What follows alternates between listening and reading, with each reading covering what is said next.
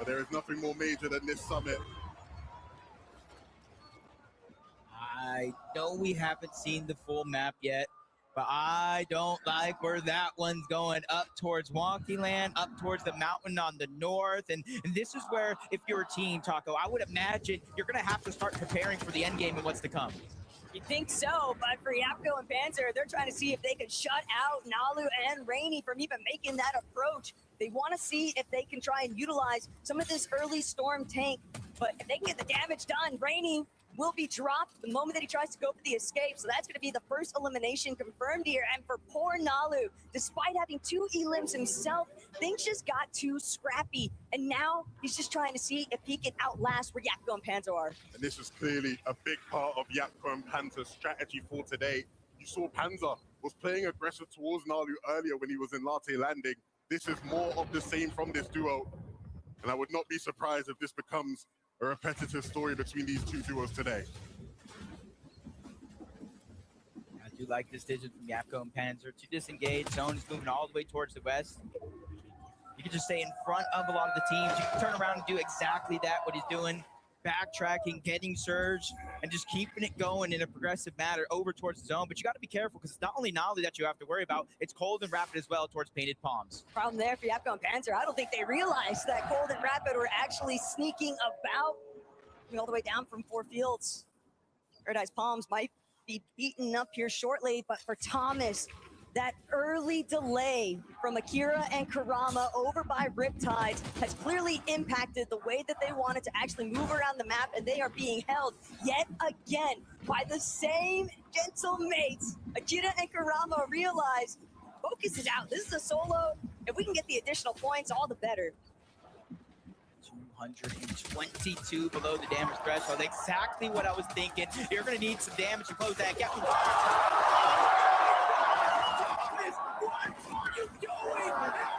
It all comes to an end the second it happens. A playmaker from Thomas, but Karama shuts it down. A big wake-up moment for Akira there. Very fortunate. Karama did not lose his cool. You just have to think that those initial shots from Thomas, they weren't warning shots. He was letting you know he meant business. The way that things have started to develop over towards Sandy Strip, a little bit of a slower move. Minori and Darkos are not trying to rattle the hornet's nest here. Chino and Pablo. That's how we're starting today's highlight reel. It's going to be a fun 8 games, people. Sky and Stroll looking to begin that journey to recovery. Both players back in the game, both players looking to put themselves in the type of spot we've seen them in so often. Up on surge, good when it comes to their loot, trying to get some heals back, and a late rotation into the safe zone when needed. Yeah, that's got to be a good heads-up play by Sky, not only to get his teammate back, but he able to get eliminations, but they're getting jumped on right now. 400 above, Troll trying to answer the call underneath. He's going ahead and taking a little bit of height advantage, not trying to give up any advantages in a fight like this. They're the only 2 teams this far out of zone. You see the Fizz, they're going to use it to disengage, but Sky turns back, gets one knock, gets the elimination as well. That Siphon is going to keep him alive. I mean, you said they got jumped on. They were the ones doing the jumping, quickly regained control of that fight, and now sitting in another dominant position. That was all just about the recovery point. We knew that they were going to need some form of a comeback after starting off shaky, and now you get the reboot, you get eliminations to go with it, a pure refresh that's going to allow them to make this dead side rotation later into the zone. Fizz with the shockwave, they realize, hey, we've already stayed a ton of time in the zone, rightfully so. Try had to get Scroll back into the game. So even though they're above the damage threshold, they want to try to minimize the amount of storm damage they're taking so it doesn't become a factor later on. Juice shot big time here between himself and Badil. Everybody's been seeing it out of Badil, that's for sure. So many solo clutches, but Ju, you got to remember, he's willing to throw some shots too. Chino and Pablo Last we saw them, they were chasing down Kanata and Victor V, the NA West champs. Now we see them 500 above the damage threshold, positioned well inside of the zone. But now Scroll finds himself in a tough spot. Sky is down. He has to try to return the favor. And he's able to take down LB Works, but the pressure is not slowing down. Multiple teams and players firing off in this direction, but the blessing is here. Taco Scroll drops the slap pizza, and he's healing up inside of the zone. I thought they'd have a chance to do a deeper west side wraparound, but it seems like they tried to just cut straight to the center of that next zone. Too much congestion has now led to more problems. And he'll stay alive, Tackle, but at what cost? He's lost his teammate, he's lost most of his builds, and he's not working with much as far as the heals go. Scroll is going to have to bring out a solo masterclass if he has any chance of getting serious points on the board here. Cold and Rapid underneath. 96 above the damage threshold. We saw how messy it was at Fort Field not too long ago. They have to rotate in from the eastern side, and great damage on the Yapko and Panther. They're immediately answering that Storm Surge question. Problem now, though, is will Yapko and Panther be able to even answer back, or will they just get lobbied? It's not just Rapid and Cold, it is the entire teams, all of them located on the south side of the map. And Yapko Panther, they are down and out for the count. Free elimination there for Cold, and he's got to be feeling real nice about it. But now poor Liam, you hear the audio cue of these bodies being eliminated right in front of you, and yet you have to make that same rotate. Fortunate enough that Cold and Rapid, they set their sights on that next zone. A long rotation they will have to make, but one that will be possible, especially if they can find the right timing. These guys didn't worry about that though. Wow. Sitting in a pretty position to just take shots at whoever they please. Get to see the other side of the coin though for what was happening. Yapko Panther dealing with Biko Malabuka on top of Cold and Rapid. I mean, the ending was practically inevitable. Great shots from Biko Malabuka, and I know that he claimed nerves, but he also said to all of us when we happened to bump into him, I play best when I'm nervous.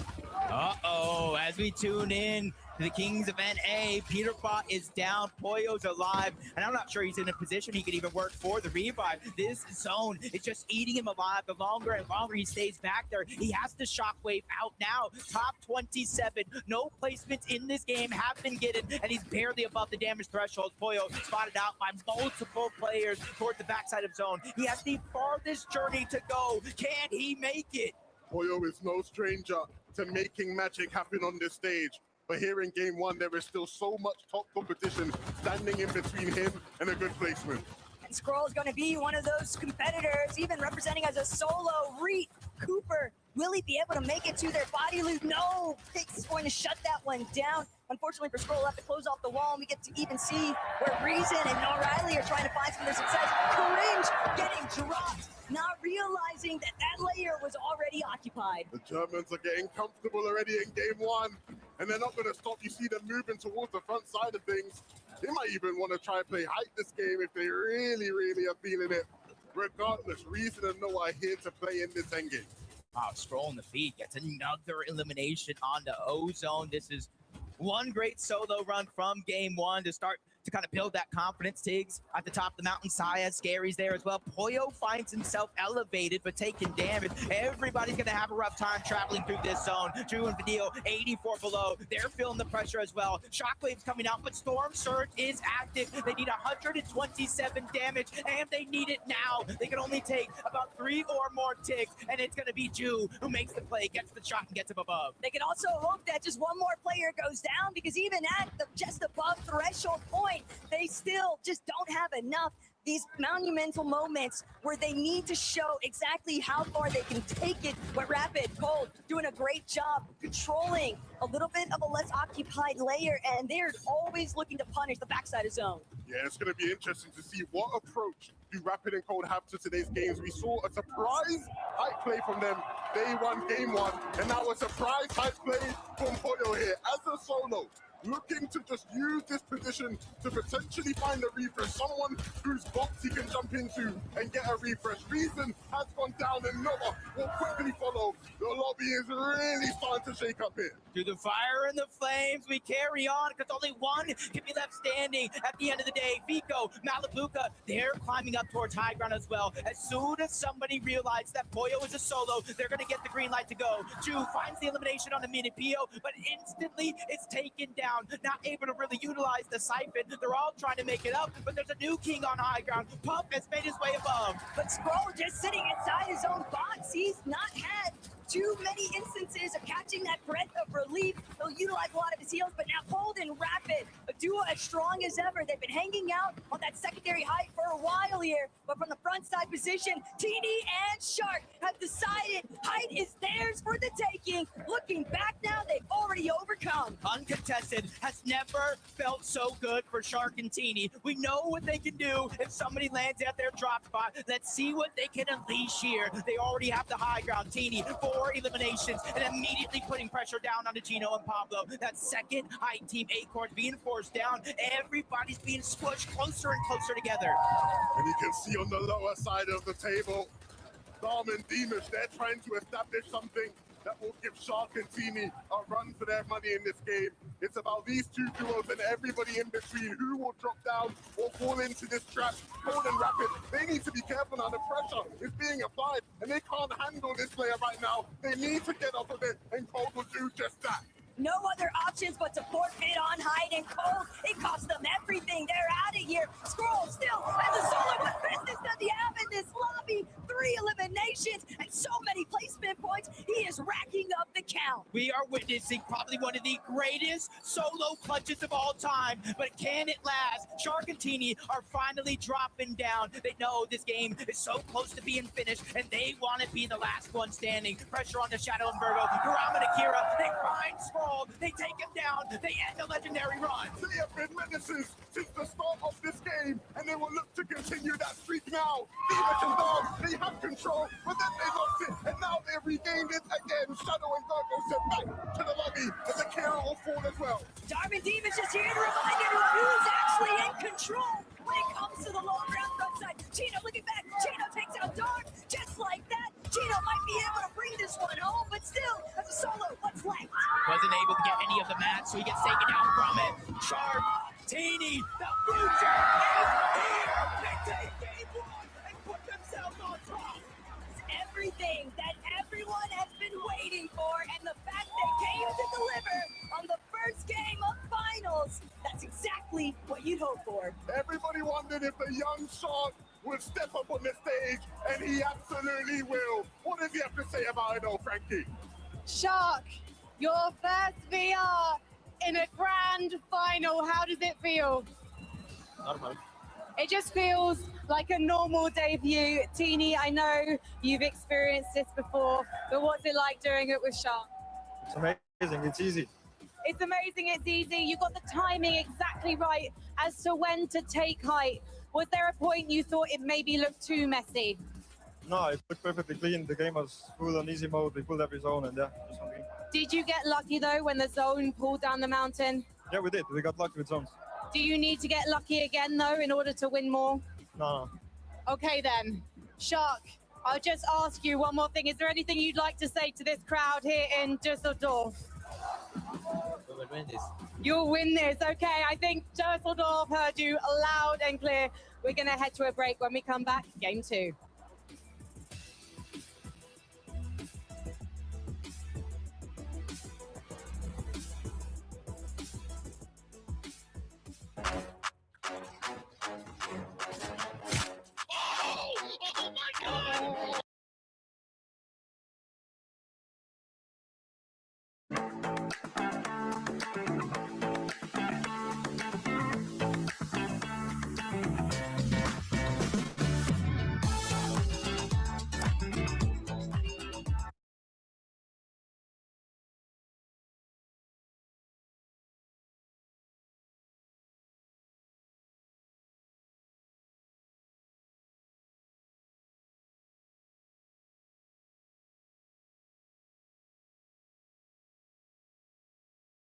Kitini 85 puntos, Pablo Winwood top 3, Akira Kurama top 4, Sky Scroll top 5.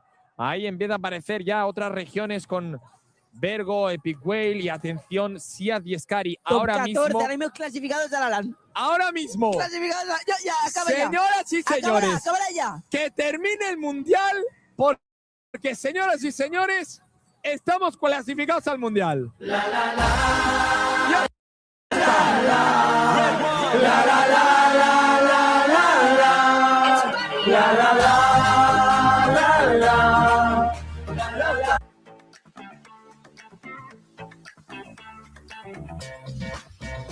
Clasificado, bro, que piten. Minuto 90, Uf. tiempo añadido.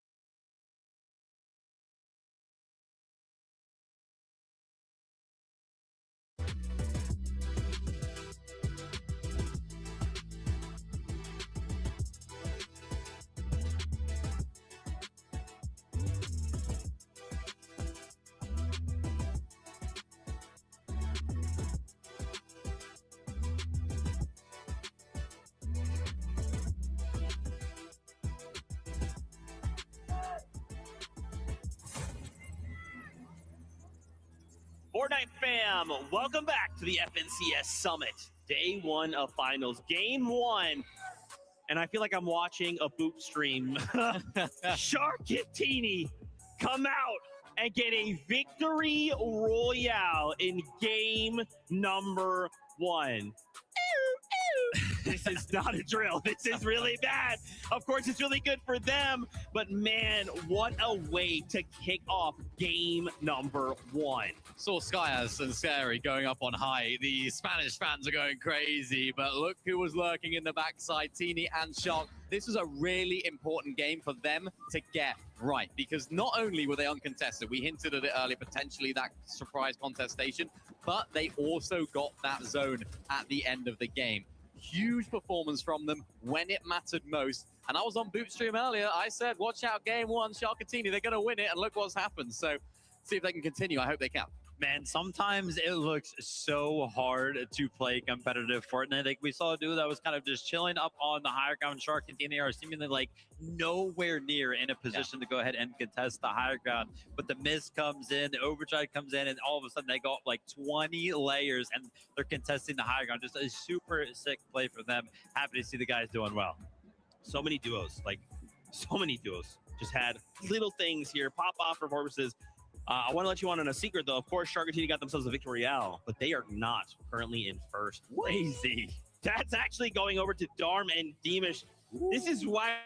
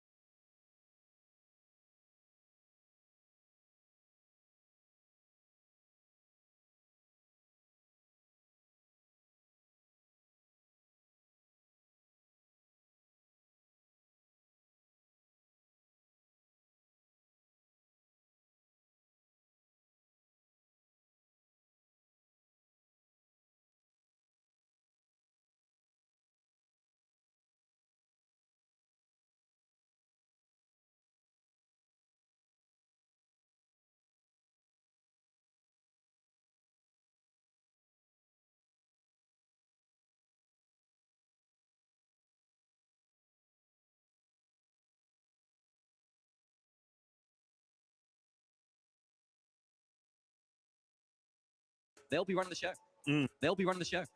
I got to see those standings one more time, man. So many different things. That was just game number 1. Teeny Shark, remember they got that VR second place. We'll look right behind him. Chino, Pablo, Wingo. Chino kind of put in a situation there just to be by himself for just a moment. But, you know, man, Viv, I'm looking at this. And you said a name. You mentioned a name, Miniminer. We were both going crazy. Sky and Stroll. So let's think back to the start of this game, right? Gets lurked on by Zoe. Suddenly has to reboot. And then Scroll goes on the run of his life, Viv. What a roller coaster of emotions for all of the Sky and Scroll fans out there. Yeah, the reboot was absolutely clutch, right? We know Sky was kind of left to his demises as this game. Wrap it up, because it feels like these guys are just going to win the competition, because this by no means should have been a good game for them. I think the way to sum up that is, you know the meme where it's like, it's so over, we're so back, it's so over, we're so back. That was like the way that game was going down off spawn. We're so, it's over. Okay, it's all right, we got the reboot. Oh no, one of them goes down, it's so over. Oh no, Scroll is solo clutching, down to 1 HP, down to 1 build. Oh no, it's so over. Oh no, he's found a refresh. It's like he just had the answers to every single problem throughout that game. And that's why this team are one of the favorites to win this competition, because although we know how fantastic they are as a duo, a common theme when it came to them winning FNCS in Major 1 for EU was their solo clutching ability. And look out for that from both sides as well. Both of them are so good individually that you could put either of those guys in Scroll's shoes right there and they would make the same plays happen. What I love about that point, Minnie, is the fact that, like you say, on EU, now we've taken a step farther, the farthest step we can, international competition, and they are still showing us why they are favorites in EU. Viv, I got to come to you really fast, though. Cold and Rapid. Move it in that last game. Game number 1. Strong start, of course. Still needs some work to be done, but still, I love seeing them. I love seeing how confident Cold was as well. I love the way this duo plays, right? Because a lot of the times, some of our favorites, they're high ground teams, they're low ground teams, but no, these guys know how to get into the mix and some of those mid-ground layers, and it's just on the back foot of being able to find so many eliminations, right? Obviously, it's going to be a low elimination game. I can almost guarantee you we're going to see them kind of have one of those pop-off games where Cold picks up like 7, Rapid picks up 7, but this was a good, solid first game. Remember, they land all the way on the east side of the map. They had to kind of travel all the way over to the west side. A little bit of a tough pull for them, but still great to kind of find them in the top 10. Yeah, ultimately, you saw right there, they had no builds in that final situation. Both of them had to make those solo plays. It was someone I spoke to on the Telestrator yesterday with Vico about how important those solo plays are when you don't have builds. Running around in those end games, there's so much fizz miss, there's so many of those overdrive grenades flying about. It can just be a case of, can you find a refresh in the right moment? And for them in that game, they couldn't. But if they can, we can expect to see these guys in that top 5, I'm sure. Guys, I want to continue to pick apart these standings. Let me have them again. I'd love to just continue to talk more and more, but it's crazy how much was packed up into that just game number 1. As we continue down the leaderboard, Shadow, Virgo, Epic, Whale, and Pump just above Cold and Rapid. Dude, we even saw for a moment in that last game, Pump was like, hey, hold on, maybe I should go for that high ground. Yeah, this was good from these guys, and I think it's going to play into Shark and Teeny's favor as well. The Epic, Well, and Pump actually had a good game. Remember, the whispers were sort of like, maybe they might get contested. So if Epic, Well, and Pump didn't have so good of a game, Shark and Teeny might then have been contested. So it's good news for them. Good news for Epic and Pump as well. They're a team that can pop off, that have experience on land, and it's nice to see it all come to fruition. I can't lie, though, the list of names that we have talked about so far that were kind of touching or holding that high ground for a moment during that game kind of scares me a little bit for any of the teams that are kind of be looking to play for that. I mean, at one point we had Pollo, who was looking to hold it as a solo. I don't know how the heck he's doing that. Nico and Malabuka, they look kind of poised to take it at one point. We talked about Epic, Whale, and Pump. We saw Scary up there. We know Shark and Teeny kind of went for it. And, you know, I feel like we kind of came into this weekend after watching Sky and Stroll dominate from the low ground over on the regional FNCS. We were like, oh, I think that a lot of the focus for some of these teams is going to be on the low ground. It kind of feels like we're going back to that chaotic high ground meta that we know and love. It could just be a game 1 thing, though, right? A lot of those teams out there, we don't have like a defined height team. This is our team that we're going to see on height. A lot of those teams are probably thinking, why can't that be us? This could be something that we do, right? So that first game, they might be trying to stake their claim upon that high ground. Of course, we saw Shark and Tina. We have seen them doing that as well over on EU, so they're no strangers to that position. It's just a showcase of how many teams are capable of going for it and holding it. So it's going to be very interesting.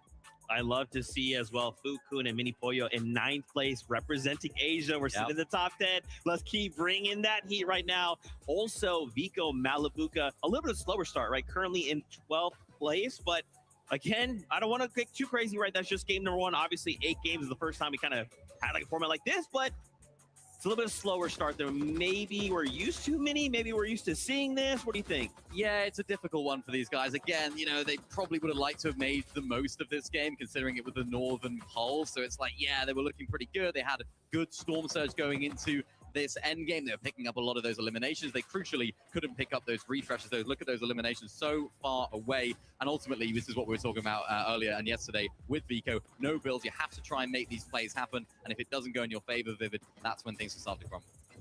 Fortnite's so hard, man, because like we turned into these guys POV wise. What was it like in 9th zone? It looked like they were like playing like second height. It looked like they were kind of poised to once again, you know, win that game. But you tune into them just a zone later, and they have run out of resources right there.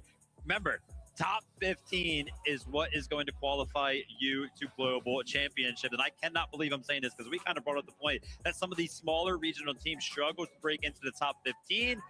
We're talking about top 10.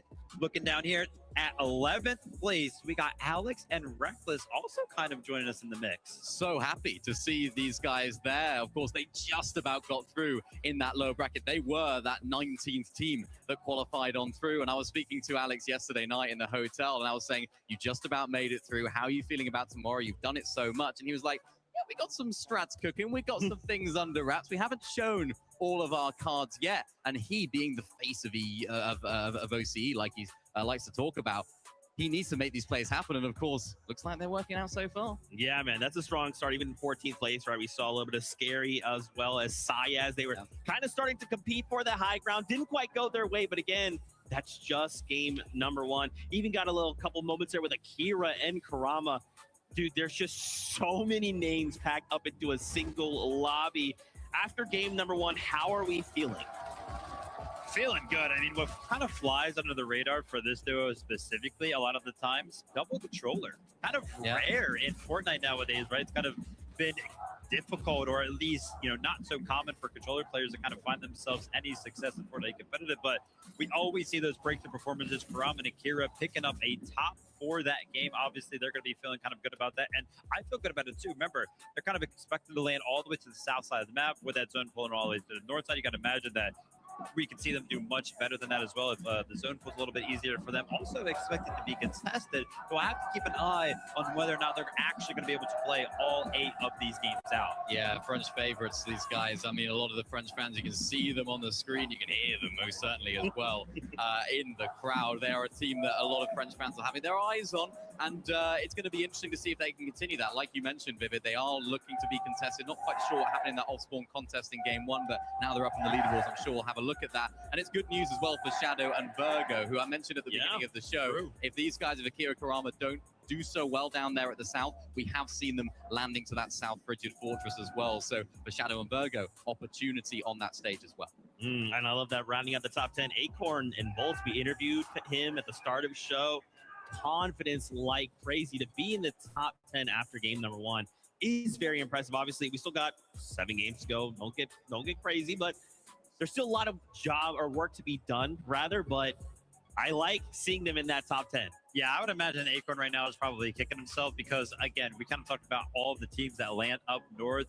They should be loving a zone like that. We know Acorn land just north of Wonky Lane, so it should have been a pretty similar game to kind of like Shark and Team's performance right there for them because they didn't necessarily have to move far at all. So 10th place, again, probably kicking himself for that, but we know Acorn always got something ready.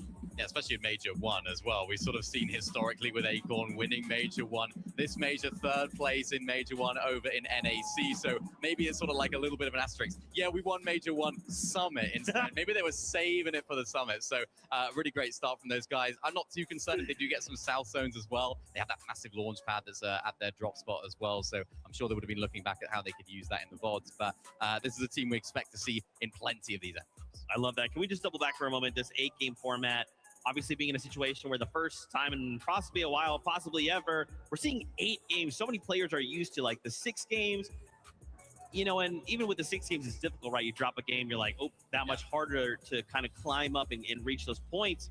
How do these 2 which just sounds so small. Just 2 extra games impact the lobby. I actually think it's going to be a time thing more than an actual like quantity of game thing, because there are tournaments around all the time. You know, when you're kind of like in an open stage, you are allotted to actually play like 10, 11, 12 games, whatever it may be for that specific tournament. So they know how to kind of play numerous amounts of games. However, those types of tournaments are usually restricted to like 3 hours. And if you think about 6 games over the course of the LAN environment as well, it's usually kind of about 3 hours. I think just the time, right? It's going to be a long time up there on the stage. I actually saw when we were kind of walking back out here to the stage, there were a lot of players already kind of taking quick little breaks as well. So after the first game, man, these guys aren't really feeling too comfortable. They've got to get their minds right. Well, my mind is right, and it's ready for game number 2. So casters, take it away.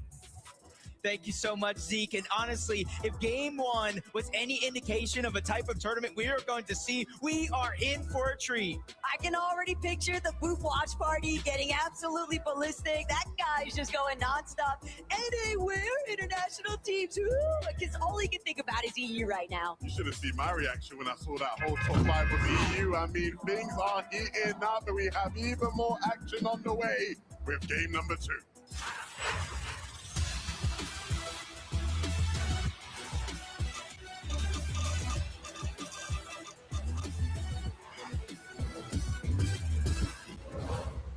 Insane solo clutches, huge elimination games like Darman Deem has just had.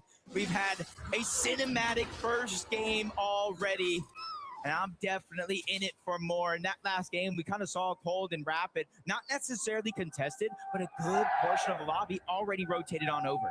They made it evident, though, their intentions are for height, but we'll have to worry about that at a later moment, because right now, Chad Flixie, they're about to get the party started here at New Sanctuary. Already Flixie getting the first drop spot ready, and he gets that first knock. Down goes Tinka. Now it's a 2v1 situation here. Chap and Flixie, instead of getting full aggressive, trying to find where that last elimination is, they're trying to work together, get some materials, get some heals, because they know the solo is not too far behind if Resign goes down. And for a team who have had plenty of slow starts to tournaments this year, this is a great first 2 games for them as far as the off-spawn situation goes.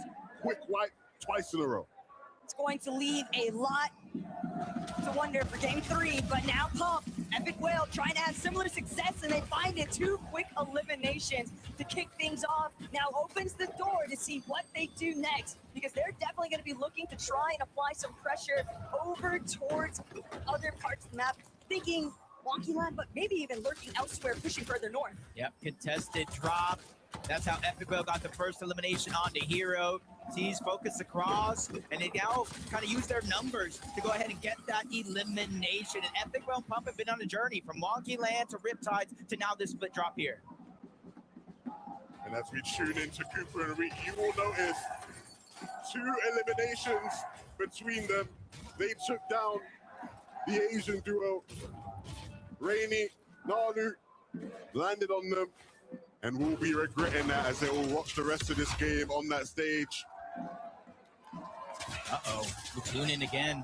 Rajan and Noah Riley, not even the best loadout here, looking like they were trying to take the fight. A contested drop means you're not going to get everything right out of the gate. Surviving with 9 HP. He is blessed here with a second chance at life. You see, there's 2 teams directly nearby. We know 2 teams are north towards Latte, and with so many more towards the west. I'm not sure where Noah and Reason are going to get their loot from. He can't afford to even take another tick of damage, and Danikush, Diggs, they were bound to see those white tags being applied, so more pressure definitely still to come as Kazi, Damo, trying to see whether or not they'll have a better story here over by Riptides. Cammy and Hottie jumping into the mix very early on. A little bit of a spoiler even. Their intentions were clearly to mess up Focus and Thomas. Yeah, I mean, it's interesting to see, of course. We've seen these guys fighting in this area all season long. We've seen Focus and Thomas make lurk plays like this all season long, and this might just be a successful one as the fight ensues, as Focus and Thomas come hooking in. They're ready to take control of the fight. Hari not prepared for the damage above. And it might just be Focus and Thomas's fight to win. Hari, no match. Cammy will go down. A great start to the game for Focus and Thomas. That's exactly what Focus and Thomas needed to, but the message had already been sent. The rest of the lobby now, they have it red because Thomas is just finding so many crucial moments very early on. He's got that rhythm going strong. That's one thing you kind of learn over time. Don't poke the bear, you'll awaken the beast. I think Thomas and folks knows they need a decent game here to go ahead and place towards the top of the leaderboard.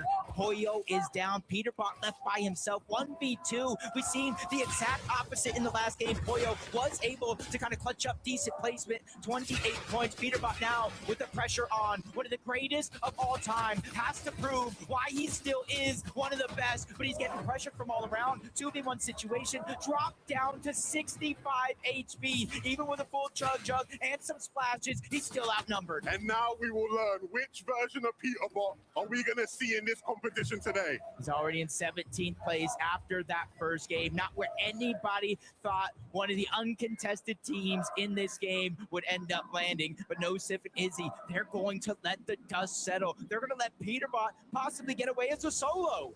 But how do you give Peterbot this much grace? You have him isolated as a solo. You are strong with your duo, and yet they just don't feel like the juice is worth the squeeze because they recognize Darm and Deemish already on the move. And we always talk in EU about how there seems to be a lack of respect between people, but even here, Izzy and Nosif respecting Peterbot. They know what he can do when you give him enough time and space. Now gone over to Battlewood.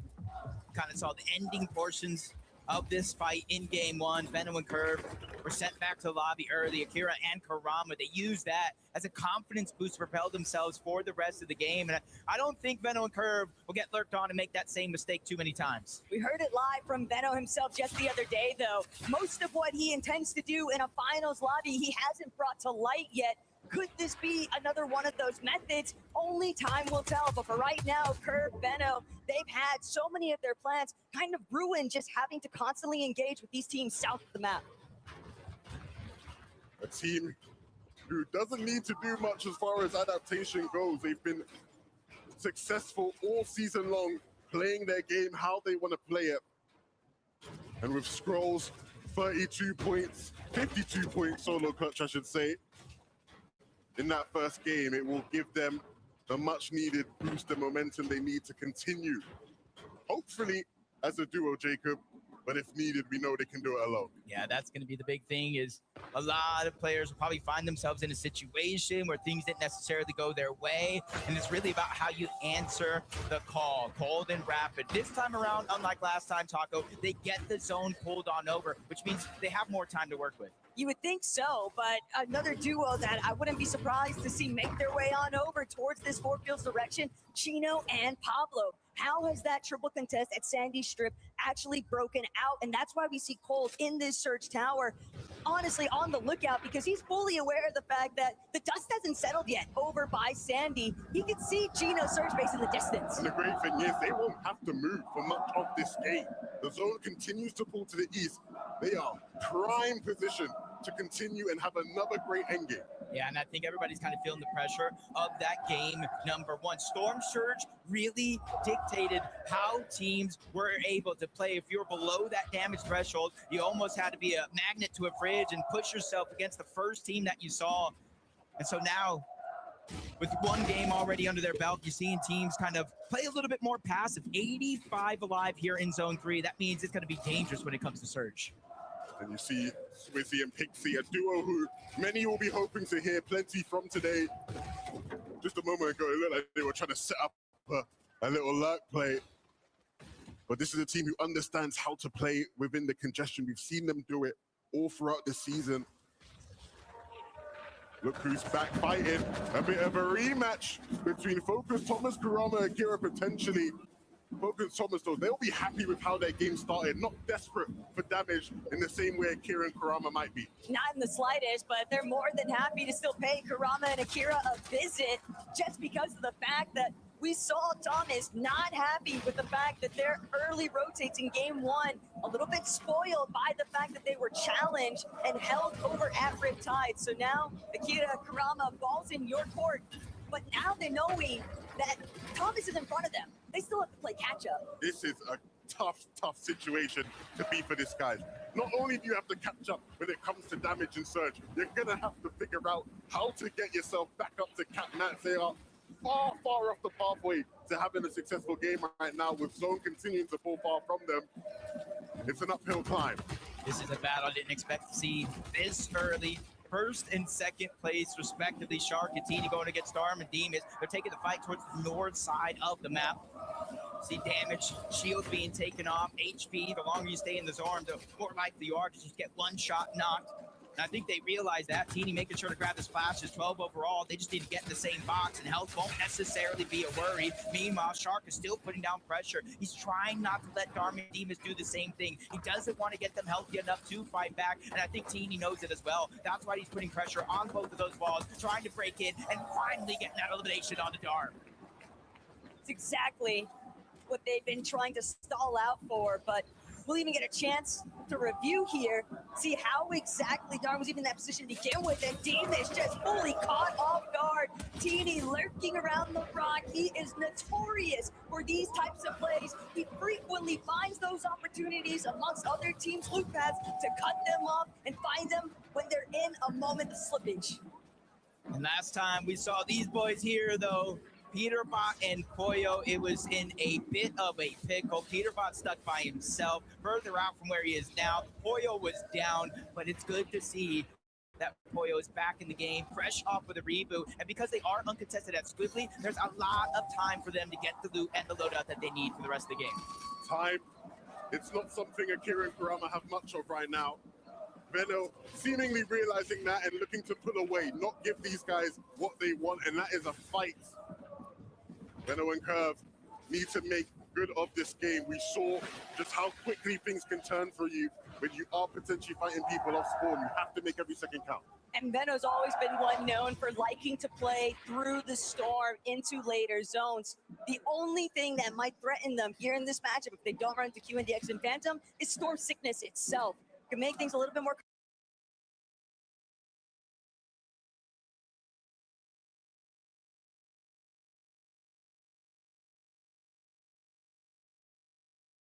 trying to make an entrance through the west. Yeah, for Flixie and Chap, honestly, their journey to get here, they were going towards the new Sanctuary uncontested throughout the course of the tournament. Leiwan Romero started to contest them. And not only that, kind of beat them off the spawn, forced them out of the POI. But Chap and Flixie, they went ahead and made the proper adjustments in order to qualify here for Sunday. Yeah, they started off the game super aggressively. After winning their Ospho fight, they ran straight over towards Werex and Kuduro, and they took Werex down. We'll see if that aggression continues throughout the day. It's a tough spot right now, though, for Reason and Noah Riley. It is never a great sight when you're having to depend on these forms of mobility, but still, even entering a little bit after the fact, the main thing is just going to be trying to avoid Chino's line of sight, and that's already been scouted out. Reason trying to hug this cliff face as closely as possible, but Noah Riley, he'll be here trying to stop some face. He's first up, gets an opening shot, but it's just not enough. There's still 3 below on Surge. At least it's a start, but that one is going to set them back just a little bit. Hobby going ahead and firing back, letting them know you will not pass, or at least not safely. They're trying to continue to move in, but it's getting rougher and rougher. Sandy Strip, this part of the zone is so stacked that it's going to be hard, even if you get the eliminations to stay alive, but they're being persistent. They know they don't have the heals if Storm Surge activates, but Noah Riley goes down. 2v1 situation, and Reason will follow him back to the lobby. Tried to do his best to hold things out, but it was a grim situation to begin with. Still, Ju looking to turn the tides here. Kiduo eliminated, and now Badil and Ju have a little bit of an opening here. It'll likely be intentions of white lining straight from 4 fields inwards, but more importantly still, as the partial zones begin to develop, Ju and Badil, they are stacked right now with the loadout. Yeah, and they're in a great position to enter the zone without much resistance. Ju has been on fire so far this weekend, and that streak will continue. Gets one, gets the other, and he's feeling it right now. Badil was bigging him up, and rightfully so.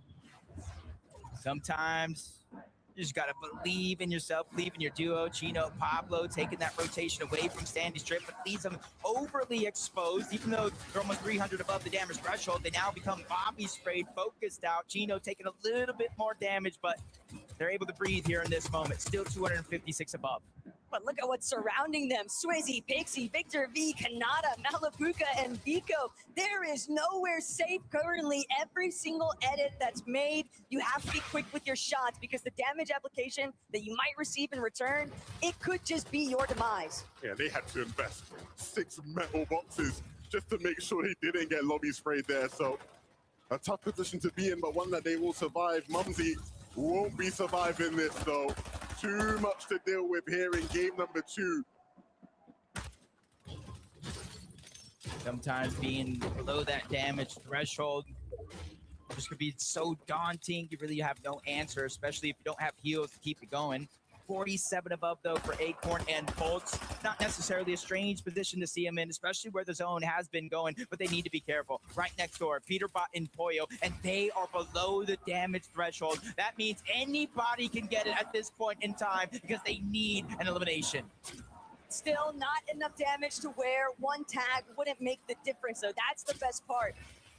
Question is, how aggressive do they want to take it? How confident are they feeling in their fighting right now to overcome? I mean, we know these two can turn it to 100 at needs be. And so if things really do start to get dire, I would not expect them to get too passive. Only 5 shots in the shotgun barrel for Poyo. But he only needs 1. We know that, boy. And right now, it just kind of looks like a solid strategy. They're close to the zone. They're trying to out-heal it. They're hoping, praying even more teams have to rotate on by, and there goes that first find. Diminished, he's going to go down. Even if they don't get elimination, they got at least 1 tag, but they're still below 13-2. It's not looking good so far, but they're so patient. They realize they cannot get desperate in a situation like this because all it takes is 1 moment of weakness to cost you everything. It's just the repercussions of that first engagement. They tried to exchange big blows, but they ended up losing a good chunk of their surge along the way. And when you find yourself net even, it makes every single moment matter even more so because you're just constantly teeter-tottering between the two, above and below. Yeah, look, they're opting to try and out-heal just to keep themselves in the game longer, to maybe extend that window of opportunity for a refresh. And you're seeing Peterbot activating right now. It's Bolts he has his eyes set on, but they won't give it up too easy. You see now the desperation has kicked in, Jacob. They want to get in and fast. Yeah, they realize we can't continue to out-heal this. We'll have nothing left over. Storm Surge hits. Peterbot goes down. Poyo trying to stay alive. He strikes Bolts down. Still below the damage threshold, though. Active Surge. He finds himself above by cleaning up that elimination. Miracles do exist. We told you he only needs 1. And they found it, and now he's got plenty more to work with, but as a solo, it's going to be all the more complicated. Still, you know, Acorn can't possibly be happy about that. It looked like they were going to get out scot-free. Instead, it cost them so much along the way. Back-to-back games right now where Poyo's going to have to play this game out as a solo. He played it phenomenally in that last one, but he needs a repeat performance, which might not last too long. Sharkantini waiting in the waters to strike, but he escapes with certainty. But how much distance can he create himself from one of the most dangerous teams in the lobby? This might be one of the worst case scenarios though for Poyo, but his saving grace here is that Sharkantini, they're prioritizing the positioning. They don't need to waste their time on someone who's clearly just way too tattered to actually do something back. Vico Malabuka though, this could be a great opportunity for them to strike versus Victor B, left by his lonesome, 349 below. He might just be delaying the inevitable here if he doesn't find a pop-up in an instant. Victor B looking to try and be our next young star to make a pop at this stage. He'll have to wait till game 3 though. Too much pressure from the lobby. And Jude, we bigged him up earlier this game, but can he back it up with just 9 builds remaining and a very, very steep surge situation? One of the problems that Ju and Badil have encountered along with other teams that are struggling with surge is that these rotates, you're so much more exposed. There's not much to hide behind from the territory just surrounding Sandy Strip. And with that in mind, teams, they're forced to expend almost all of their materials. They're trying to make these tunnels to find those clear paths, but everyone is just on the lookout, constantly trying to find an opportunity here. And Ju making the approach now, it could be cold next. Chance is going to go down, Golden Rapid immediately steamroll that one elimination. They backtrack, trying to get seconds, but it's Tyler who actually steals that one away. You can see the entire lobby coming online here. Even high ground, you got Belusi, you got Zangi, Javi, Aminis trying to make a claim for it. Even Agers and Ritual, they saw what went down in game one, and they want to be a part of the mix. But this is a sight right now. We're seeing Scroll and Sky paired together. And now, 426 above. The world is their oyster. They're ready to make a move. They've got the mobility off the overdrive grenade. What's next? Trying to move forward, using the gauntlets to try to move past. But you see Chino, Pablo, they go down. Belusi and Zangi, they go ahead and exclusively be one of the only teams up above. It's Vico and Malapuka take down Karama, and this is one of the most dangerous parts of the game if you're not ready. But high ground has to be careful. Agers and Ritual, they're towards the backside of zone. They could pop off at any moment with just one shockwave. Zangi and Belusi, they have a tough task on their hand holding on to this.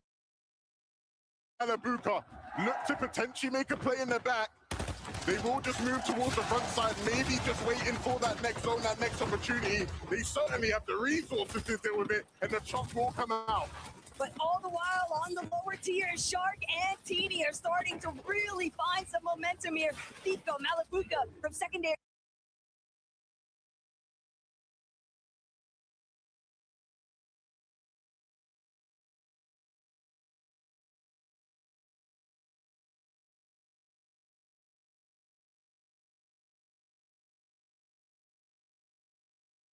Has to give it up with only a few materials left, and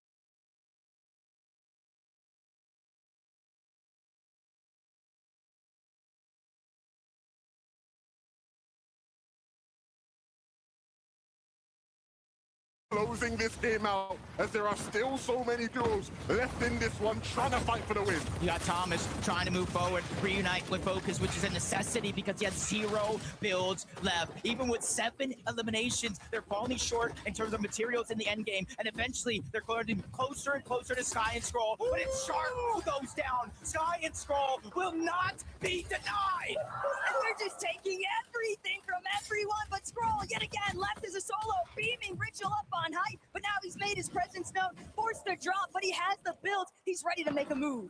Ritual Ages, though, they denied any team from coming up once. They're going to try to look to do it again. 5 eliminations from Ages. Spoke too soon. 6 eliminations for Ages by himself. But down below, you have to be careful. Vico and Malabuka, they are the ones that are running the low.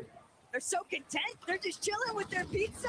Everyone else is having to duke it out. But these two, they're ready to try and bring down Ritual and Agers. Vico loses Malabuka, though. They might have 7 eliminations, but can Vico get some more? Yeah, with Malabuka going down, that leaves Agers and Ritual, the only duo left in this game, but you have to watch out. Scroll, dangerous. Vico, we know he can clutch up, but up above, they're pressuring both of the solo players, forcing Sky and Scroll together.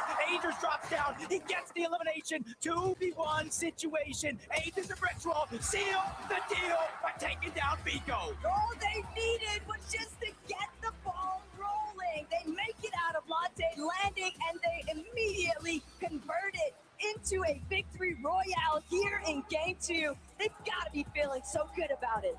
Your layer is never too safe. If Ritual and Ages are in that end game, Frankie, what do they have to say about that one? Guys, that end game was sheer perfection. What do you think was the reason you were able to get to such a great end game?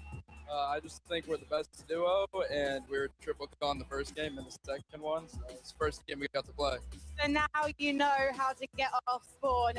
Ritual, it's interesting seeing you manage to take height cleanly. When we spoke the other day, you said you were more comfortable mid to low ground. Why did height feel right today? Sometimes you got to get outside your comfort zone, and I think that's what we did, and it was the easiest game ever. So the comfort zone is now height? It's everything now. It is everything now. So, you had a problem game 1, triple contested, game 2, flawless. What's game 3 going to look like now you have a target on your back? We know what to do now. We weren't expecting the triple con because we were practicing against Reed the whole time, so we're ready. All right then. Düsseldorf, please give it up for Ages and Ritual! We'll take a short break when we come back. Game 3.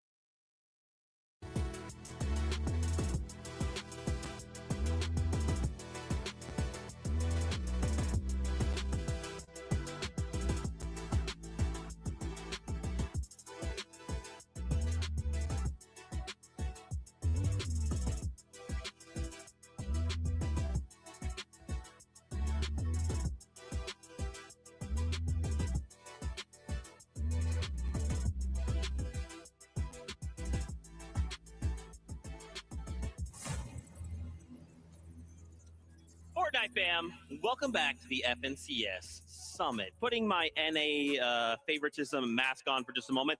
What's up? NA on top of game number 2. That's right. Ah! Okay, took it off there. Unbiased Zeke back. I come back. Crazy stuff. Wait for one back on. Ages and yes! Ages and Ritual get up here. Okay, back off. Anyway, sorry about that. Sorry you had to see that. Congratulations to the duo showing up when it matters, right? Finding that momentum, finding what was crazy too, the high ground of all things. And I love hearing from Richie himself, like, hey, it is now. High ground is right now. Zeke, I don't need a mask. I feel like the slightest increase in how big my smile is after an NA team wins a game should be telling enough. I mean, incredible game from the boys here, and we were kind of watching this one fizzle out, and it's like, you know, we kind of tune into them. They're on the high ground, they're chilling. Agers, man, ends the game. What was it? 8 eliminations. Ritual over there with 0 as well. Obviously, we know Ritual is good at making those IGL calls. That's what he's known for. But Agers having a performance like this, man, incredible to see. Really, really nice to see these guys clutching up, claiming that high ground as well. The way they took height was absolutely perfect. Took it at the right time as well. Something we've sort of spoken about throughout this weekend is the time that you take height is super important. If you take it too early, like we saw with teams like Alex and Reckless, took it a little bit too early, had it taken off of them. But there's a point in these end games where if you have it at the right time, you can ride it out to the end. And especially if you're a team as good as those guys, they are capable of doing it. Triple contested off spawn as well. Like I mentioned in that interview, Nalu and Rainy was the sort of surprise con from the East. Really, really great job from those guys. Yeah, that's not what you would want to hear, right? On land, oh, we're triple contested. Apparently, Agents Ritual, they do not care. We have a listen in from that last game. Let's check it out. Yep. I got blasted. Coming over. I'm good. Where? I'm med bombing. Yeah, watch this back wall. It's weak. Okay, I'm holding it, but be awareness for me. I'm grabbing slices. I'm just holding walls. Give me some hearts. Yeah, take those. I'm 5-0-1. I'm good mats. I'm good mats. Yeah, hold. holding. You hold. Hold. Got it. Dead. 150. Holding. Hold. Can't get it. Second. What are your I pizza box. You want to play all height? You want to go height now? I'm down. I'm down. Yeah, throw it. Throw it. Right. Jumping in. It's Ryan. It's Ryan second height. Yeah, it's right. Break. Zone. Med bomb. Look at it. Yeah, I'm staring. You got up? I'm in. Dead. Come on. Baby. Come on.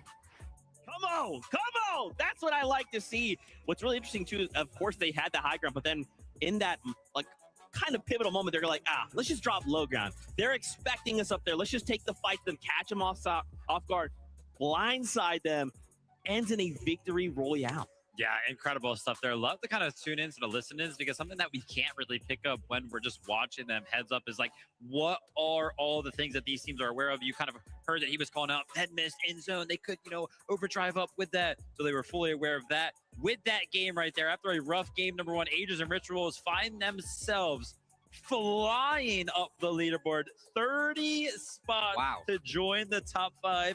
We needed an NA team up there. But yeah, they're going to be 4th place after that one, 105 points.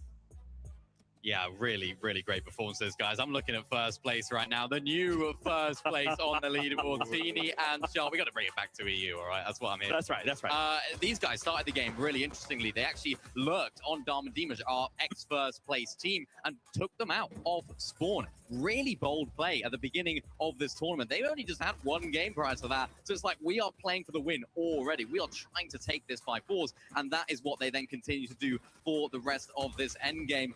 Exciting stuff, Vivian. We're only 2 games in, but it starts to feel scary when Mini Miner kind of makes the point, hey, listen, Shark continuing game number 1. You guys got to make the most out of that. They did. It comes over to Wonky Land. They have a great game. This was nowhere near Wonky Land, man, right? They had to rotate across the map, but they still did very, very well. And that's when it starts to get scary for me, when I start to take a look at how good some of these teams just are at playing Fortnite, and not to mention this change in strategy as well, like you mentioned, early in the game. So they look prepared. I wasn't prepared to see this many teams up in that leaderboard as dominant as EU. We got our one up there, right? But so many high-profile duos as well. Vico and Malabuka themselves. We saw Agents Ritual climb to 30, but Vico and Malabuka climbing 11 spots. Remember, we kind of talked about their first game, maybe a little bit slower. They said, second game, let's kick it into high gear. Yeah, there's a few really nice things they did in this end game. They were shaping up to take height at one point in that game. They were looking for it later on in this end game, and they were thinking, right, do we go for it? Do we not? And there was a moment where they decided, okay, let's not. Let's play out our materials. Malabuka, Vico picking up a lot of those refreshes, and it was around this sort of moment where they thought, yeah, let's just play out the mid ground, play out the low ground layers as well, and it was right here. Vico decided, yeah, let's just try and play out as much as I possibly can, going back into the storm. And then, of course, when Agents and Ritual came down, they took out Scroll. So he managed to clutch up that second place. And something that I just noticed about Vico, right? A lot of players, when they're walking off for that break, we actually walk by them when we get to the desk. They're very chill, very, very calm. Vico's a lot of fans, of course, chanting his name. He was fired up. He was feeling good, and I hope he carries that into the next game. All right. Well, you know what? I'm actually getting word. The next game is ready. So, casters, let's kick it back over to you. Already 2 games down, 6 more to go. This is looking a little bit more like a marathon instead of a straight foot race. You would think so, but with the way that Shark and Teeny are playing, they're looking to eliminate anybody that's coming close. Darm Deemish targeted intentionally. They were in that first place position, but an early departure now means Shark and Teeny might look to take over here in game 3.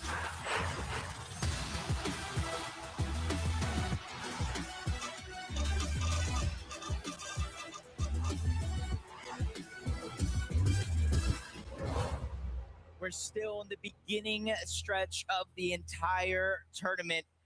And where you are now on the leaderboard isn't too impactful. There's 6 more games left to pick up those points, eliminations, victory royales, and close the gap. We're looking at who is the best in the world as of now and top 15 for the Global Championship. And we're already seeing one more of these hotly contested off-spawn battles. And it's up to Hero now to try and make sure some of the mistakes of previous games are not repeated. Epic Well and Pump did not come to muck about at all. They are ready to win this fight. Focusing Hero down below. It's a little bit of a mismatch, but they're going to still take the fight to Epic Well.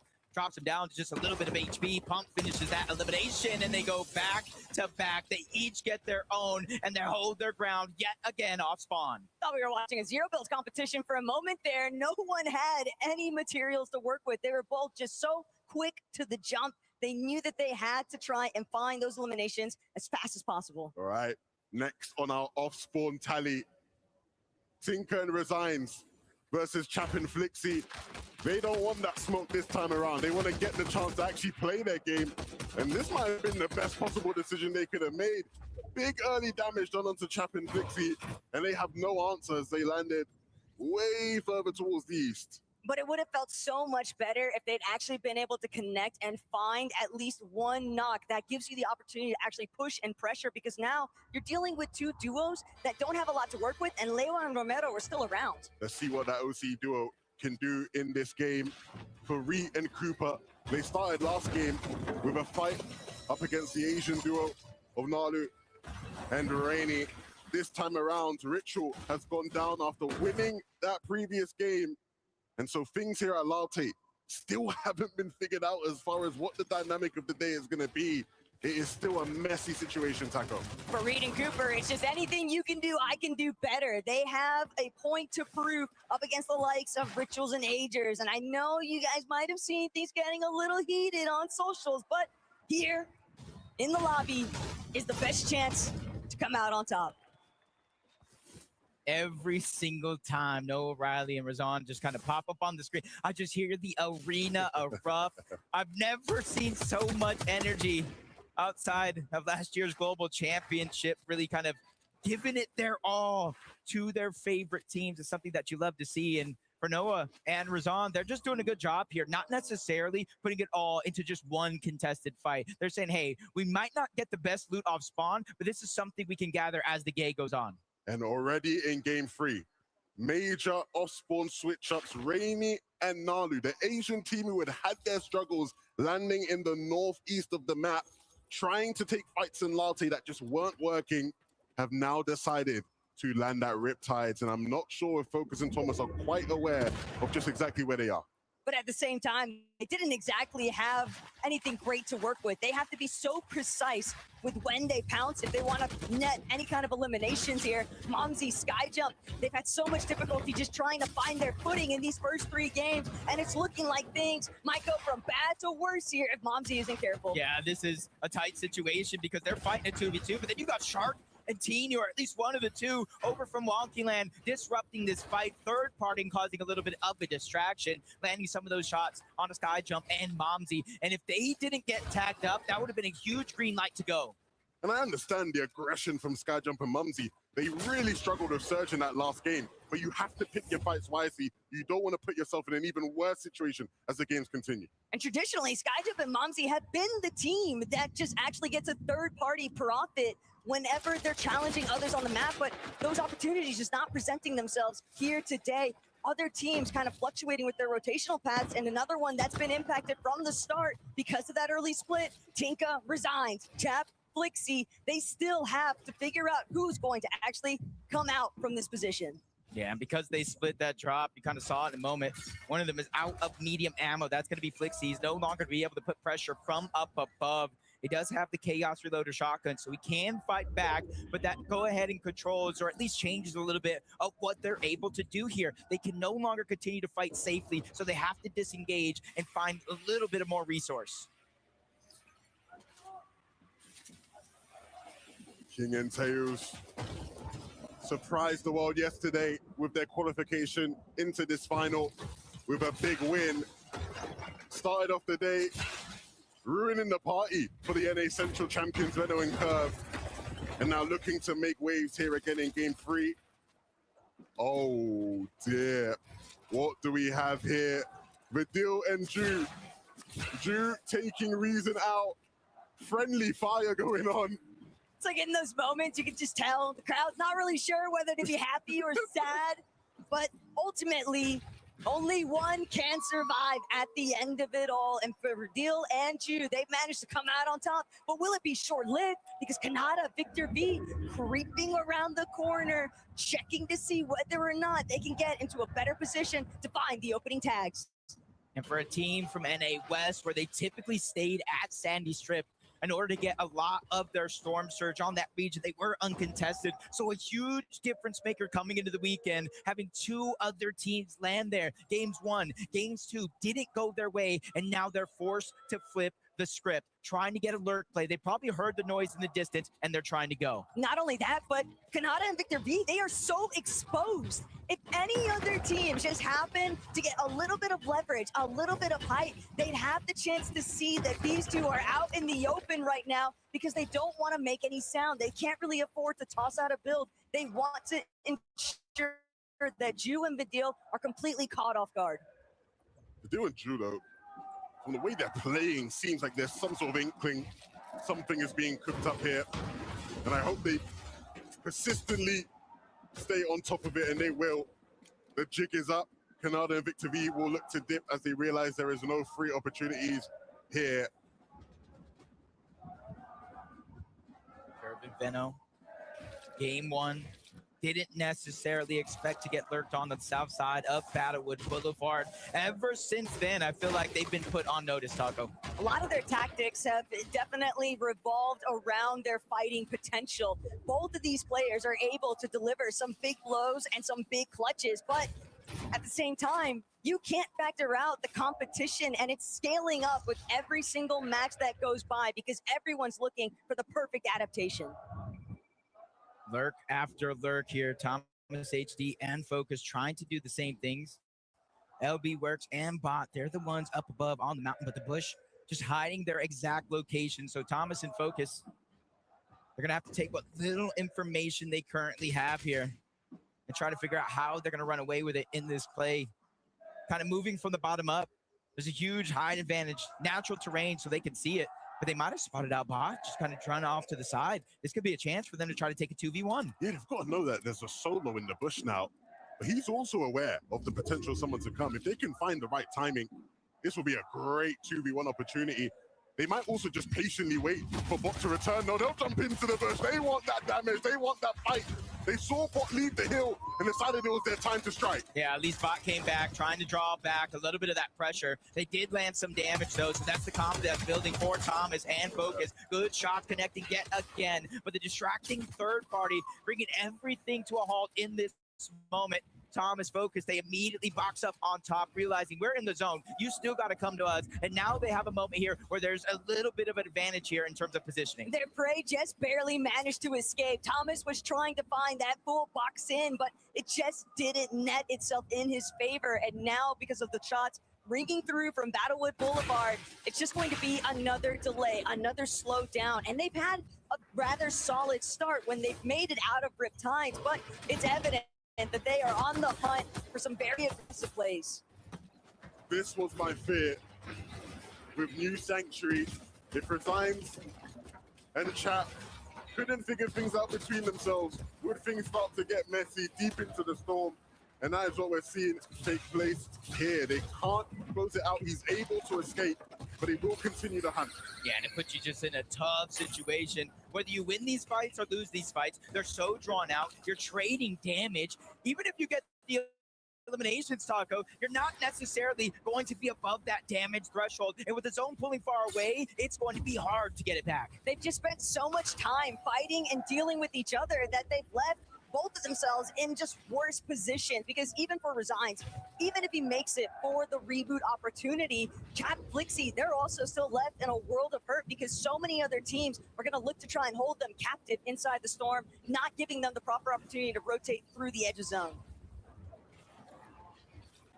Last time we see Curve and Veno kind of lurked in a different situation, trying to play safe. But as we tune in now, empty item slot, but they're doing okay. On the other side, though, may not be necessarily the same. Malibuka dropped down to just a sliver of HP. Biko, though, able to save the day, pick up that knock, get the elimination, and is now giving Malibuka valuable time to heal up before they have to make their journey to zone. Hey, go Biko, go after all, and this is exactly what the young superstar needs to be doing. Malibuka on the ropes, and just like that, Biko able to turn it around. I mean, if these guys are going to come out fighting and Malibuka is going to come out swinging, it takes the pressure off for Vico to deliver. But when he has to, he'll hit shots just like that. Darman Dimash, a second chance in this lobby. They started the day on top. Their second place competition took them out in game number 2. And here in game number 3, they'll look to recapture that first place position. Just pulling it back to where things actually ended up here for Chap and Flixie, and Tyler just caught lacking, had no idea that there's still a team sitting around New Sanctuary. Yeah, Chase is already down, though. Minut's going to be able to certainly clean up that elimination. Siphon can allow him to survive just a little bit longer inside of the zone before he has to pop any HP. And I like what Javi's doing here. Instead of fighting a 1v1, giving him a chance to possibly win, he just converges back onto a Minish. They get into the same box and realize, hey, there's a huge strength in numbers. We're up on the Storm Surge. We didn't take much damage. Let's just take this moment as a win. Practically 5-5-5-2 on their next entrance for that rotate. So we'll see what happens next. But Peterbot Boyo, quiet start, a different strategy. It's very foreign to see these two not with a whole slew of eliminations already built up in their counter, but they have clearly devised a plan and a strategy that revolves very heavily around playing inside of the storm. Zone pulls far, and they're waiting. You can see Pete is in the base waiting for players to rotate past, but unfortunately for Pete, those players aren't going to come in, so there is a good chance we see another game where these guys are down and out of luck when it comes to Surge, desperate to try and jump into somebody's box. Canada and Victor V, we saw their desperation earlier when they were trying to make plays happen. Now the situation has worsened. They have to make something happen right now. This is the only decision they can make, but it's going to be one they're going to regret. Canada goes down. Matt and Cole were able to get that elimination, and these guys have been the unsung heroes. They qualify out of NA. They make some big plays. They make it from the upper bracket, and now they're shining here in game 3. First elimination, sometimes that's going to be the hardest, but Victor V finds him so down in the depths when it comes to damage. Almost 400 overall. That's almost 2 full eliminations worth of damage, and that's where it gets tough, because even if you're able to take down Cole, you're at a disadvantage. 2v1, and this one's going to be tough. Victor V can't even afford to stall. The Surge is just going to start ticking away at his HP, and for Matt and Cole, they've already gotten exactly what they were after. Sure, Vic's able to pick up the splashes, but what else could he do with it? They need to be careful on Victor V's side and on the other side with Peter and Poyer lurking in the zone behind them. Veno and Curve, what do they have for Resign and Tinker? A great little lurk play. We've seen Veno do that many times over the years, and he did that as well in the NA finals, and Tinker and Resigns clearly weren't prepared for it. We've seen how things fared for one half of that stalled out engagement over by New Sanctuary. Flixie Chap trying to see if they can change their fate, though. Opening starts, seems like it begins with Liam. Yeah, 35 below the damage threshold. Looked like Liam was going for the reboot. He gets denied. But you notice they went from barely below the damage threshold, getting that elimination, to barely above. So for Chap and Flixie, when it comes to Storm Surge, they're not safe just yet. Even Agers now winning that game, going and kind of trying to ride that momentum. It gets cut short, 151, and it's active Surge. Just ever since the start, when you're not able to fully survive that off-spawn contention, you're going to be left trying to play for the leftovers. And for Agers and Ritual, it's very obvious that this zone pool has not done them any favors either. They've had to go cross-country, but Agers looking to get fraggy with it. Won't get the shots to connect, though. Cringe and Twi instead come out on top. It was always going to be a difficult game with how things started off for them, even after that impressive win they got. But this duo is not out of it just yet. We will be hearing more from them over the course of this day. But for now, they'll leave it to the rest of the lobby to cook up for us. Fadil and Drew looking to do just that. Drew already starting the game with one of them onto Reason, and they will look to quickly improve on their standings. Just 30 points so far, but plenty more to grab in this one. Yeah, almost 400 above the damage threshold, so they are looking good. No necessity to beat. Curve and Benno, same thing. 5 E-limps, 900 plus damage. Gets cut short a little bit as they kind of break through the builds, but you see in Benno and Curve persistence here. They see a pile of loot, but instead of just running in, getting greedy, they're playing very, very calculated. This might be where they fare best, though. They want to be in the thick of it because that's where they'll get the best opportunities to shine. Catching players off guard, trying to work their way through those lower layers undetected by the teams that are already boxed up a little bit higher up on height. Speaking of which, Sharktini already trying to get that little bit of leverage because they need to find a solution to being underneath the surge threshold. You know how this one goes. 130, 153. Storm Surge begins to activate every 7 seconds. Teeny and Shark will be stricken with 25 damage shield or HP, and it does not turn off until there's 40 or less people in the game. Right now, their strategy looks to be to out-heal it, but now Shark is out of heals. Now he's put on a timer that will not last forever. But look who's avoided almost everything along the way. Acorn and Bolts. Teeny has fallen, though. No opportunities to bring this one back. His body being carried away there by Ju and Badil. Shark looking to see if he could try to scramble, pick up the pieces. But as a solo with no HP, what more can he really do? He doesn't look like he has the answers to that question, Taco. With just 1 HP remaining, Shark and Teeny will leave their first place spot up for grabs. So many of our Titans go down early, and you're kind of seeing how Teeny was able to go down. But Dio and Ju just caught him lacking, edit the wall, and get that elimination. Even during all that chaos, we saw Cold and Rapid went down as well. Venno's going to get knocked. Curve trying to be a hero. One knock's already there, trying to get the second onto Sky, but he gets denied that opportunity. Rightfully so. He goes right back into the box, trying to get the revive onto Venno with his own pushing him in. He can't be the hero he needs, but there's still a knock right in front. Curve trying to save the Siphon for the last moment. Curve needs it to kick in now or never, but he can't afford to see if he can find another shot. Eventually, though, he might be saved just in the nick of time, but when you've got 2 Titans of the lobby, 2 major champions going head-to-head, now's the time to see who's really on top. And Curve might not have been able to save his teammate, but Sky certainly could. Stroll back in the game and back with a chance to make things happen. Curve with just 17 HP needs to tiptoe his way around, and he will be caught out. And so it's up to him now to get things done. On the front side of the zone, Shadow and Virgo positioning. Pixie looking to do the same. Malabuka, Vico. We've seen how strong they've been so far today. Will this be their opportunity to take first place? They're trying to get that whole side of the zone, but they get cut short, cut off, kind of tagged up all at the same time. Vico's going to go down. A lot of pressure has just been put on Malabuka's shoulders. 132 points. They're so close to the top of the leaderboard, they can taste it as he tries to steal another one away. But that one's going to go to Momsy. The flank comes in. He doesn't hear it. Swizzy and Pixie take him down. Swizzy and Pixie are primed and ready. They are just looking back, spraying down every single one of these teams. All of the players that are just a little bit too late to the punch. And now Pixie, Swizzy, with the damage having been done, they're ready to see whether or not they can make their move towards frontside. If these guys can rise to the occasion today, it would be exactly the type of story you expect out of Swizzy and Pixie Peterborough. playing the Storm now as all this madness ensues.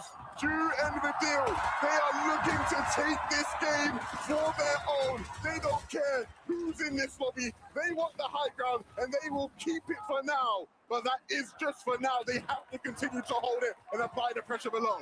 They're feeling like they're on cloud 9 right now. The entire arena cheering them on, but they draw their attention to Shadow and Virgo, that second height team.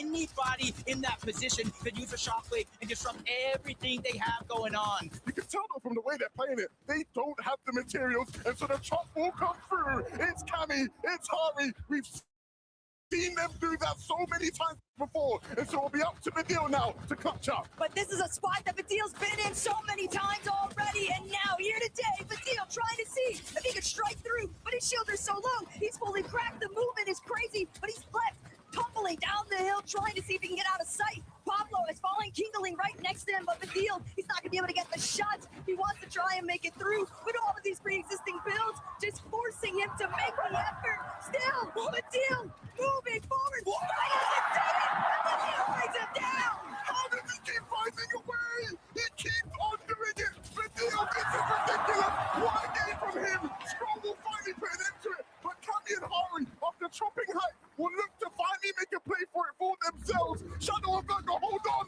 but not for long. They get wiped clean, and Scroll down below has a tough Polish duo up, trying to take this game. In fact, they're the only duo actually up in this game. Scroll, solo, Pixie, solo. Scroll's being the focus right now from up above, trying to expand, but he's running out of material, and he's running out of material fast. Hari, Cammy, they realize he's building out a Wook. That's a sign of weakness, and they want to take over. They can't let this opportunity slip from their fingers from one team to the next. Pixie gains their attention. Scroll goes up! But Scroll finds nothing. He realizes Cammy's in a metal box, and then there's Pixie all alone on the ground. Scroll with the siphon just in the nick of time. But Scroll, he's still got to keep going forward. Hari never gets a chance to see it coming, but it doesn't matter because Cammy had his back.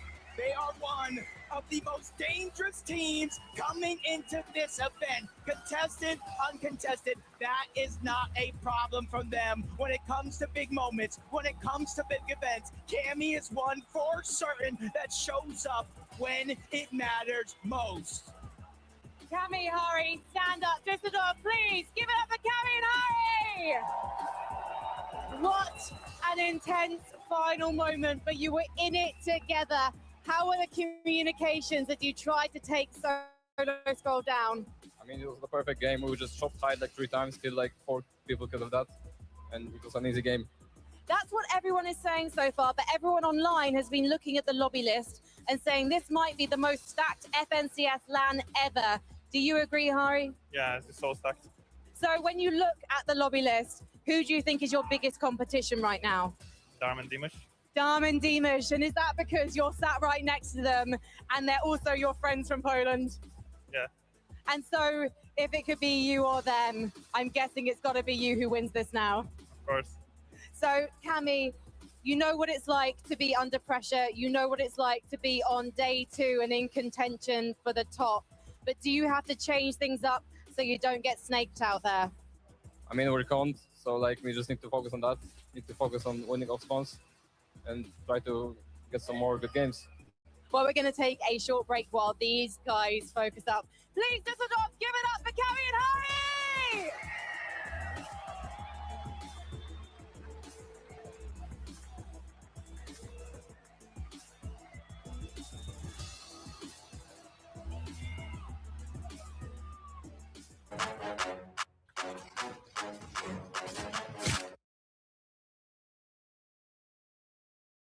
¿Qué es lo que vale oro para ti? ¿Es tener energía para todo lo que te propongas? Hay un Solgar para ti.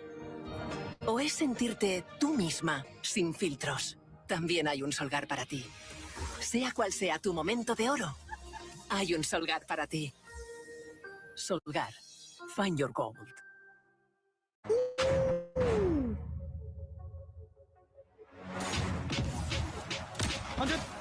I got hit with that one more. I'm popping magic. Wait, short. Got 6 builds? No, max up.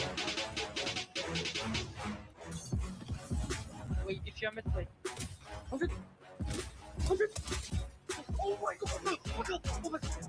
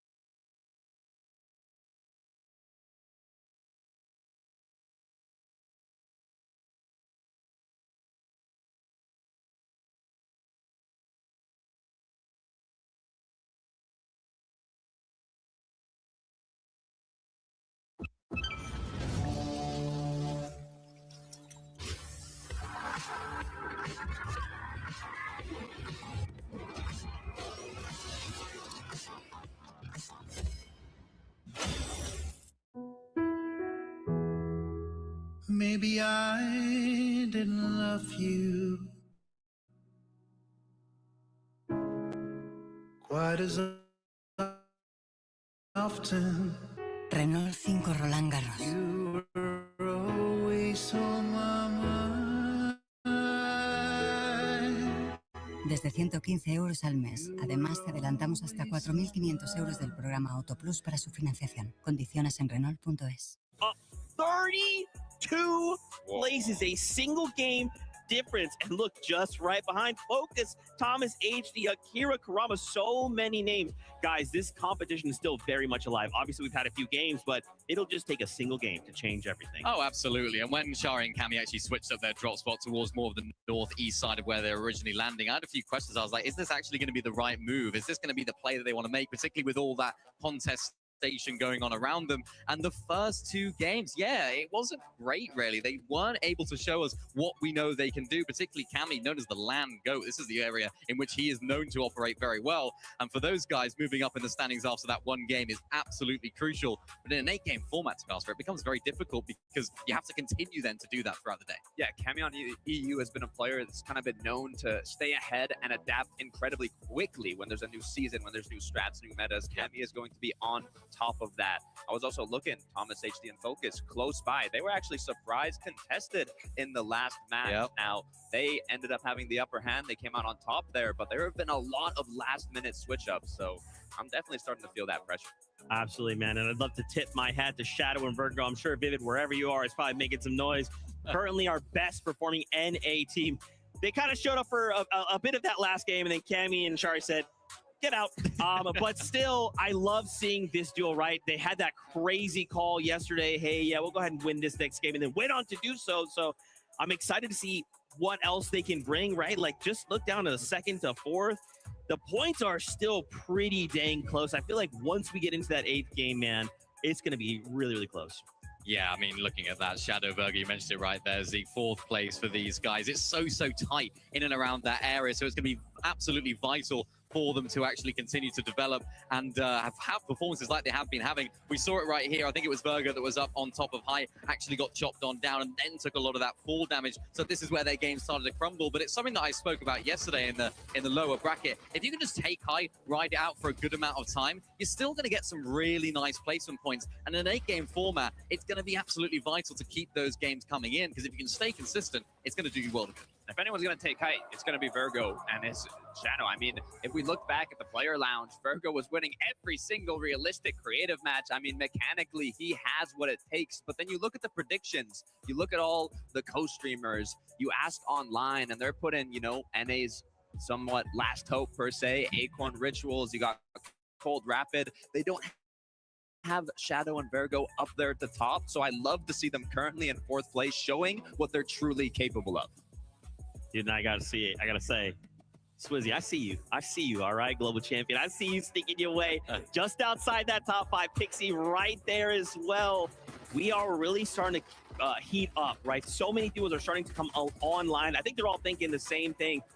That trophy, we have to fight for this title. And also, Minnie, we can't forget as well, top 15 auto quals to global championships later on, but this is a global champion, right? He's trying to prove, hey, I won that for a reason. Yeah, and this is a team that have sort of played with their backs against the walls for a lot of this year and a lot of this season. And, you know, it's kind of surprising coming out of that global championship where Swizzy ended up winning and Pixie, of course, came 2nd. So I think this kind of like one-day format actually hinders them a little bit, because this is a team that are really good at looking back at what they did wrong and then going ahead and improving based on what everyone else is doing. They'll have that halftime break to go ahead and do that, so expect big things from them in the second half as well, but a really solid start from them there in 6th. Yeah, I don't think anything can stop Swizzy. I mean, tragic end to 2024, came right back in 25, becoming a global champion.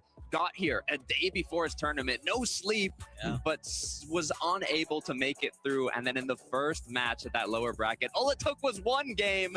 They took home the win, qualified themselves to today.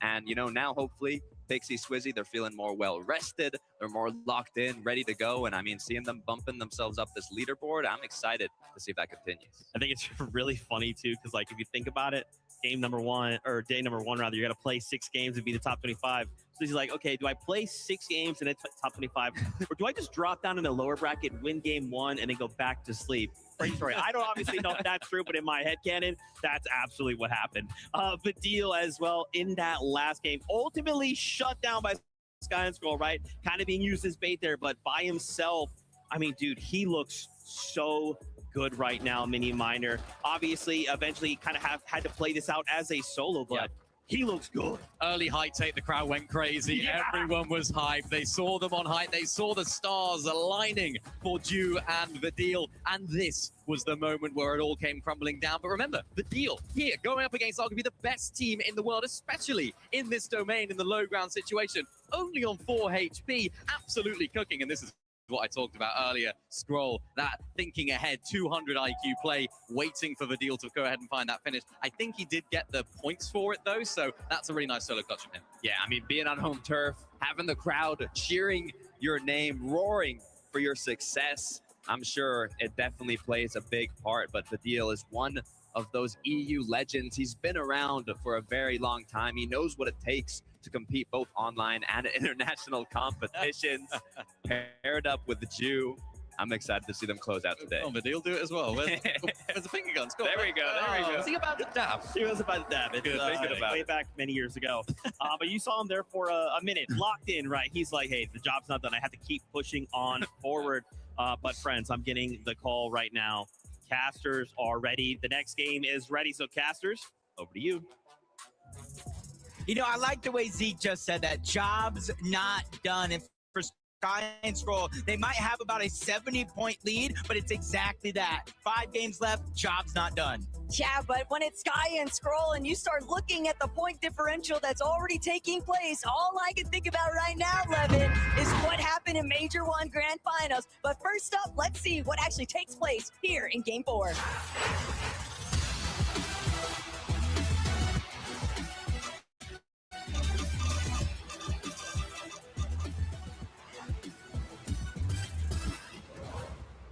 Game 4, the last game before halftime. And if you guys are no strangers to Fortnite competitive, where you're at on the leaderboard means so much. If you're going after first, you might have to have a big game here. If you're settling for that top 15, you just need to remain consistent. Thomas, focus. They know they got lurked on at the start of that last game, and they're just being a little bit more aware. No surprises this time around, or for now at least. We have to see what takes place elsewhere. Looks like these guys might get a game uncontested. Epic Whale and Pump. Ooh. And it looks like the Middle Eastern duo has decided, well, they don't get landed on, but they do get shot out of the sky, and there will be more shooting out of the sky here as these two duos run it back.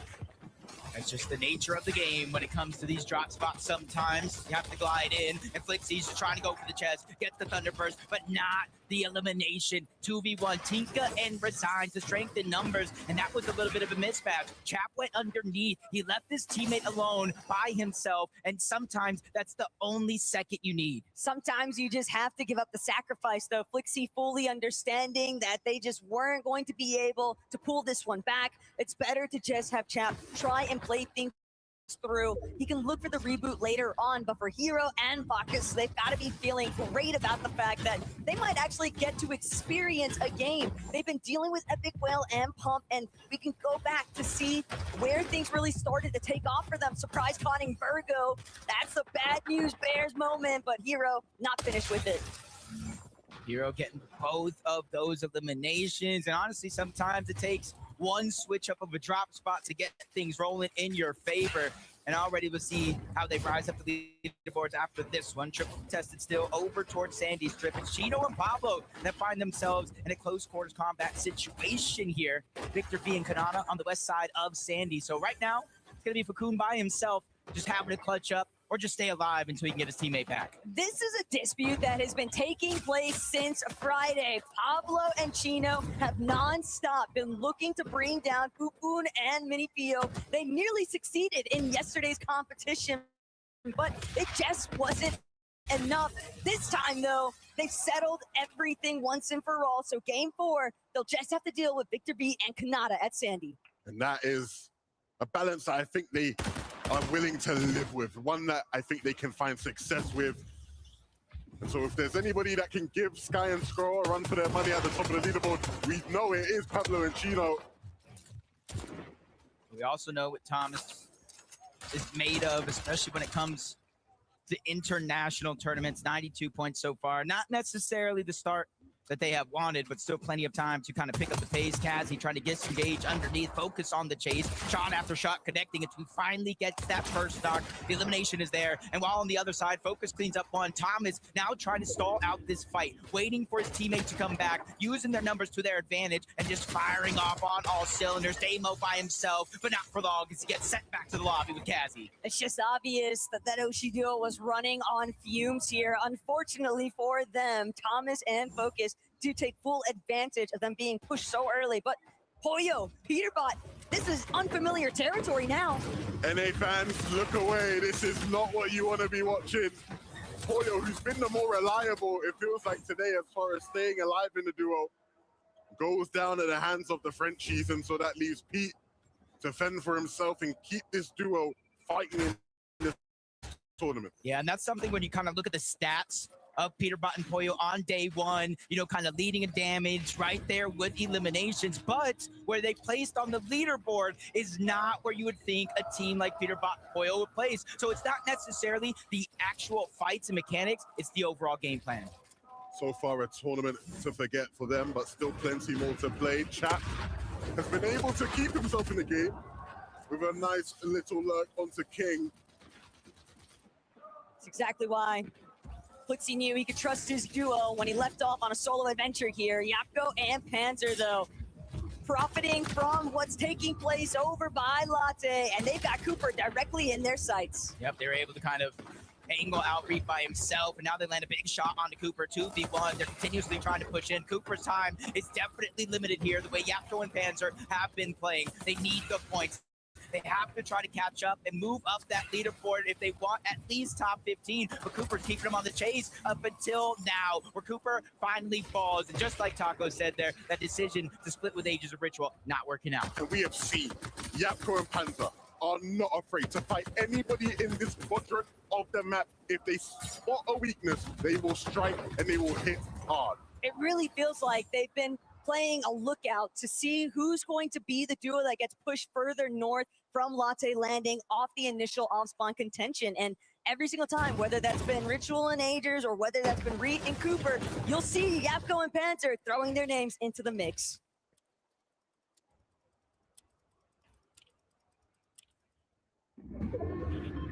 As the dust settles, Reason and Noah, we've seen kind of two sides of this coin. Moments where they like to get aggressive, try to find eliminations.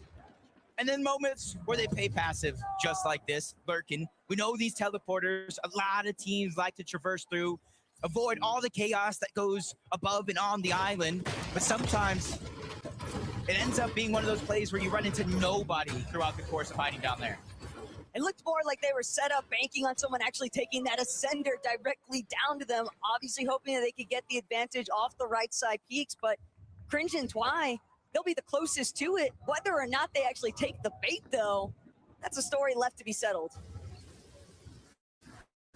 Shark and Teamy, a game where they will have to prove to everybody watching that they are really here to play. We've seen them win, but after last game's surge disappointments, the question does become, when this team faces a challenge on this stage, can they rise to overcome it?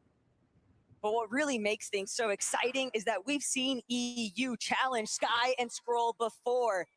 You can never count yourself as safe, even when the match looks promising, because so many teams like Swizzy and Pixie all just kind of nestling in to these tucked away positions, utilizing every bit of terrain to their advantage. And I think in the case of Swizzy and Pixie, they've almost been counted out by many, many people watching, and understandably when you look at how the year has gone, but that is too much talent to count out.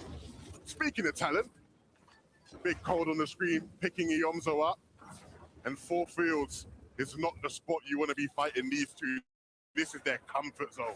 It's also the opposite side of the map from where we would have anticipated Yamzo and Josh to even be at. So clearly a little bit of a mix-up already taking place. Yeah, and just unfortunate enough, you kind of saw the no knock. It was straight elimination. Josh probably out of the game already as we tune into Peter. But Nalu and Rainey, just like Josh and Yamzo for that matter, just kind of landing where they want each and every game, trying to go ahead and lurk and catch a team off guard while they're going for their loop path. But Peterbot's been a solo for so long in this situation. There's been too many teams inside Squibbly and outside as well. So there's really been no chance for him to get that reboot. But part of the problem for Peterbot is that taking that aggressive fight, that early motion up against Skyjump and Mumsy, and it not netting anything for them, it just left Squibbly up for grabs.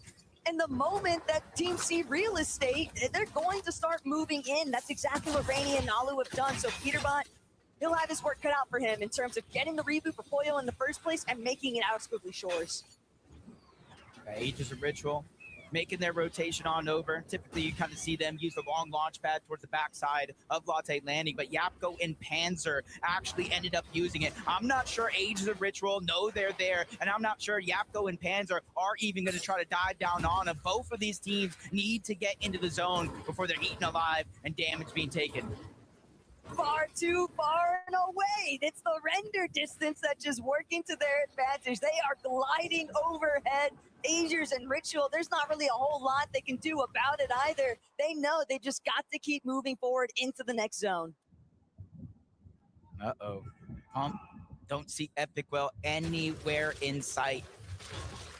And this is a situation that might make you a little nervous if you're Epic Well and Pump. You've been performing decently well throughout the course of the day, almost in contention of one of those global championship spots. Then you run into Vico and Malabuka, and in the distance, there's a shark in the water. Him and Teeny lurking like we know they can. They go ahead and let at least one of those teams escape. So I'm wondering, do they know Pump is here, or are they just trying to eye that duo of Vico, Malabuka? They're returning back. They want to fight. They know this is a chance that it could be Shark and Teeny. This is a 2v2 we all want to see, and it's one that will be interfered with. Pump takes Malabuka down, and that just helps Shark and Teeny, and it gives him a bit more breathing room to stay in this game as well.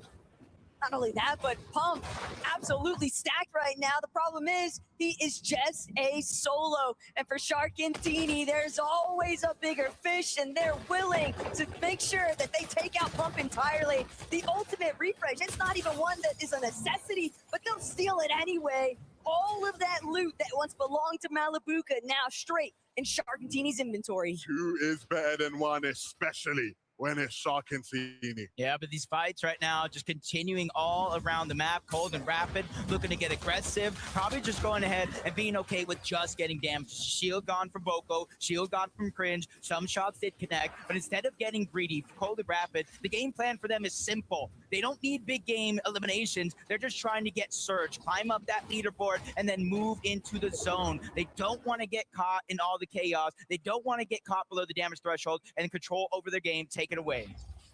They might not have a choice though, based off where we last saw Chino and Pablo. They might be able to get some decent tags into Cold and Rapid along the way. But Darm and Deemish, what had been a very promising start of the day, cut a little bit short because of losing some of that momentum off of early eliminations in Game 2. Shark Teeny trying to do what they can to shut down some of their EU comrades, but Deemish and Darm never count these guys out. They'll take their time farming it up before they get involved. We're already seeing a couple mythics in play as well. Thomas, the Iron Pump, you saw the Chaos Reloader there. It's Drew and Vidil from their drop spot. Kind of see them instantly edging towards the zone, 418 above. Even without elimination here, you can see they're being consistent when it comes to that damage. And everybody on the outskirts of the map slowly but surely making their way in. And they have to be quick because right now it is going to be a 1 tick, is going to move into a 2 after this, and then a 5. So positioning has to be perfect. But there's so much else taking place. Peterbot with the comeback. This is exactly what he needed. A single opportunity. Everybody's better than Peterbot. And until it's time to be better than Peterbot. And QNDX, it looks like he might just find out. And this could be the moment right here, not just for the eliminations in the case of Peterbot, but if he can get Pollo back, they at least have some loot. But again, I said the 5th zone, it moves to a 2-tick. Peterbot could no longer stay over towards Humble Hills. He has to move down towards Riptide, closer and closer towards the zone. But this could be his golden opportunity, just like that one there. QNDX gets caught off guard. Peterbot pounces and gets the elimination, but it wasn't easy. It does turn into a 2v1, and Phantom takes the sacrifice. This is the Peterbot we want to see, sniffing out opportunities to take advantage of players and striking hard. Can he get Pollo back in the game? If not, can he give us an all-timer Peterbot clutch? Humble Hills right now getting more and more traffic running through. Ari down below. Don't see Cammy anywhere. Nalu and Rainy, they have no choice but to play aggressive here. 147 below the damage threshold, but that first shot is going to slow him down. Deem is coming in. It's going to make it that much harder, but Nalu hits a haymaker on one side, but another one breaks into the box. Now they're scrambling. Back to the lobby they go. Darman Demus, a strength in numbers is real. You hit hard, we hit hard, and Darman Demus cannot be toppled right now. The best part of it all, I don't even know if they realized that Ari was still there, but chat, Flixie, this is what they needed. They find Pollo off of the reboot, and Peterbot might just go with it. Fortunately, Flixie's down yet again, but Chap has closed it just enough to revive his duo. Now they get an opportunity here. They are getting chunked out by the zone, but look at the extra heals they were able to get. A mending machine not too far by. That was a huge success for Chap and Flixie in this game. And this is literally what we saw yesterday. Slow start to the day, but slowly but surely ramping up. Doesn't matter though, everything that just took place for Darm and Deemish has steadily fizzled away in moments. It seems so promising. You get the refresh, you get the abilities, but they're just so below on Surge. Just took too much damage in the exchange overall from Rainy and Nalu, and it's apparently left its mark. This is going to be a tough rotation to make. Max full. It's not going to be any easier for some of the teams in the zone. But for Dom now, as he makes his journey in, still plenty to do. Curve won't be able to stomach it. Dom might for now, and he does have a pathway to rotate in. What happened to Venno though? I mean, it's rare to see Curve all alone in situations like that. Oh, that's what happened. Panda happened. You know, you probably wish me look away right there. I really do. Tough.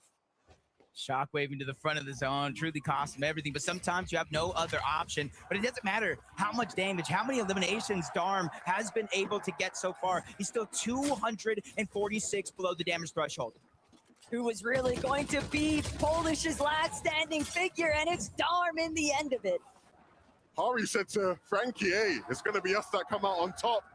Darm making him eat his words. Darm and Deemish, their game continues. And it's all in the hands of Darm. Hear the crowd getting wild already in the feed. Vadil taking down Cold, Pablo, Chino just trying to move their way forward. Dropping a cup for the extra loot that they do have that they don't need to take with them. You see their material kind of running low here. With 2 eliminations, 440 above the damage threshold. The main thing that is going to take their focus is just rotating from point A to point B, and it's just got so drastic. That is a max pull. But at the same time, it's one that Chino and Pablo, they're avoiding all of the attention with a nice wrap around the dead side. They know that there's a couple teams trailing just ahead of them, but at the same time, Badil, Ju, looking to get active inside the congestion. The crowd is lighting up with Badil and Ju on their screens. They want to see more Badil magic. And with them being so comfortably above Surge, this is looking and shaping up to be another magical performance. I just can't believe that I'm watching Darm cut across the screen right now. How is he still alive? As a solo, he is doing everything in his power to fight back in this lobby and try to remain in contention for some serious placement points. Shark is weak.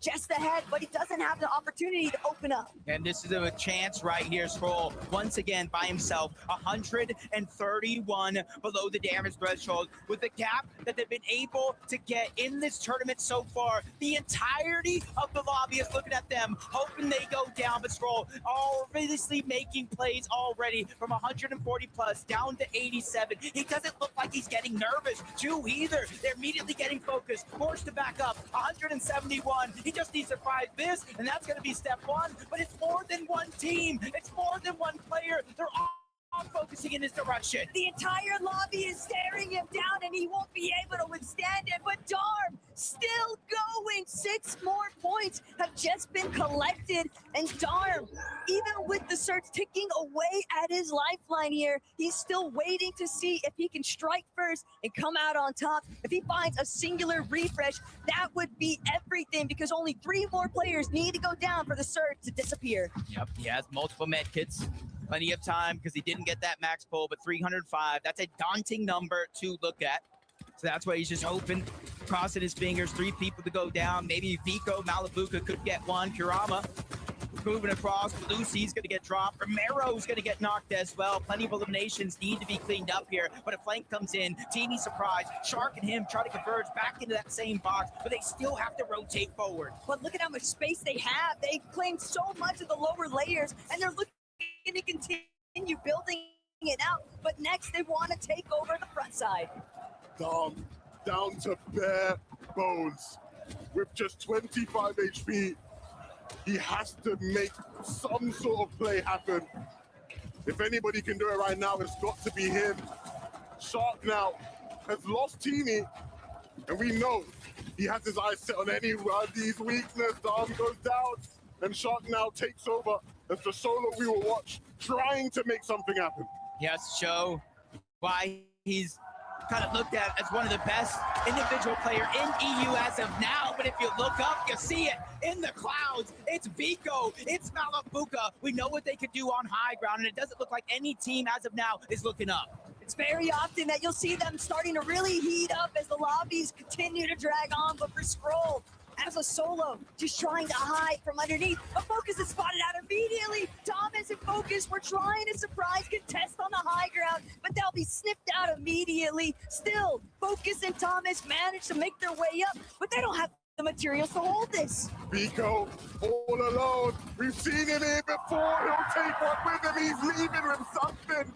But the lobby will continue. Thomas and Focus looking to announce themselves now to the world as they sit up on high. I love this play out of them. They want to catch up, but they don't want to wait until it's already over. Swizzy Pixie, same thing could be said for them. 108 points and counting. 2 eliminations. They have Pails, they have Slurp, they have everything that they need, but Scroll is still outlasting everyone into the top 14. If he can go a little bit further, he'll get half of the placement points. He is a major problem for the rest of the lobby.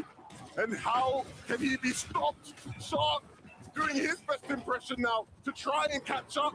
Every single one of these solos making desperation plays. Focus will fall off of height, and that leaves Thomas now alone to deal with the damage. With just 1 build remaining, he has a mountain to climb here, Taco. And the new generation, they're trying to take over. Scroll still going. Underneath, a little bit out of sight, out of mind, but it's only a brief moment. Akira, Kurama, they're the ones that take over frontside low. Scroll, he has to connect. He needs to bring down this next player, but it's Resigned, picked off by Pixie instead. And Scroll knows his moments are limited. He's trying to see if he can capitalize instead. Akira and Kurama finding the limbs. We're into the top 9, half of the placement points, top 8. Another one's going to go down. Bolts gets that elimination. Kurama and Akira, they're trying to dominate that layer, but Scroll is still scrambling around. He is the X factor. Big shot on a Tyler, but unfortunately he goes down. It's the fact of the matter, though, the damage has been done. If it's not me, it won't be you either. So Akira, Kurama, will you find your moment, or will Bolts and Acorn take it all away?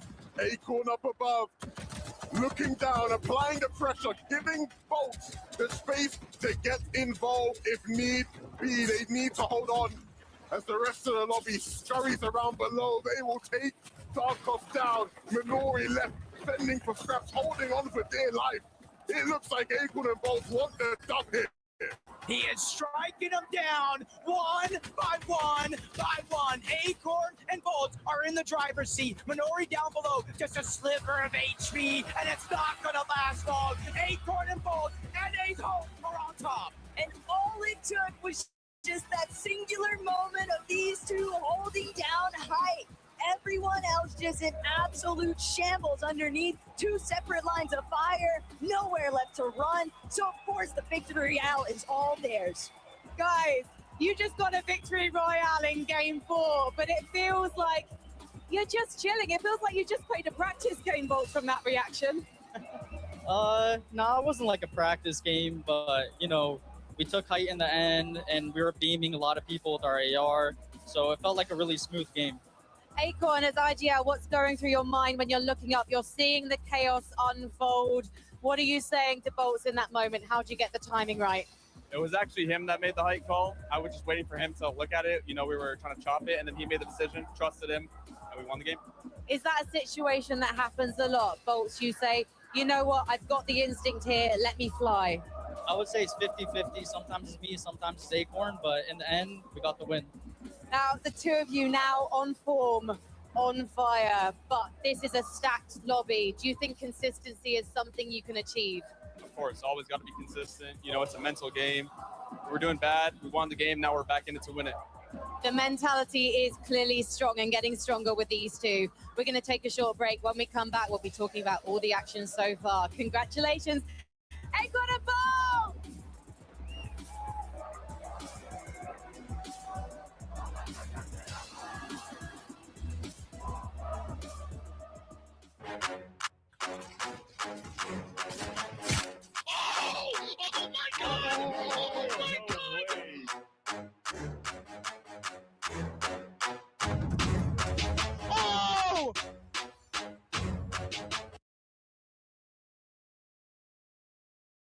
¡Santo cielo! Tienes muy mal aspecto, jefe. ¿Qué me vas a decir? Hace un calor infernal aquí abajo y estoy quemado. Toma, prueba Red Bull, es endemoniadamente bueno. ¿Red Bull? Ah, diablos, está bueno. Pero... ¡Ay, jefe, se me olvidó eso! ¿Alas? Pero si yo no puedo tener alas, no en mi posición. Red Bull te da alas.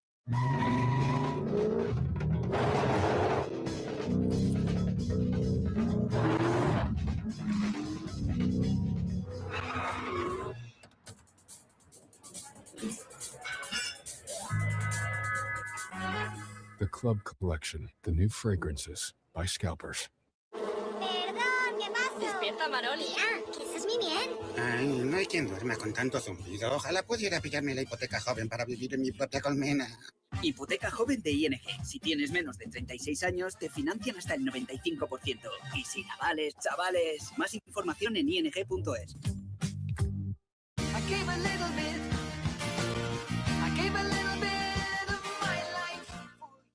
¿Qué es lo que vale oro para ti? ¿Es tener energía para todo lo que te propongas? Hay un Solgar para ti.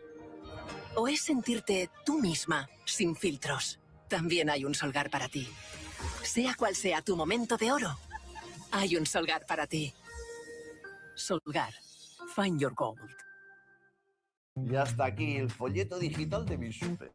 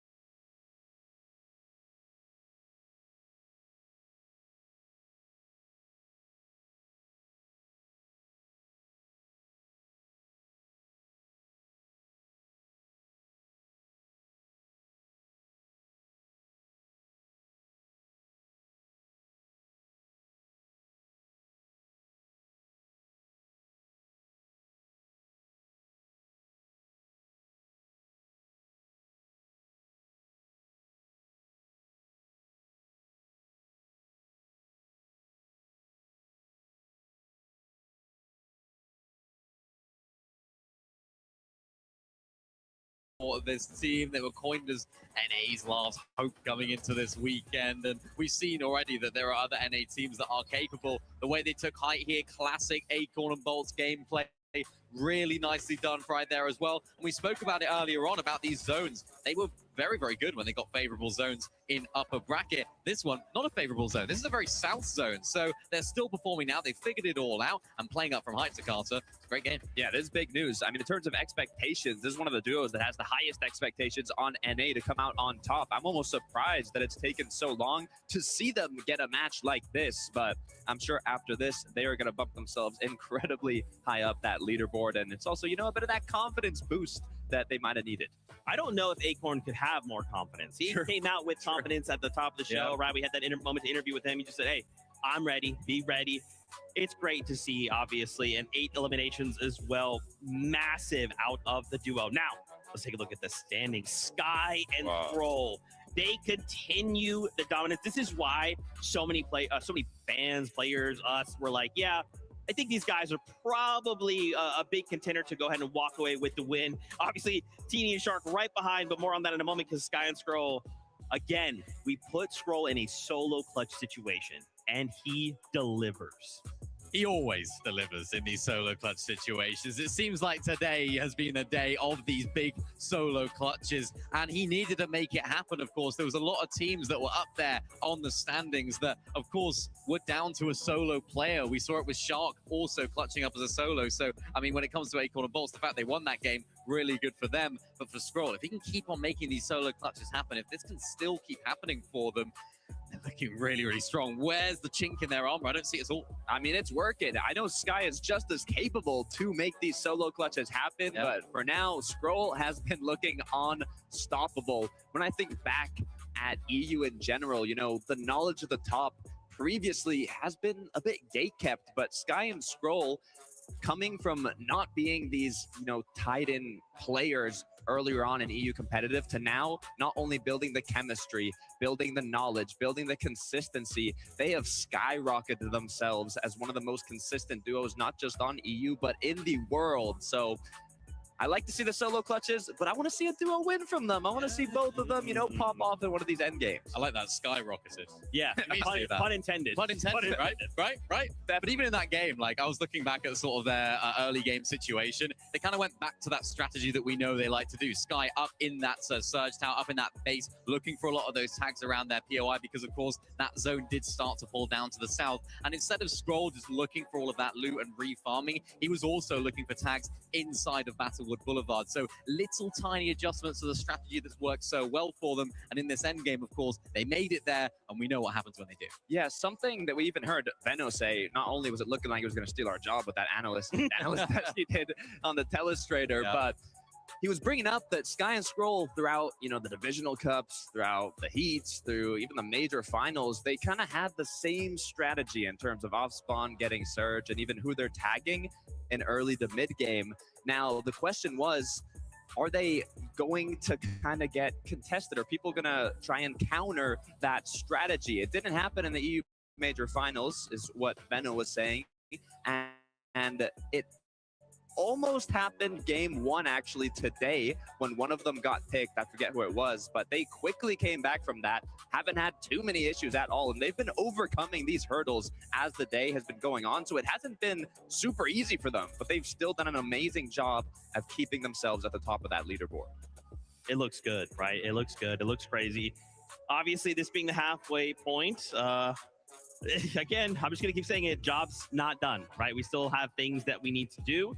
Wanted to highlight here, of course, Akira Karama had a bit of a moment from them in this last game. So 8th place, up 5 places, right? So again, it's just going to take one game to try and rise up the standings, you know, as we start to kind of hit that halfway point though, boys. I'm sure these players are all kind of starting to think the same thing. If I'm up in that top 10, okay, we just got to stay the course. Maybe we could play for first, or we're playing for those 15 fall spots. If we're outside of that many, we're thinking, dude, we have 4 games, which thankfully is 1 extra game. Yes.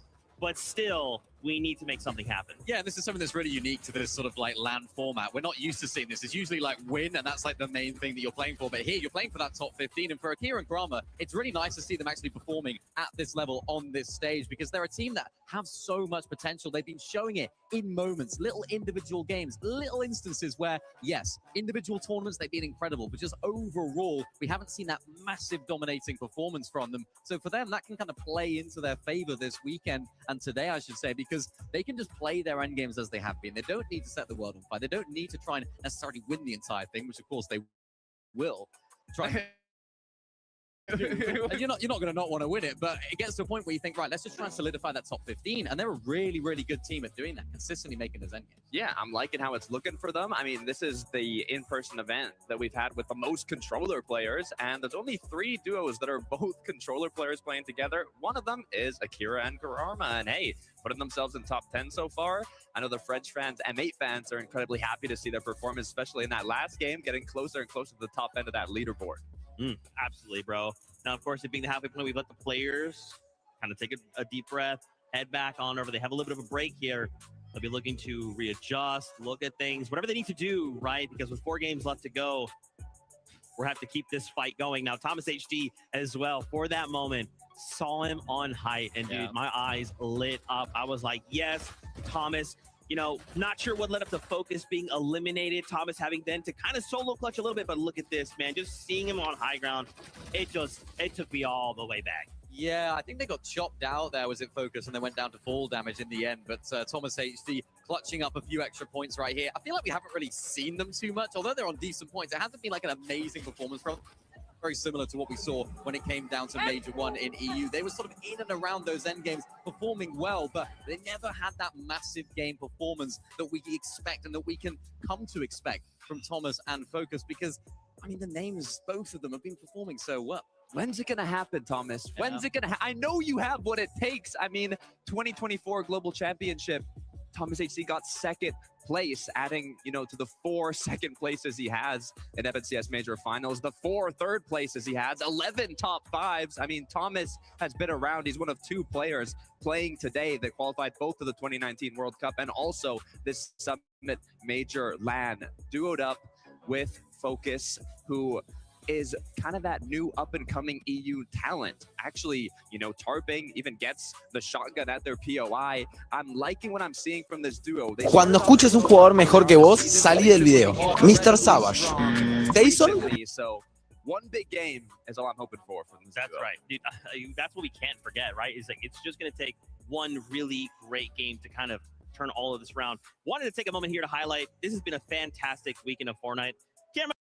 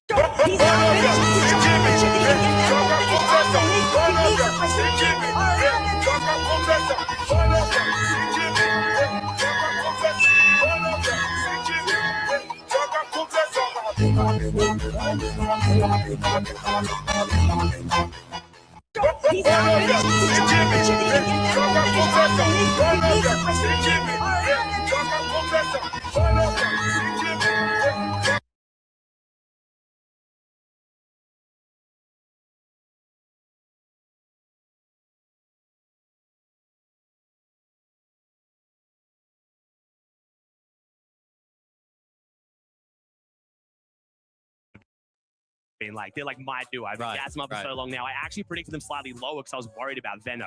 Outside of that, we all watched the EU Grants. Like they looked incredible. But honestly, I'm super proud. And even Shark as well. I think the thing I'm most proud of Shark is I've seen him in the player room, got to hang out with him. Lovely kid. He's so humble as well. Like he's had so much expectation coming into this and he hasn't got an ego about it. He's just stayed humble, respectful. Even I was trying to be like, you know, you versus Clicks, like how you feeling about that? He didn't qual, didn't want to smack talk. He was just like, I've got a job to do. Yeah. That's good. I like that. I like yeah, that. It's nice. Last question for you, obviously, before we start to let you go. What has your chat been saying? I've been saying, what are you hearing? What you hearing? I mean, they're having a good time. They're enjoying it a lot. I had a little like teaser announcement. I don't know if I'm allowed to like tease the announcement I teased on stream. They're still trying to guess what that is. We got a little like something coming up. They've been loving it. Honestly, they love the show. My chat, I think, also very just locked in on competitive. This is, again, the best lobby we've seen in such a long time.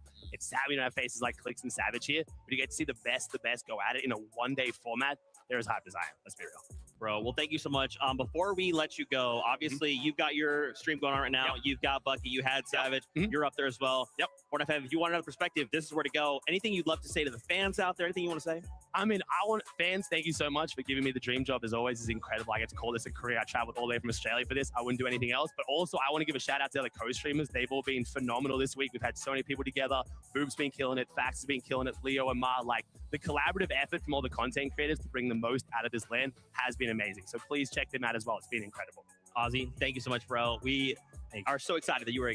Thank you. Know this guy in forever. Thank you, gentlemen. I appreciate it. For sure. Take that. Yeah, go ahead and drop it right there. Don't worry about it. We'll take care of it. He's going to screen get out of here. He's gonna go back. Ozzy Antics, everybody. Thank you again to Ozzy.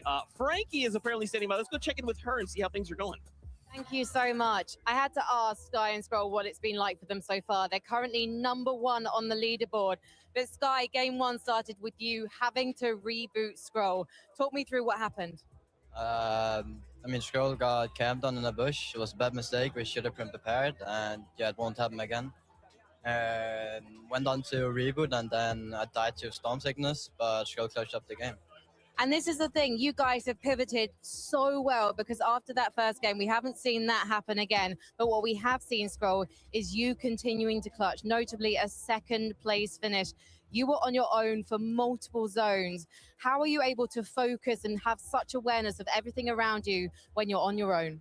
I mean, every time I'm in the in-game, I'm just full locked in, and I just enjoy playing on stage. You enjoy just having to go full throttle and save yourself for your teammates, Sky. When you are on your own, though, are the two of you still communicating? How does that work? Can you say again? When you're on your own, is Sky giving you any input? Yeah, he's giving me all the input I need. Yeah. And so for you now, we've got this halftime reset. How do you reset? We have some resets that always Poppy introduced us to, and we're gonna look through the games and kind of try and expect what the other people around us are gonna do for the last 4, and yeah, just prepare. And I did notice you on stage between games. You had your eyes closed. You were having that Zen moment, and I think I should let you have another one of those now. So let's head back to the desk. Thank you so much, Frankie. Love to see Sky and Scroll there. You know, it's tough. The competition is tough. It's not like Sky was just like, hey, Scroll, take over. Go ahead and go wild. It's like, hey, man, something's happening. Other duels are making moves, and Scroll is put in this situation. But when you can have a teammate like Scroll, who it's like, hey, everything's fine. I believe in you. Just go. And he does is sick. Yeah, this is a duo that have played together for so long. You have to have that trust in your teammate, and that's something that they built up so often. When their teammate is solo clutching like that, it makes it so much easier when you just know you can trust him. If there's a teammate up here that, I mean, okay, let's just enjoy this. 136 points as a solo to cost. So we could actually add Pixie, add BOT, and that would still be less points than how much Scroll has solo clutched today. I mean, we knew both Sky and Scroll were capable of this, but doing it on an international stage, Ozzy said it himself, the most stacked lobby we've probably ever seen in Fortnite competitive. I mean, words can't even describe how impressive that is. Yeah, and I really liked it in that interview right there. Actually, Sky's first answer to Frankie's question.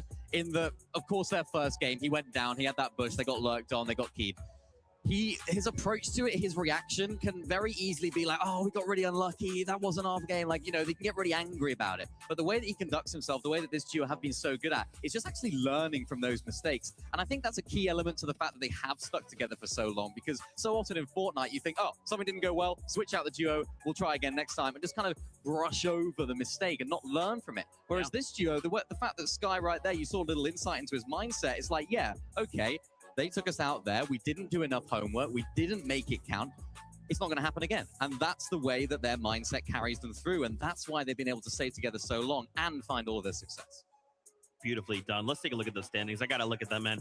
This is like, we have to continue to dissect as much as we can, especially when we have just a moment to breathe. Acorn and Bolts obviously jumping up the 7 places. We did talk about them before, getting themselves Victory Royale. But look just below, boys. Pixie and Swizzy up 2 more places. He's creeping in there, right? Yeah, it's not 268 points, but we're staying pretty dang close.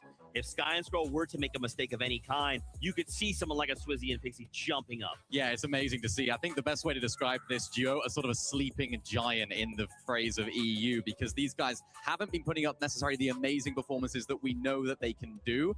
But when they get on that stage, when they get in this environment, when they're getting into this latter half of competition, they can go away and VOD review. This is when they come alive and they feel alive to Carter. They're looking it too in the lobby. Yeah, 100%. I mean, there's a lot of talk on, Swizzy being the only global champion out of the 3 to be here at the Summit land, or, got to hype up Pixie as well. He was also at that global championship. He also performed at a top level.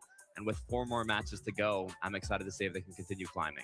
That's right, man. I'm excited to see this interview. Frankie is sitting by with Swizzy Pixie right now. Thank you so much. Swizzy, you were just saying to me, you don't feel like it's going amazingly, but you're 4th on the leaderboard. Yeah. Yeah, you're doing incredibly well, but you feel like you're just getting warmed up.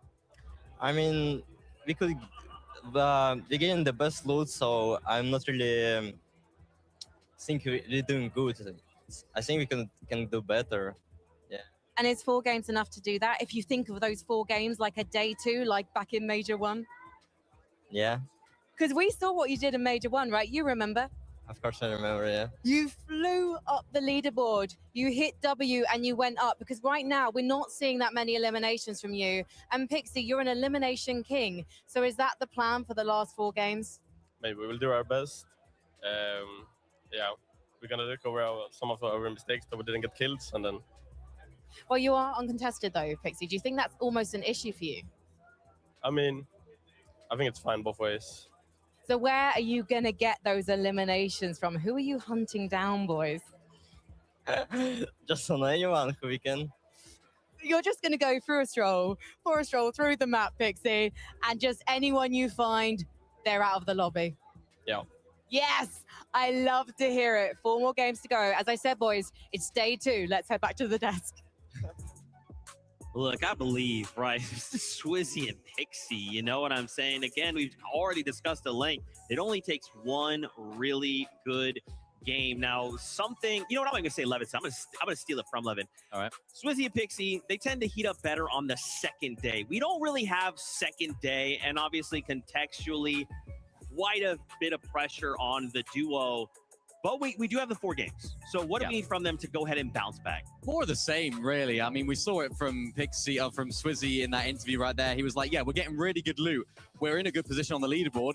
He was like, yep, we're in 4th. But they're still got so much to give. There's still so much left in the tank, it feels like, with this duo. And that's been the way that the narrative has been for them throughout this entire season. They're so good. They have so much skill. They have so much on paper capabilities. But when it comes down to in the game, they're just falling short slightly. Luckily for them, because they're so good, falling short is still in that top 15. Yeah, exactly. Because if you do get top 15, you qualify yourself to the global championships. You heard when Swizzy was talking, he said, you know, we're not doing good enough because, you know, a player like Swizzy, a player like Pixie, they want to get first place. They want to win this Summit LAN, but it's not just the $250,000 you get for first place. Not only that beautiful trophy with a crown you can detach and put on, it's also that golden ticket to the global championship if you get top 15 on that leaderboard. Yeah, I almost wonder how many duos, you know, because again, I think another layer we maybe don't talk about a lot is the experience, right? Being able to show up in this environment and get a taste of globals, right? The pressure at globals is going to be double, triple as intense, right? So kind of being able to come in and just say, like, we may not even need to strike for first. Let's just make sure we secure a spot and continue to earn the experience. When we show up there, it won't be as hot under these lights. Yeah, it's like getting that experience, getting those reps in earlier on in the season, earlier on in the year. It's like this is something that they're not necessarily used to. And for Swizzy and Pixie in particular, they sort of go against the grain, if you like, with how EU went this entire major. It was sort of like a lot of the newcomer players coming on through, whereas these guys are sort of just veteran players that have been at that top level, combining up and performing well here on LAN. So if they can qualify through into that top 15, expecting big things from the globals as well. That's what I love so much about this Major 1 Summit LAN. I mean, we're at the start of the year. We're just getting started. We finished Major 1. We still have a whole year of Fortnite competitive ahead of us. Global championships at the end of the year. Even a solo competition hidden in there. So it is going to be a lot of fun. I don't know nothing about that. Don't ask me. But what I do know is we asked the players about GC and what they have to look forward to. Check this out. Everyone wants to qualify for the Global. It's the Fortnite event of the years, like every time. It's very important to get top 15 because you secure your LAN spot for the end of the year. Be perfect. Already having the spot secured takes a little bit of pressure off from Major 2 and Major 3. Performing well is going to change everything. You'll have an easier way of being uncontested, so it's like a snowball effect throughout the whole year. I like the APM format. It gives people less of a chance to point of view in between the tournament. Even if you're 30th place, drop like a 10 elimination win. I mean, it's so good because anyone could qualify. Really just play your game and see who ends on top. The biggest goal is still top 15, I'm not gonna lie. At the end of the day, that's what we're playing for, all of us. Just you do it or you don't. I know we'll easily qualify for the GC. I think it's not gonna be that hard for us. Trying its goal to be one of those first teams with multiple wins here. Bahari and Cammy, they have 4 eliminations. I think some teams might hide strats in upper bracket or lower bracket to save them for the finals. In 6 games, you don't have the time to adapt, but for 8, so many things can change. I'm underestimated as a Middle East pro, so this time for me is very important. Hope I can show everyone medal. The global spot is so important. It could change the whole year. The atmosphere here, there's so much hype. It's all I've dreamed of, to win Grands, win Globals. I'm 100% sure we're qualifying for the global championship. It's like once in a lifetime thing. We're the best duo by far. I'm confident to go to finals. I'm very good under the pressure. I just want to perform well and hope this is the one.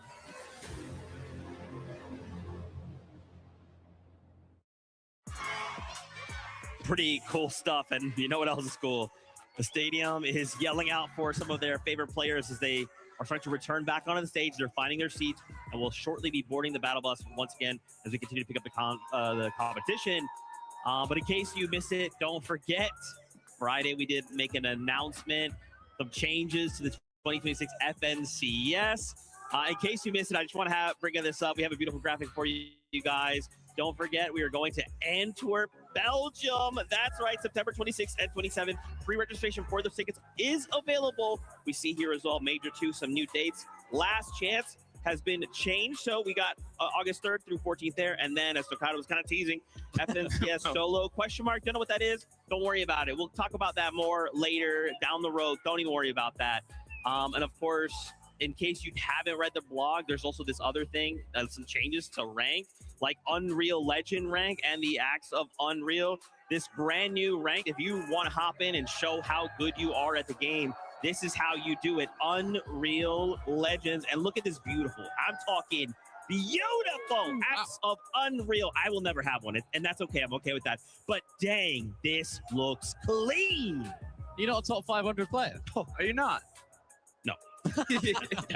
I'm not top 500,000. Oh, goodness me. Well, yeah, you won't be getting it. That's I'm okay right. So with it looks good, though. It does look very good. And I'm very excited for these changes. Nice, of course, new roadmap for the year as well. Global Championships, Antwerp, Belgium. Super hype for that. Of course, solo as well. That's going to be super duper hype. That's where a lot of the players that are on this stage are going to be really hyped about as well, because that is where a lot of that new talent can come through in that sort of format. Right? Yeah, I mean, I'm sure a lot of players, a lot of you watching today are going to not only see how hype this international event has been, but also with this roadmap in mind, not only can you start grinding for Unreal Legends, start grinding for the Axe, but also grinding for the next upcoming competitions. We still got another LAN at the end of the year. We've got more majors to play out, a lot more fun competitions. I'm also looking forward to, of course, the power rankings, in case you didn't check that out.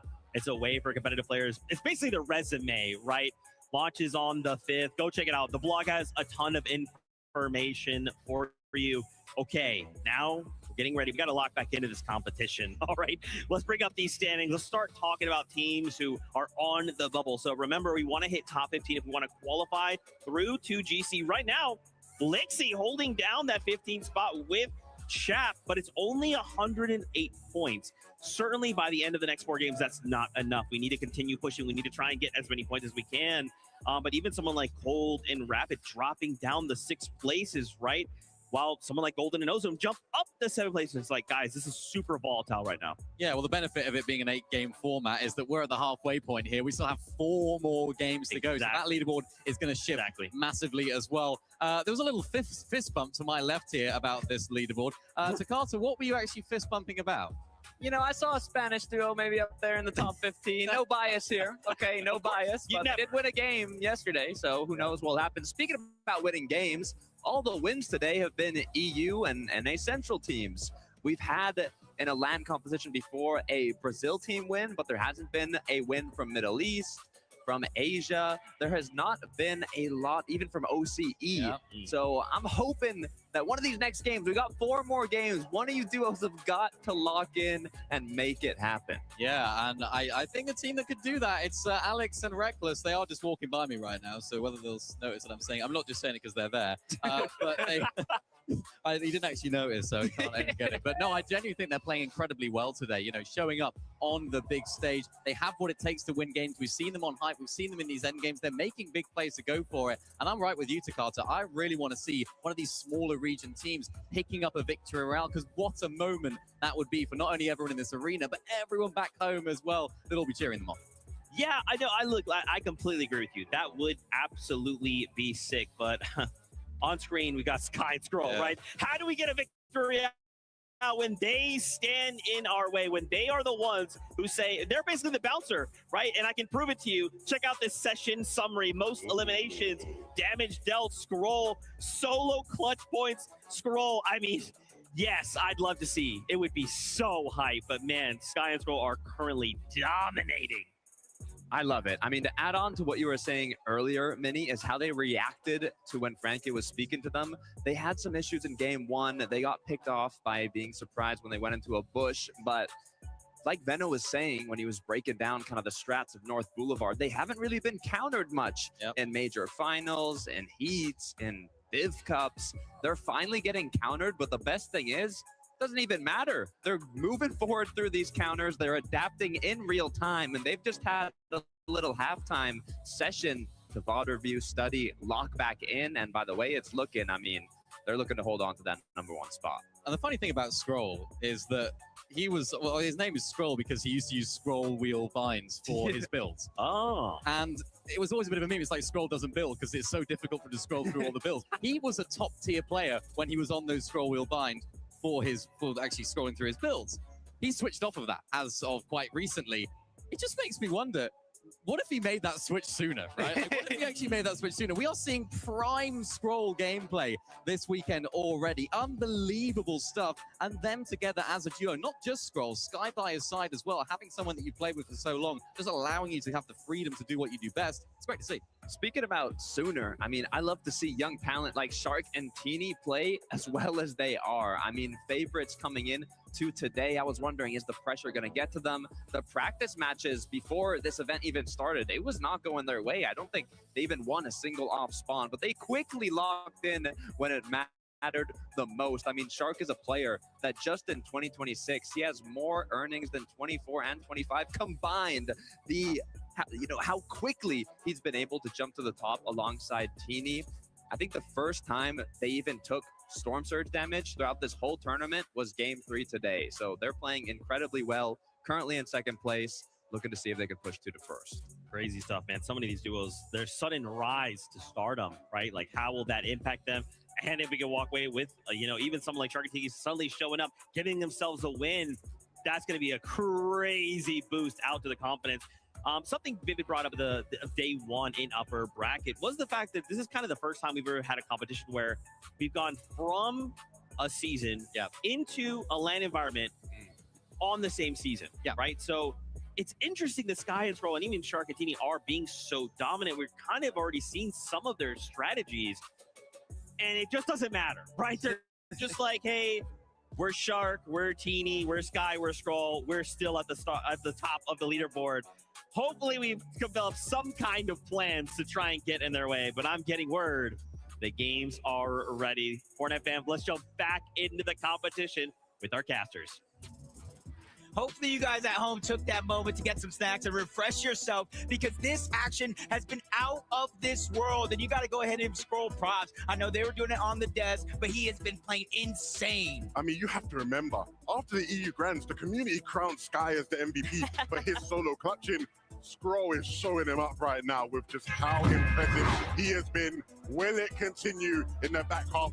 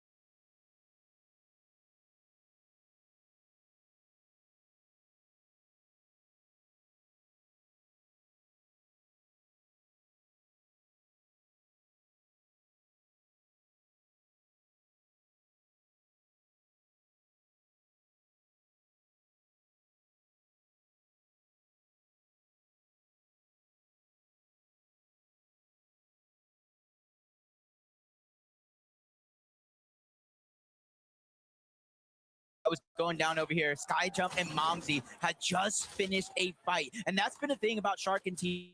They've been playing well, but they have some struggles when it comes to Storm Surge. So you're seeing them and a few other teams to start this game already switching things up to try to fix what wasn't working. There's a lot of VOD footage out there on Momsy and Skyjump hanging out in the forest. So for somebody like Teeny, it is not shocking to think that they would have come up with the formula to try and take those two out. Speaking of formulas, hopefully Pete and Poyo have been cooking something up. Two of their biggest names. We saw at the last Duo LAN just how impressive they were.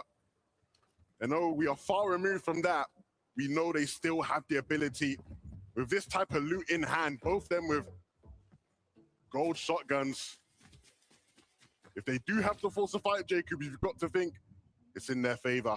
Yeah, right now you can kind of see that they were able to loot up very, very quickly. They got those legendary fishing spots, the Midas floppers, so getting a strong loadout was going to be easy, but Venno falls again. Teus and King BR, they've been on a roll on this side of the map, and now Curve with his back up against the wall once more. Curve, the young superstar on NA Central, getting a chance of a lifetime playing with Venno. They won the NA FNCS, but this weekend, particularly Championship Sunday, I gotta wonder where it all went wrong. Look, the Brazilian fans might be outnumbered here in Germany, but we just heard them getting plenty rowdy for what just took place on our screens. But now it's all about Peterbot and Poyo. Can they overcome? They're looking to see if they can strike first elimination here at Humble Hills. Putting pressure down. That's exactly what they do best. But you see how they're approaching this fight differently, Levin? They're not just bulldozing into the box. They made one too many mistakes at the first half of the day. So even them are taking a different approach to the game. Yeah, I'd even argue they don't look as comfortable right now, trying to find the opening. Nosif and Izzy, though, not giving them that room, not giving them any sort of opportunity. No mistakes made, and so Pete and Poyo do the right thing. They back off. And they're just going to have to try run it back another time with another duo. These guys will not be an easy fish. Makes sense. You don't want to keep trying to force blocks where they won't fit, and you don't want to overextend your welcome. Pete, Poyo, better off faring, trying to maybe switch up, maybe push further into the forest direction, even a little bit north of where Squibbly is at. See if Skyjump and Mumsy could be victimized there. Well, be careful if you go over there, though. That's where Shark and Teeny lurk around. And they are not a team you want to fight if you're not at your 100% best. Swizzy, Pixie, they started to heat up this weekend. And Twy is feeling the effects of that. Can this duo be the surprise team that pushes Sky and Scroll, maybe one of the other duos up there till the very end? There is just so many duos, though. You look at 268 points on a leaderboard at the halfway mark, and if you are not in that 100-point threshold range, it's very difficult to start thinking about realistically overtaking them. Instead, it shifts. Focus is top 15, and for Pixie and Swizzy, they're still within that striking range, so it makes total sense that they're looking for every opportunity to rack up elimination points because the placements are soon to follow. And that's the thing we know for sure, especially for a team like Swizzy and Pixie. When they turn it on, they can pick up those eliminations when it matters, but they're being very, very precise about how they want to approach the situation. They know sides is scary. You're holding down that vending machine, so instead of fighting it, they're just going to take their damage and leave. Karama, Akira, rotating through. Again, a lot of our teams that kind of would usually stick towards the south side of the map are kind of making quick and early rotations, trying to get into the zone. With the way these Storm Surge changes this year, you're seeing how it affects the gameplay and the differences from globals until now. This has sort of been the name of the game, though, for Akira and Karama all day. They've just kind of been testing the waters, gauging whether or not some of these surprise opportunities actually pan out in their favor. But for all these other duos, ones like Vico and Malabuka, we know what they are capable of. We're just waiting for that highlight showing. The toughest thing, and you can ask Pablo and Chino about this, the toughest thing about being in a battle against Sky and Scroll is they don't slow down, they don't misstep. To overcome them, you're gonna have to have quite the game. Vico and Malabuka are capable of it, but they still have plenty of other top competitors in between them and that first place slot. It's gonna have to be a ramp up in momentum. Focus and Hero, they were the ones kind of lurking over on this side of the map. You see why. Drained out of all of their extra heals. You got to think Tiggs and Daddy Kush in the same spot. No extra HP, down to the gold. So they're going to go ahead and try to take control of this vending machine. Yapko and Panzer are on top of that hill as well, not too far out. The 3 teams around Painted Palms all still having to rotate in. Neither one of them wanting to give up an inch because they know their opposition could take a mile. But you still have to remember, this is Yapko and Panzer's home base. Bacchus and Hero, they were originally contesting Epic Whale and Pump. We all saw that that was not faring in their favor, not even the slightest. So they wanted to shift the plan. They're trying to find new opportunities, but that's thrown so many issues, not just for Yapko and Panzer, who now have a lot of their coverage left to try and reclaim, but Vico Malabuca, they're now taking more surge tags from Epic Whale and Pump, who are feeling a little bit more bold being uncontested.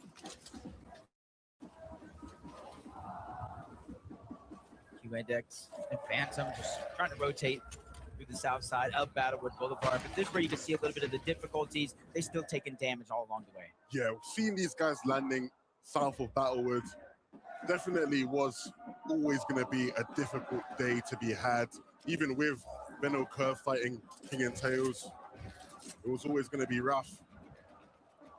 Shadow and Virgo right now doing everything in their power to keep NA still in this battle for first.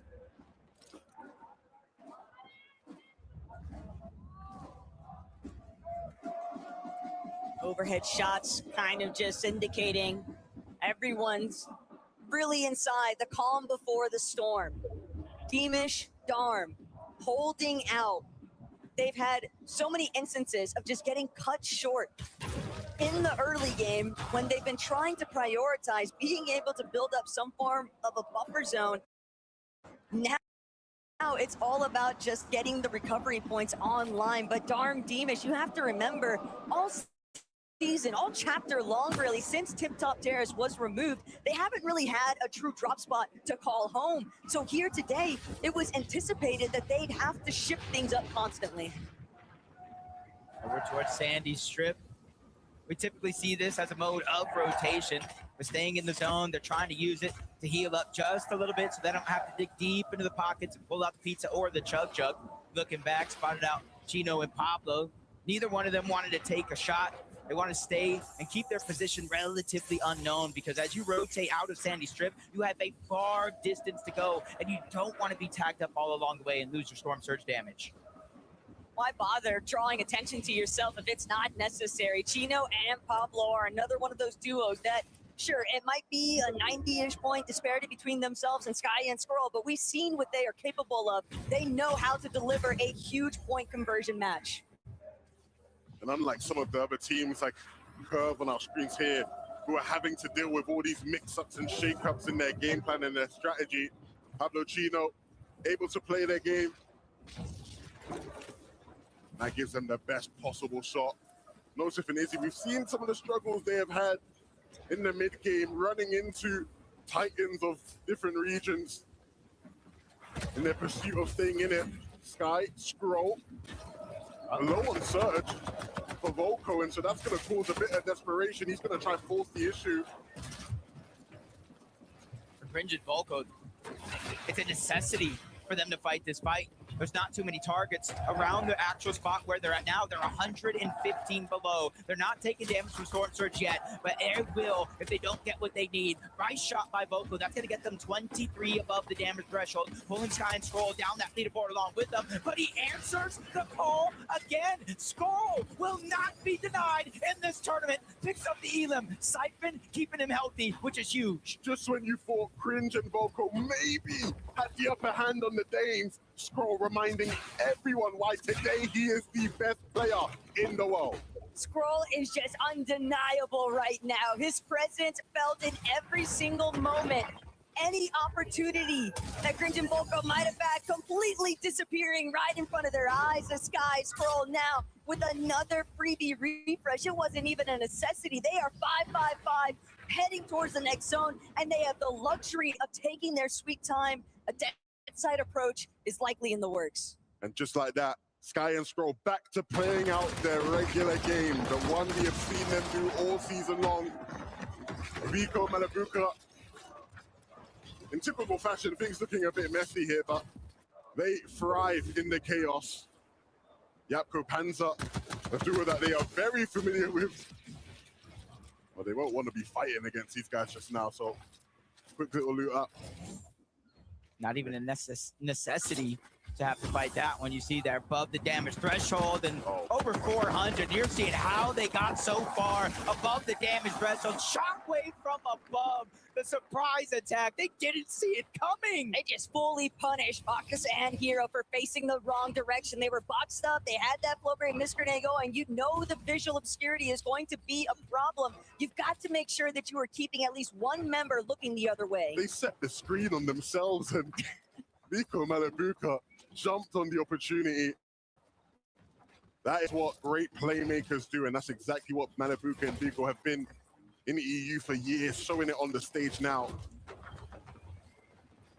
It's one of the best teams, as it seems, controlling their serves. They haven't been ticked once the entire tournament, which is impressive, which goes to show that they're constantly staying above that damage threshold, planning each rotation perfectly. So not only they can go ahead and accumulate those numbers, but not take damage back themselves. I can't help but notice the direction that this zone is pulling. This is Vika Malabuka's backyard, but also a duo like Chino and Pablo. They have made a great approach far north of everyone else. They'll have the highest point of elevation. They've just got to make sure they keep their heads on a swivel. They don't want to get caught out by any teams looking to sneak up behind them. Not the spot you want to be in if you're Vidil and Ju below the damage threshold. And the thing is, Lewan Romero, they don't hear that Vidil and Ju are below that damage threshold until their shields crack. But they know aggression when they see them. Vidil know it. They're just trying to climb on top of the Frigid Fortress building. They're not necessarily trying to take a risky 50-50 fight. They're just trying to elevate themselves so they could shoot off into the distance. But off into the distance, it was Chino and Pablo. The way that they had made their approach into Frigid Fortress's peak elevation is the primary reason why Vidil and Ju are having to expend practically all of their hard material. Now, Pablo, Chino, they recognize the fact this is likely a team that's rather weak. They have to spend opportunities to heal, so they won't be able to light us up, and they get a free rotate to front side. And you talked about wanting to build up to not take a risk. It might have been riskier to do just that. Their biggest opportunity to get damage, Pablo and Chino flew by and they were not ready to get any tags whatsoever. And now you're seeing just how hard it is for them to find any sort of damage. Everybody boxed up, nobody in a rush to move out of their box. Except for them, and they go down. Sometimes you're just left with no other options when you're that below the damage threshold. But for Acorn and Bolts, they get the zone. Not too far off where they landed. It gets even closer as it's going over towards the northwest, not too far away from wherever he's at now. And they also get the pull. So for Acorn and Bolts, the main thing on their mind is not going down or making any bad peaks. One reoccurring trend throughout today, though, is that whoever won the last lobby has had a rather difficult time in the very next. But for Acorn and Bolts, they are looking to escape that narrative. Sharktini, on the other hand, they've got a whole different slew of problems here. 212 below. Shark having to use everything just to try and out-heal some of these surge takes. 14 players that still need to go down. They'll have to force the issue. Yeah, there's even another team spraying on that box, looking behind. They know where they got to go. They know where the zone's going to lead. Swizzy, Pixie, they're going to open that one up and land even more damage onto Teeny, making his life that much harder in this situation. 232. It's now or never. Green Cooper on the other side. Shark takes a big shot. Storm Surge still taking him down. 20 HP. Only a couple of seconds before he is struck out of the lobby completely. Shark's going to fall. Now Teeny with his back up against the wall. A necessary sacrifice. As Shark goes down, he lands a shot and he gets up above the damage threshold. Most people might be scared to see Teeny in this kind of solo position, but you have to remember, Teeny's been throwing out his own punches, even at 5 eliminations, if I'm not mistaken, in that secondary lobby, so he's been popping off. And I mean, you can look at all the little things that they could have done differently in that moment to keep Shark potentially in the game, but the mistakes were made way before this point in the game, and it's just up for Teeny now to just keep himself ticking for that much longer. Eventually he will crack, and that is the end of that for our second place team in this game. And so an opportunity for Sky and Skrull to continue to improve their lead. But what do Chino and Pablo have to say about that? Wow.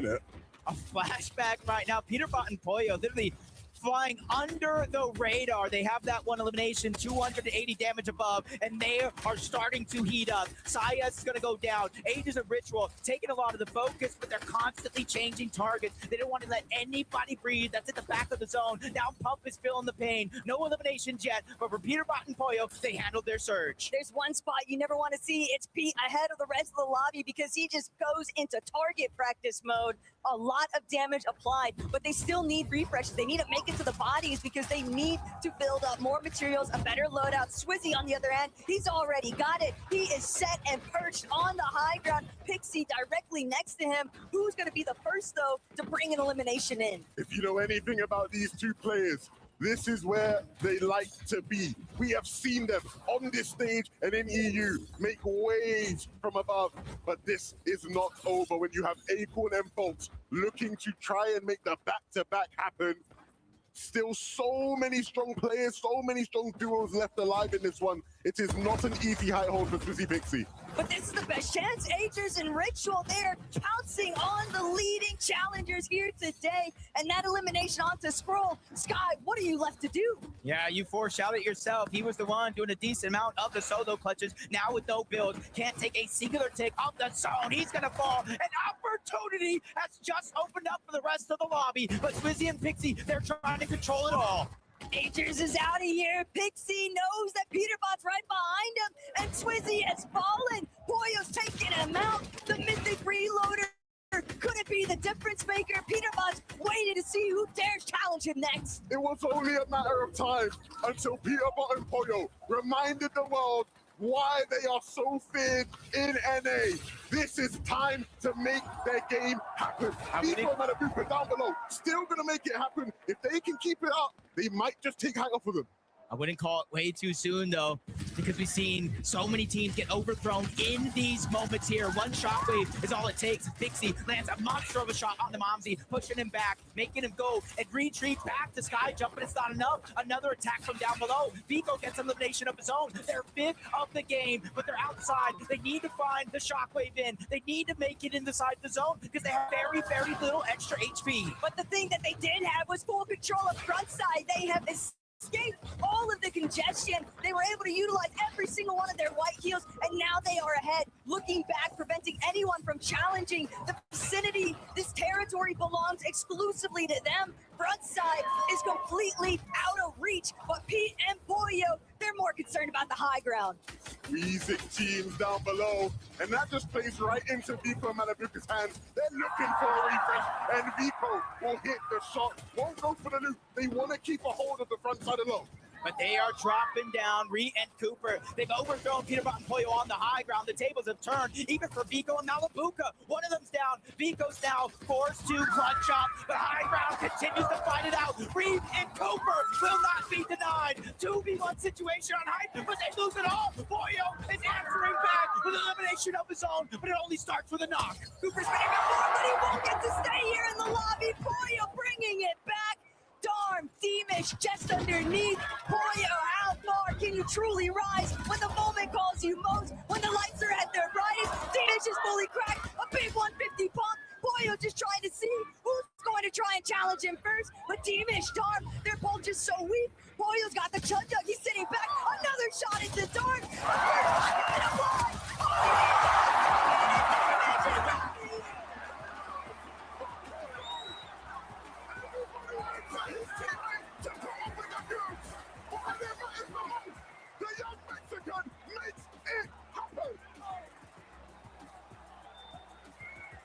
Poyo! Even Pete is saying, oh my god! How did you manage that 2v1? That was insane! They had no mats, so I was just able to make them there. It was a 2v1 situation. You were solo for a considerable amount of time. We saw you on the high ground, on the low ground, figuring things out. It was not that chill, was it, Pete? I mean, I'm playing with the best player in the world. I mean, I don't even know what I just watched. I mean, comeback starts now.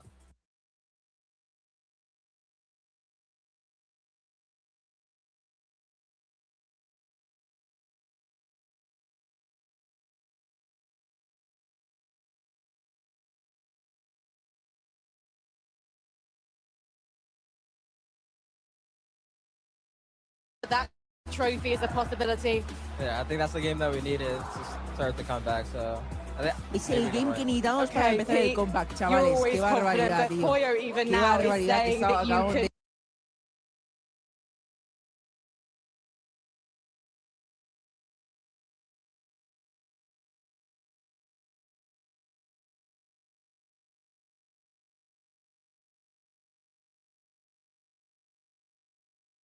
Quiero decir, Peter pide aliento del público. Voy a decir una cosa sola, hermano.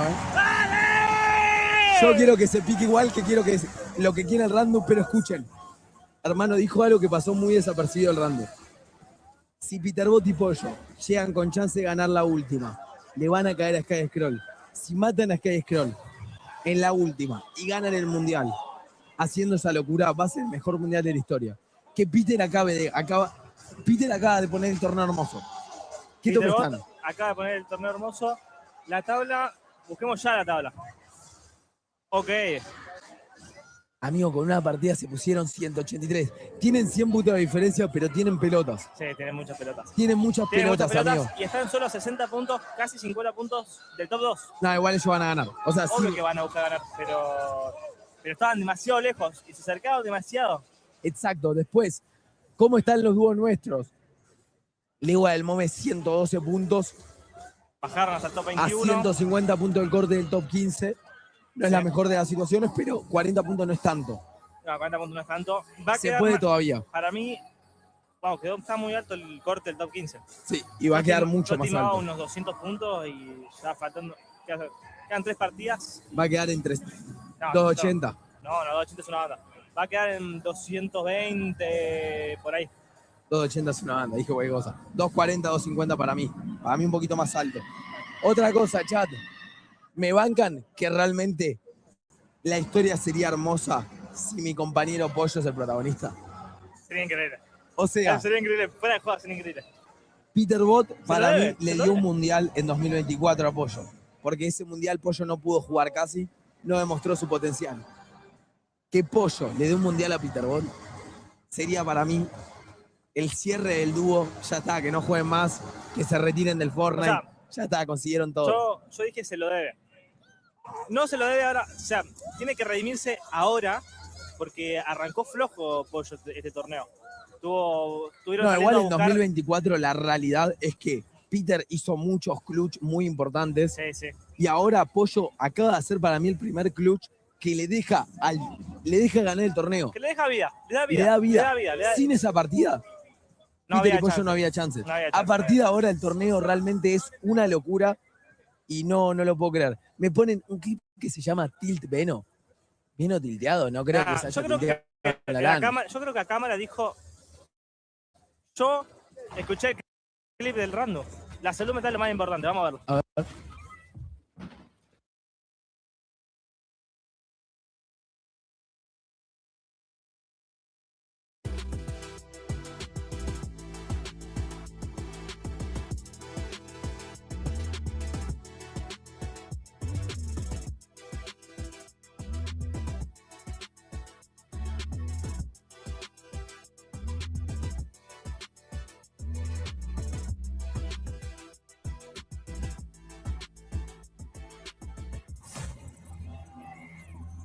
Fortnite fam! Fortnite fam, we are so back! We are so back! Peanut butter pollo! Bro, just take a chill pill, Zeke. Just relax. Wow. Peter Bottom Pollo. As Pete said, they're back. They are back. Before that game, Fortnite Competitive Twitter, they retweeted a tweet from Muzz and he said, tell you what, Scroll is moving like 2024 Peterbot. Actually, scratch that. Pollo is moving like 2024 Peterbot in this endgame. What a performance from these guys. They are back. We have not seen them really too much of this entire day so far. They took high. They had it taken off of them as well. There was a moment here where I thought they'd thrown the game when Peterbot tried to take high as a solo. It's this right here you can see in the middle of your screen. Trying to chop high, ends up chopping Reet and Cooper out, but of course, that 2v1 situation, I thought, no, they've thrown it. But oh, no. Pollo as a solo, down on low ground. Unbelievable stuff And then at the end of this game, I mean, this one actually, let's watch this shot again. I want to see it. 3, 2, 1, and boom! Oh, an electric performance from Peterbot and Poyo. But Poyo has been looking lethal throughout the whole day. Not only did they win the match in a 1v2 finish, but Poyo picked up 8 eliminations alongside Peterbot's 4.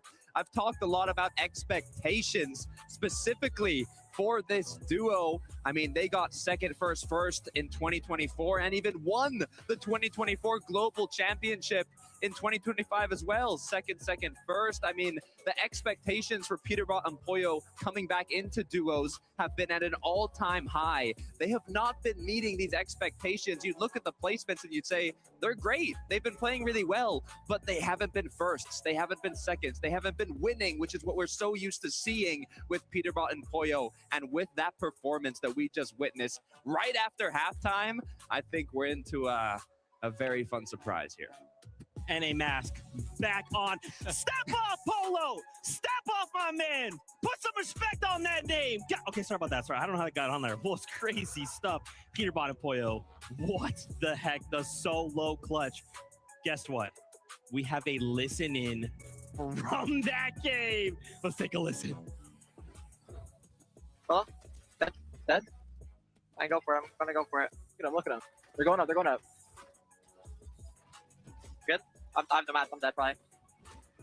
Dead. Nice. 3 build. Play shot. Nice! 1v1. He's gonna die. 0 builds. Nice. Let's go! Disgusting! Oh, sorry about that. The mask was back on. I don't know why that keeps getting over here. Sorry about that. I'm gonna keep that over there. Again, congrats to the duo.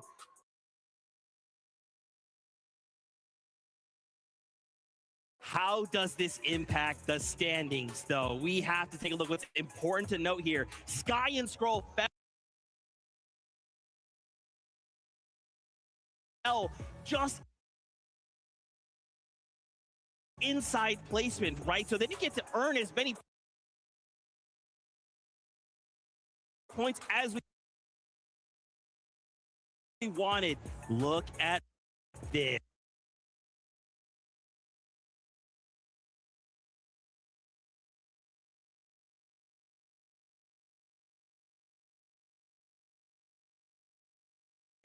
Acorn, Bolt, and even Vico and Malabuka suddenly jump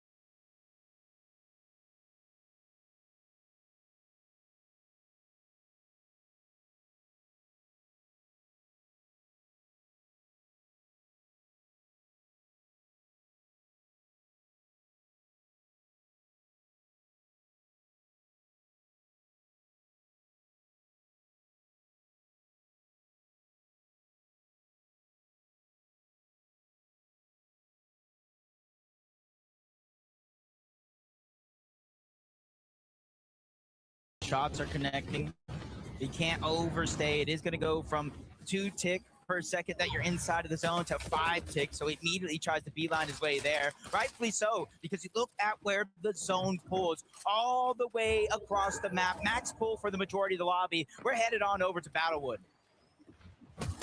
Pretty big confidence decision, though, from Shark. He was hanging out in the storm so far away from his duo, Teeny, and yet they weren't punished for it. They kind of scouted out the fact that they had an opening for Shark to kind of stick around, look to try and punish some players. We're a little bit later than the rest of the lobby, but now Swizzy, Pixie, they're on pace to try and take over the top half of that leaderboard. See with just how this zone is shaping up.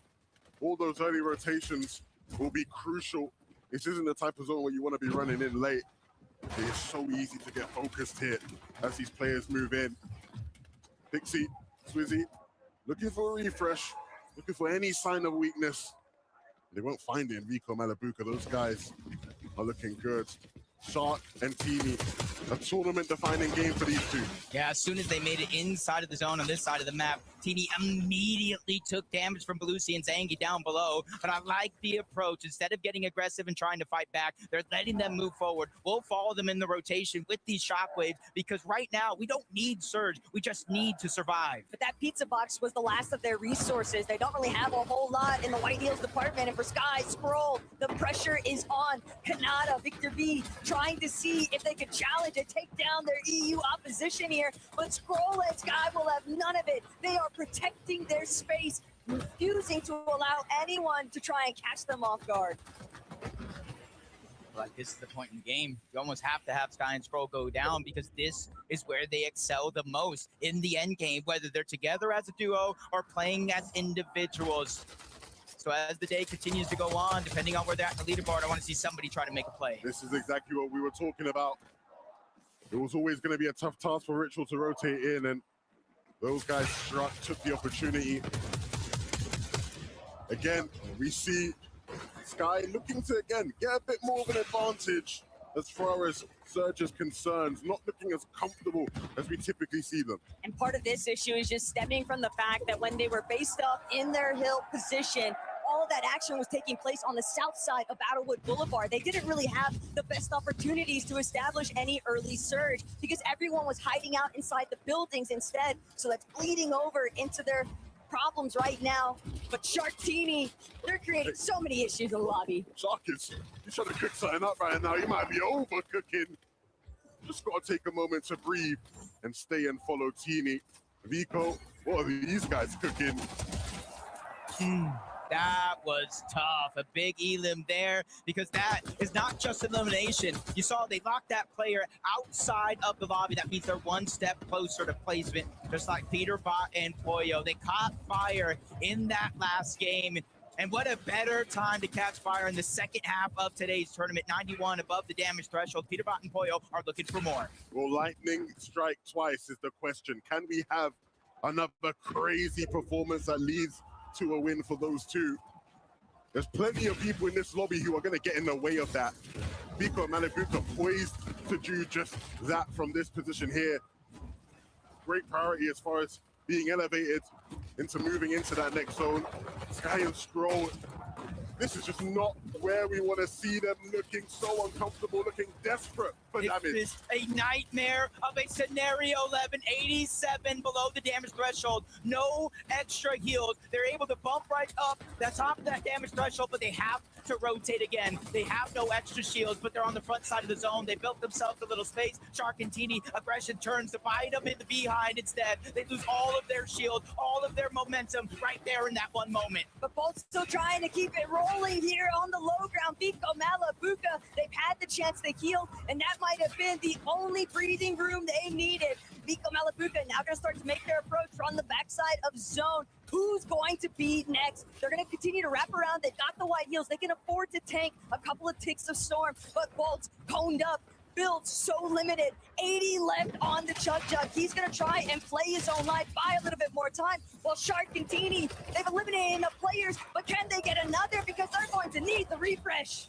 Poyo is down, but that's okay. It's time for a flashback performance from Peterbot, but can he stop the freight train? That is Teeny and Shark. Bolts is doing his best, but he's just ran out of builds, trying to hide the cone. He gets found out. He's seeking for more. Victor B gets struck down by lightning, but Bolts cannot pick up the elimination. Even Scroll, they're feeling that same pain, separated once again. But now it's Sky's turn to pick up the ball and carry it forward. Sky doing everything. 5 overdrive grenades, but only 39 HP. Blueberry missed grenade. He knows there's a team that could potentially be trying to make a play for height. He's going to be able to siphon off some shield from it. But first and foremost, he has to figure out, where can I go next? Because bodies are just surrounding him everywhere, and they're closing in. And even with Vico and Manabuka's best efforts in this game, the longer Sky stays alive, the harder it is to catch up. He is doing everything he needs to right now. Yeah, into the top 12. Half of the placement points come in at that top 10 marker. But again, he's aggressed. Shockwave's out of position once more, but he's quickly running out of builds. A lot of his resources going right down the drain, but an opportunity there onto Darm. Breaks into the wall. Oh my, a perfectly placed ramp is going to save the day and allow for Sky to not get the elimination, but he's still on the hunt for more. No builds. Armor. Oh. He's going to keep hitting shots like that if they present themselves. And Sky now patiently waiting for that next opportunity to strike. Sky trying to see just how far can he carry the torch forward, but look, from the land down under, way up above the rest of the lobby, Tinka and Resigned. They've just been silently building overhead, throttling everybody in these congested lower layers. And now, Flixie, Jap, how will they respond? They have to contend with everybody underneath them. They might need to take out Ozone, who's directly in front, but still Flixie trying to just keep pushing forward. Him and Chap are not slowing down. Even Sky, he will not be denied. He's essentially the inevitable player. He does it again. He takes the crown away from King, puts it on his own head. Into the top 4 we go. This is a run like any other. Can Sky clutch up? You must roll because this guy can too. And he's done just enough to continue to keep that lead.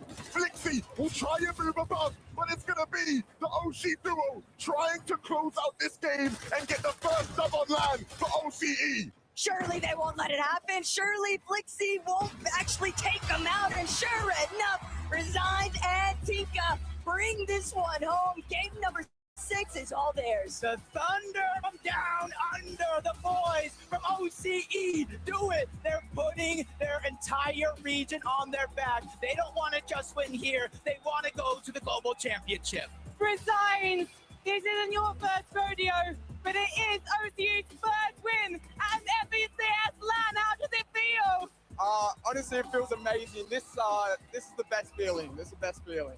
Tinka, you haven't always had the best results on land, but here you are proving that it can be done for Australia and everyone watching back home.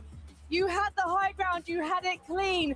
Did you know once you'd established yourself that this was in the bag?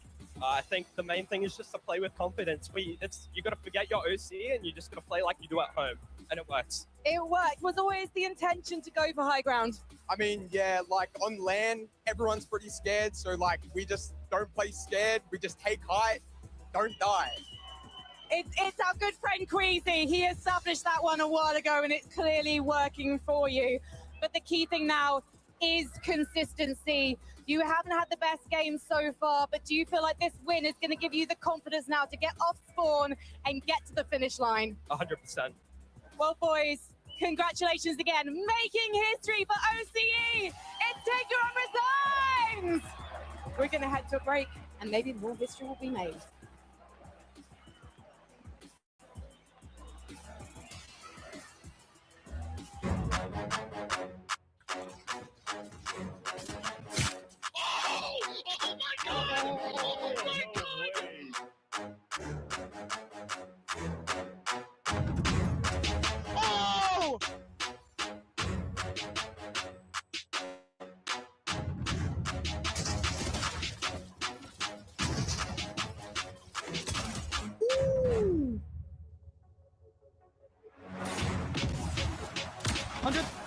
I got here.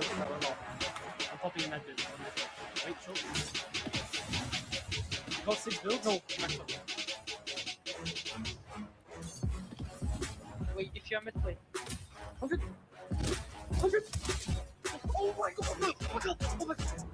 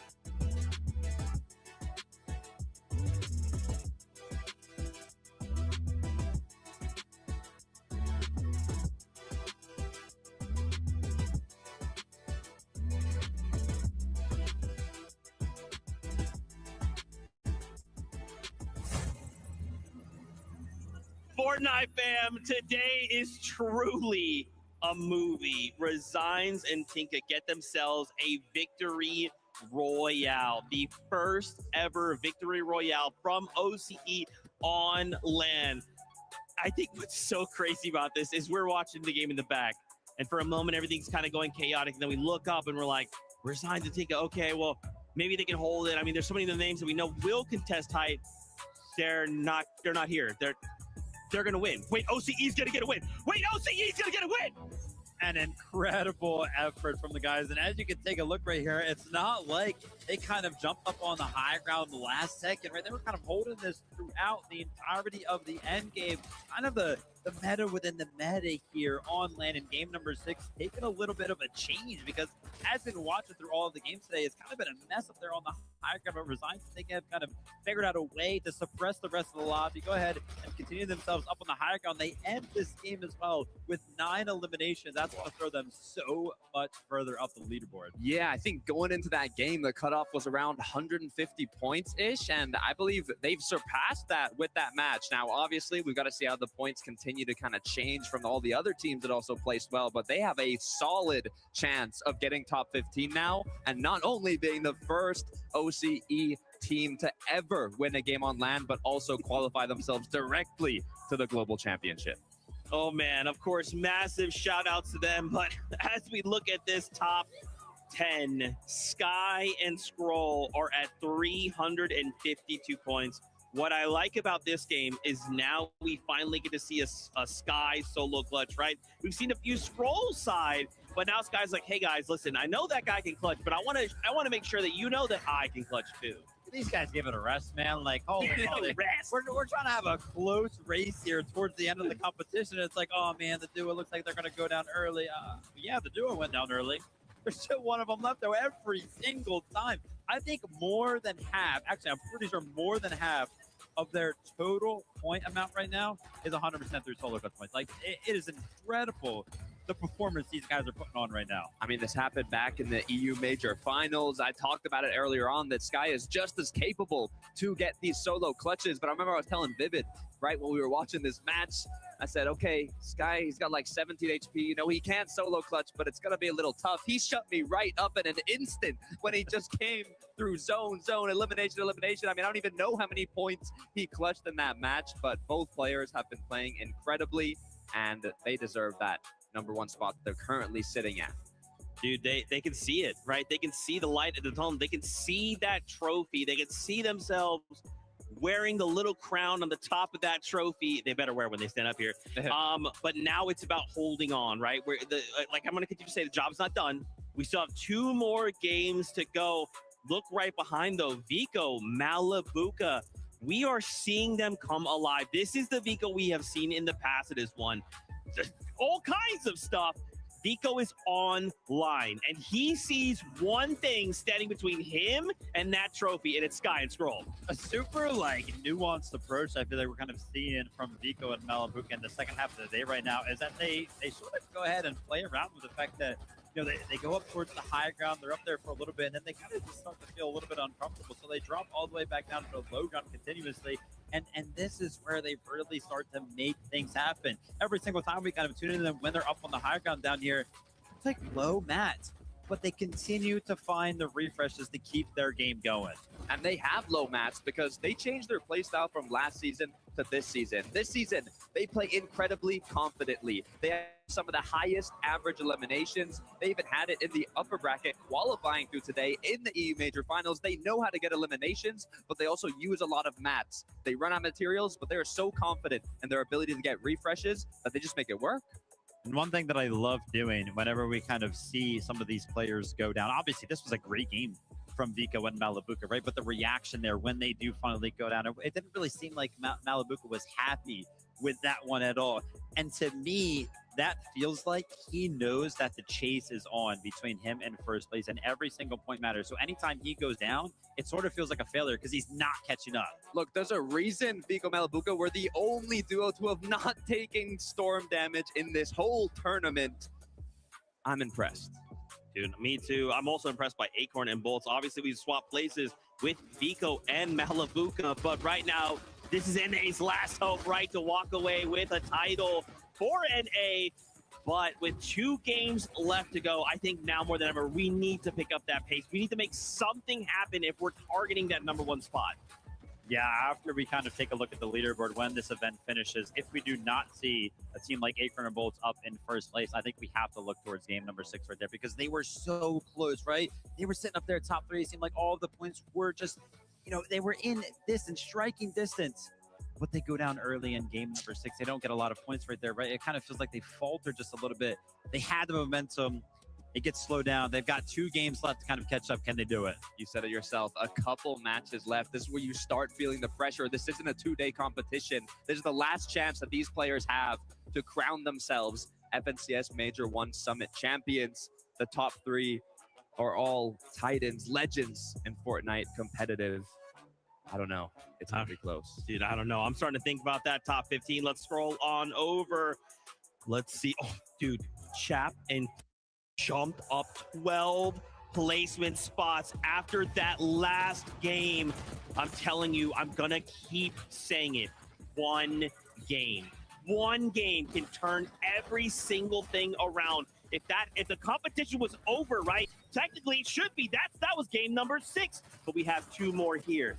One game can put a duo into the top 15. Look, there's a reason Blixie was the best performing player in 2025 trios as a German, representing in his home turf right now. Everything is on the line. He's had a tough drop spot. He's had tough early games, but they've been making it work. They've been making it happen. And now with that bump in the leaderboard, Vivid, I'm excited to see how they close it out. Guys, I want to keep talking. I do, but the games are ready. I feel like we just got to jump back into the action. So, casters, over to you. With 2 games left, it almost feels like we have 2 tournaments in one. A battle for first place, the best in the world, and our top 15 are global championship spots. It is going to be a tight finish. That is one thing I can guarantee you. All over the leaderboard, we're seeing so many big names that we've expected things from fighting and converging all into this game #7.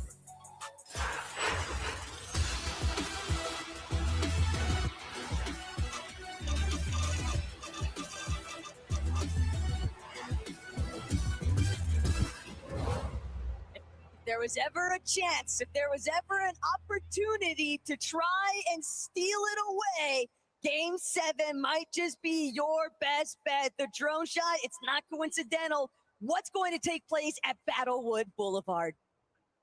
This is where we've been waiting for quite some time. Sky and Scroll, and it seems as of now, business as usual, uncontested towards the north side of the map. So if we're expecting any surprises on first, it's going to come in the last game of the day. Understandably, I think they could have went either way as far as looking to try and make the play to win the tournament. Around the map, though, again, the desk hyped it up, and we will continue to as well. So many different teams pushing for top 15, a chance to qualify themselves for the global championship in Antwerp. No rally and reason we've seen them win this off spawn in that previous game. Outside of that, it's not been the best of fortunes.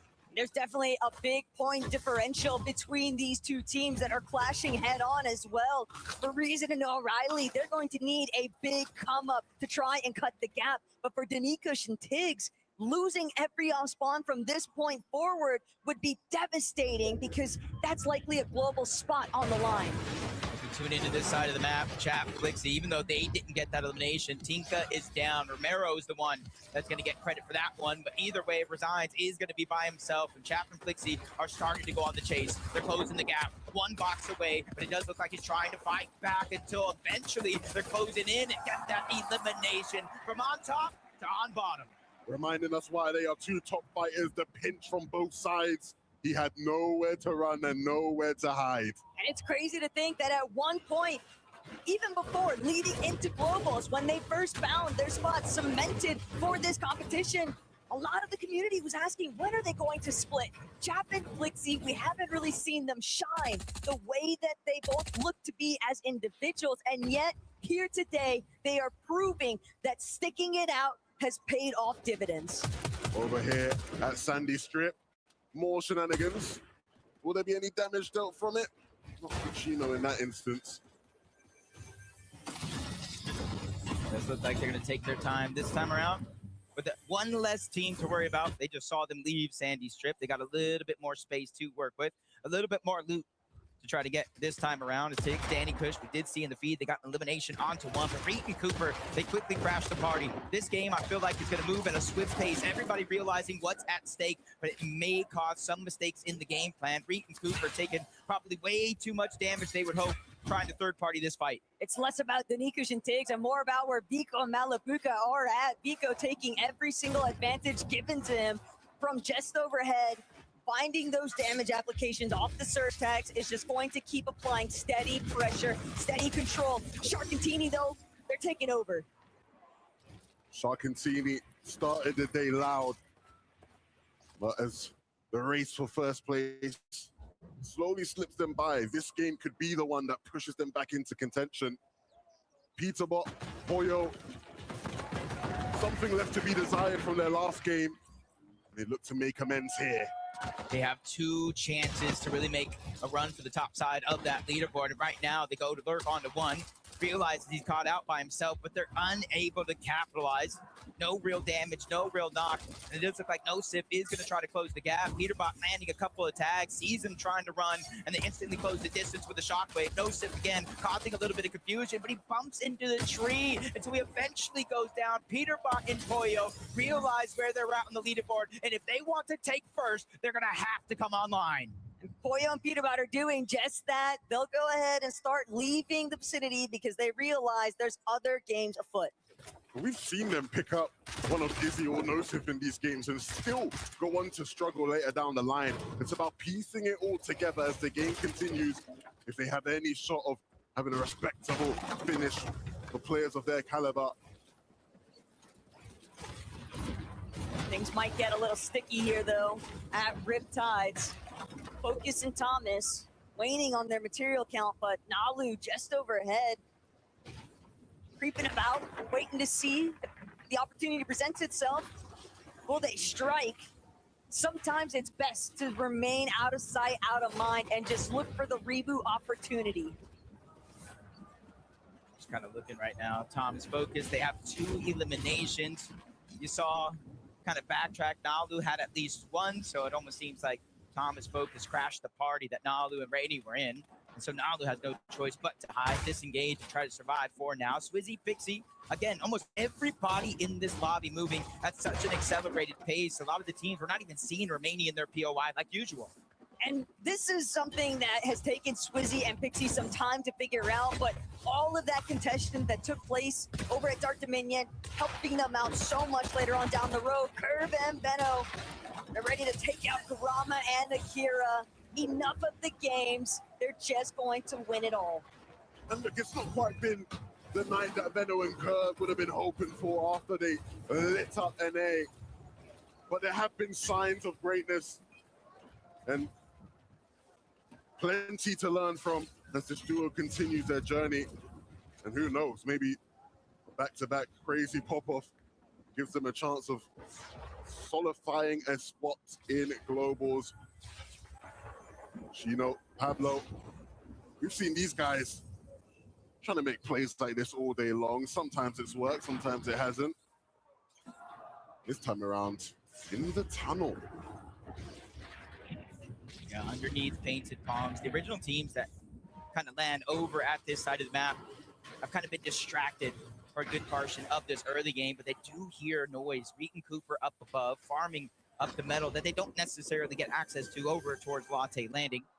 But it's just a matter of, do they hear that chest? Are Reet and Cooper going to try to go underneath and try to get it all? If Chino and Pablo are willing to wait it out, something tells me they have a pretty good idea that Reet and Cooper are eventually going to keep searching for additional loot, and playing from inside of the tunnel could be a big difference maker, but we'll have to wait and see whether that actually pans out in their favor. It's a big time commitment either way. Last time we waited in game 6, it didn't quite pan out, so they'll be hoping for better fortune this time around.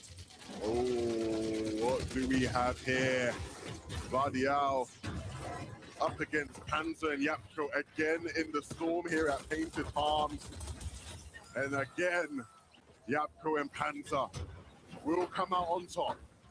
Yeah, to start this game off, 15th place was 174 points. So they got at least a little bit of a goal line to try to achieve. Reet and Cooper as well, 148 points currently, a little below where they need to be, but that's why you can see they're lurking around trying to get the eliminations at 4 points per elimination. If they could just find a couple here, have a good game, they'll at least put themselves within reach going into game 8. But look, even if it's a one tick, they're not the only ones that have those same intentions. Pablo, Chino, they've just been steadily following along at a snail's pace. Only they'll have the opportunity to at least use a couple of bandages, put themselves in a slightly healthier HP position. Reet and Cooper, though, clock's ticking. Splashes are going to have to come out. They're building against the direction that Yapko and Panzer are facing, and they might be running straight into the clutches of Pablo and Chino.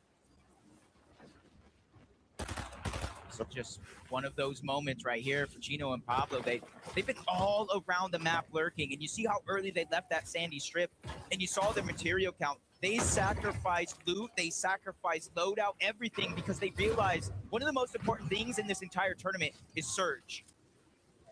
Look, some lessons to be learned here for Pablo and Chino as far as just investing that time and waiting for the payoff.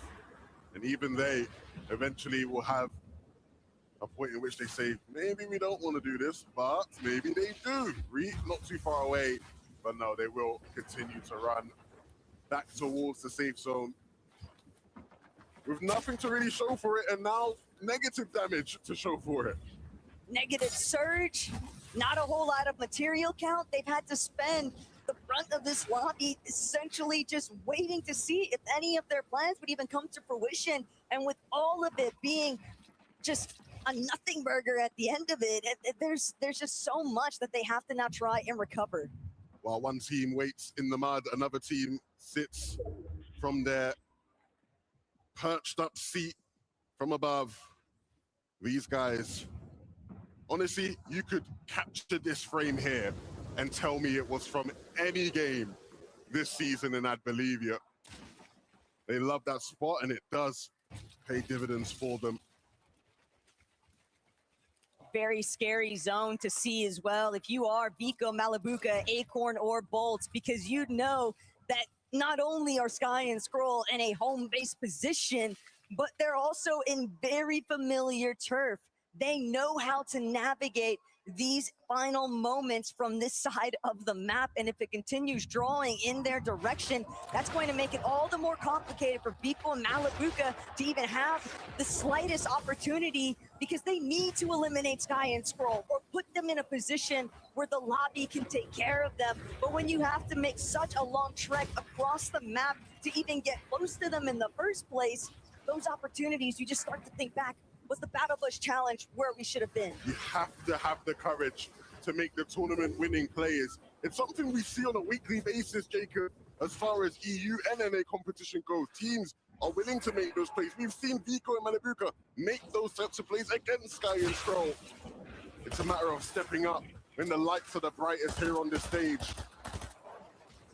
Honestly, it was Vico I heard in between games, just kind of yelling to, I don't even know who, saying we're doing this. He's trying his best. He realized one of the only ways is to get those eliminations. That's why each and every game you see them getting more and more aggressive. Lucy's Zangi, same thing for them. They're roughly 64 points away from that top 15, and that means every elimination counts. But as he tries to shoot down, get damaged, it gets stolen away by Hari and Cammy, and they're instantly closing the distance. If not for the elimination itself, which you saw Lucy kind of cleaned up, it's for the loot that they feel that they earned. For Cammy and Hari, they're really just trying to find a chance to step it up yet again.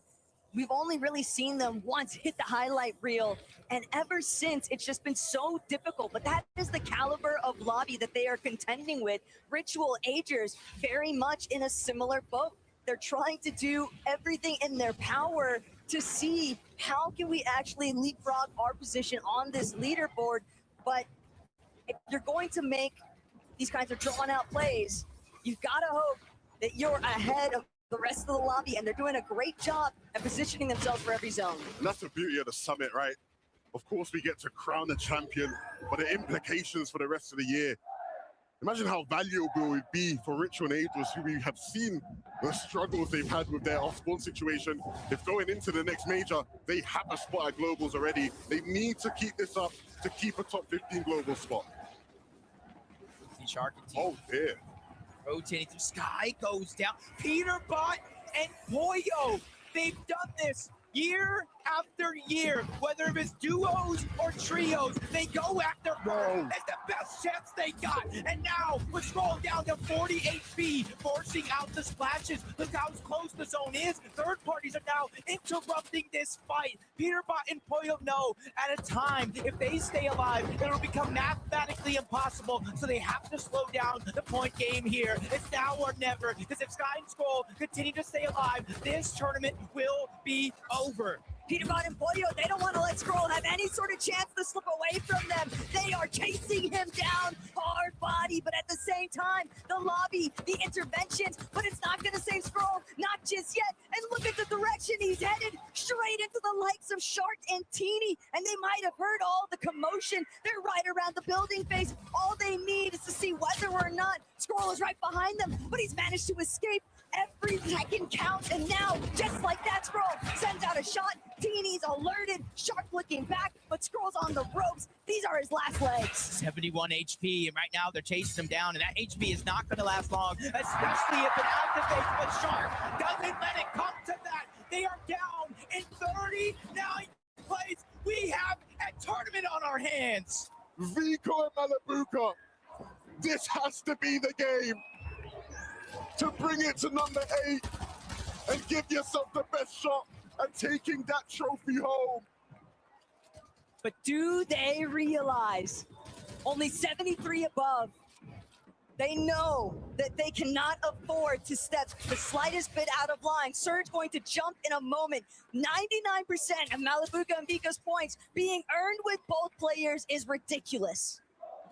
These are two players who we usually praise them for their individual solo prowess. That hasn't been what's been delivering the goods today.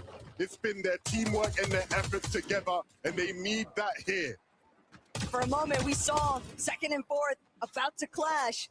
Well, you have to remember who's also in the mix. Acorn Bolts cutting it right down the middle in third. This is so close, and even them, 522 above the damage threshold. Even though only 21 players need to go down before it's no longer a thing, they are so far above, they're not going to have to worry about it. So this here is a moment for them to just weaken the lobby, try to take them out one by one by one.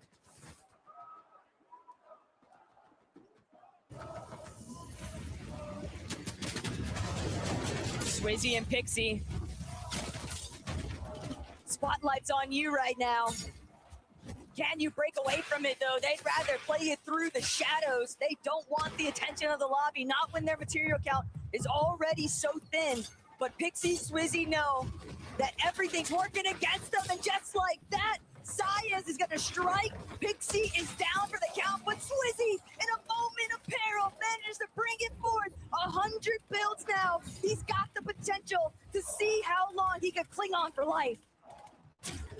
Both of our solo clutch players there in that situation. Even Ritual getting an elimination, but you can see when the dust settles, Swizzy got that elimination, but he's still 244 below. He realizes he cannot keep Pixie up in the game. They don't have enough heals to out-heal it. And this is a big moment for every single one of those players in that top 5 or 6 area. This is your chance to close the gap and make game number 8 a final battle between all these different teams. Swizzy, he's got the HP. Tyler, definitely in some threats, but Shark, Teeny, they're really starting to pick up the pace here. Werix and Kiruo are going to be some of the next in their line of sight. They've already got one piece of the puzzle. They don't even need to go after the next. They'd rather keep tabs on what the rest of the lobby is doing, but they're gonna have to get active. Epic Whale and Pump, this is the last thing you want to see charging right at you, but for Shark and Teeny, their moment is now. Really just trying to take over in this game. They had a few stumbles that they didn't expect, but with first place down, they're trying to close that gap. You can see they're neck and neck with Acorn and Bolt on that leaderboard. Even Shadow and Virgo looking back. Tyler is down. That's an elimination for Shadow. 4 more points, but they're not going to be able to get the loot. Yeah, but what's he cooking up? Hurry and hurry. Blink and you might miss it. They are sent right back to the lobby. But look at where Shark and Teeny are positioned. They're doing a great job at elevating themselves, and not the only ones. Bolts, Acorn, also sitting idly by, waiting to see just how much effort they're going to have to put forth into this next rotation, because they might be able to conceal themselves on the move, but Peterbot and Pollo, they're after the big ones. They're trying to go fishing for some more eliminations. 4 is just not going to be enough. They want the comeback more than ever. Yeah, they're not just playing for prize money. They're not just playing to qualify for the global championship. They are playing for first place. We saw that as they went on to Sky and Scroll, but with them going down, opens up an opportunity for Vico and Malibuca. They quickly transition from the backside of the zone all the way to the front, especially more so now because we're going uphill. But Peterbot and Pollo from low ground to into the clouds. We've seen them climb bigger mountains before. A win here and even more eliminations could be just enough to put them in contention. They've got all of the pieces strewn together here. Pete just trying to see who else he can take out. So many players just so incredibly weak underneath them. If they can prevent anybody from challenging this layer on high, ultimate high ground will be their winning contention point. But Teeny still going directly underneath it all. A decent amount of builds to work with, trying to see if he can commit towards that front side of zone. But eventually he'll have to layer swap. Eventually he'll need to find a refresh. And it's the same instance that Swizzy's currently trying to deal with. Much worse though, no builds and no time left. He goes down, but for Teeny, this is another chance. Still tied at 285 points with Acorn and Bolts. They're still alive in this game, but they're staying back. They're staggering themselves. This is a clue, a chance for them to go for high ground. Vico and Malibuca, it's not ready for them yet. They're just continuing to take it one foot in front of another. They don't want to make any big leaps or boundaries just yet. Oh, and Vico's gonna land another one. Just a warning shot. Won't get a chance to collect, but at least he's got his way forward. Cooper Reed also finding Acorn. This is a travesty now for one of our top 3 teams, because Acorn and Bolts, they'll have to watch and see what happens happens next. But look at Vico and Malabuka. The one thing that they're missing, they're finding this damage, but they don't have the Flowberry Mist Grenades to make it to height. Another couple eliminations here. They're trying to close the gap, 326 points. They're still in second. But with top 10 here, a chance to win the game. All the opportunity in the world is theirs. King underneath just trying to escape. Vico Malabuka not getting desperate just yet. Meanwhile, Reed and Cooper getting pressured from not only above, but below as well. Everybody can feel what's at stake with only 2 games left. But Vico Malabuka, they steam King. They want to take first. And that is exactly what they needed to do. The job is not finished. They have to continue to clear out the layers beneath them while Pete and Poyo wait from above, waiting for their opportunity to strike down below. And it's insanity to think that all this time, Teeny has just been haggling his way through these layers undisturbed. But Pete, he's ready to drop. He's ready to throw his name into the mix and really start the demolition derby underneath. Poyo still by his side. Just when you think that they're about to find some more eliminations, Vico realizes he's all by himself. The pressure is mounting. He needs to hit this shot or get out of the box. Either one will do. Just stay alive, Vico. Top 6 teams. 4 of them are stuck as solos here, but for Reed and Cooper, they have each other. Vico, we saw Malabuka go down. You see with only 3 builds left, empty item slots, no extra heals. It's really all up to them. Peter Bot and Poyo, their 6th elimination of the game, and it's on the next team in their path. And that's the worst case scenario now for Vico and Malabuka. But check out Cooper and check out Reed. They've got crazed. Now it's all about them trying to take out some of these other Titans in the lobby. Another refresh for Reed onto Ozone, and now they just gotta look up. Here comes the drop. Peter Bot and Poyo, they want the back-to-back. Big shot on the Reed. Poyo will not go down, but Peter Bot will, so he's stuck by himself yet again. Another 1v2. That feeling of deja vu. Can Poyo do it? Shockwaving up, looking to create distance. A chance to put down pressure, following the zone. He knows that Reed and Cooper are weak, but he doesn't want to play this too quickly, but he's letting Cooper heal down below.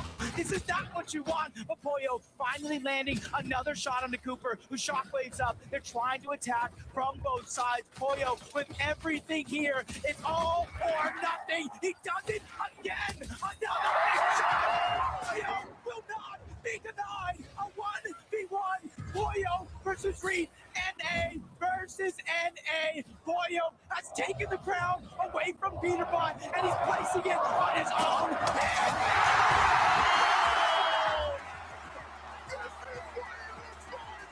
You are looking at one of the greatest to ever play this game. All roads lead to Poyo every single time. Just when you think that he won't be able to do it, he delivers yet again. Peter Bot, what is it like playing with the best player in the world? I mean, it feels great. It is incredible to watch you. Poyo, you were so humble last time I spoke to you. You were like, they had no mats when you won the 2v1. You had no mats either in that situation. How did you do it this time? I don't know. I mean, I don't even know. It was the 1v2. It was versus Reed and Cooper. You're flying through the sky. We think maybe there's going to have to be a heal off. You're reloading in the air. You're an absolute rock star. But how do you stay calm in those situations when everything is going on? I just knew they had nothing. Like when we first dropped down, they weren't really building or anything, so I knew they had nothing. And you were able to keep it on clean on height this time, Pete. So you must have been feeling like, yeah, we've got this. Yeah, 100%. We played height perfectly that game, and it was just a textbook win. It was a textbook win. You were 9th going into this one, but now you can have your sights truly on the trophy. Qualification, surely, for Globals is yours. You just need top 15 for that. But what are we going to see from you two in Game 8? I can't say. You'll see. Look at that camera and tell me, are you switched on? He doesn't need to say anything. Stay with us, Düsseldorf, after this break. We crown a champion!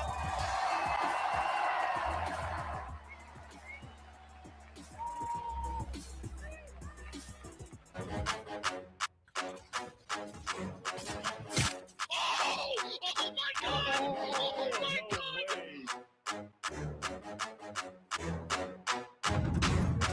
Oh!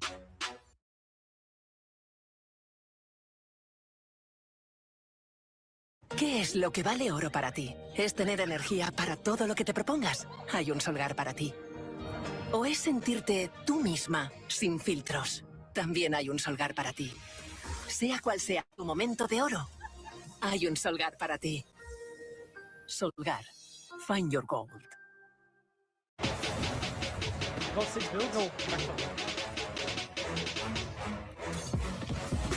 Wait, if you are mid play. 100. 100. Oh my god. Oh my god. Oh my god.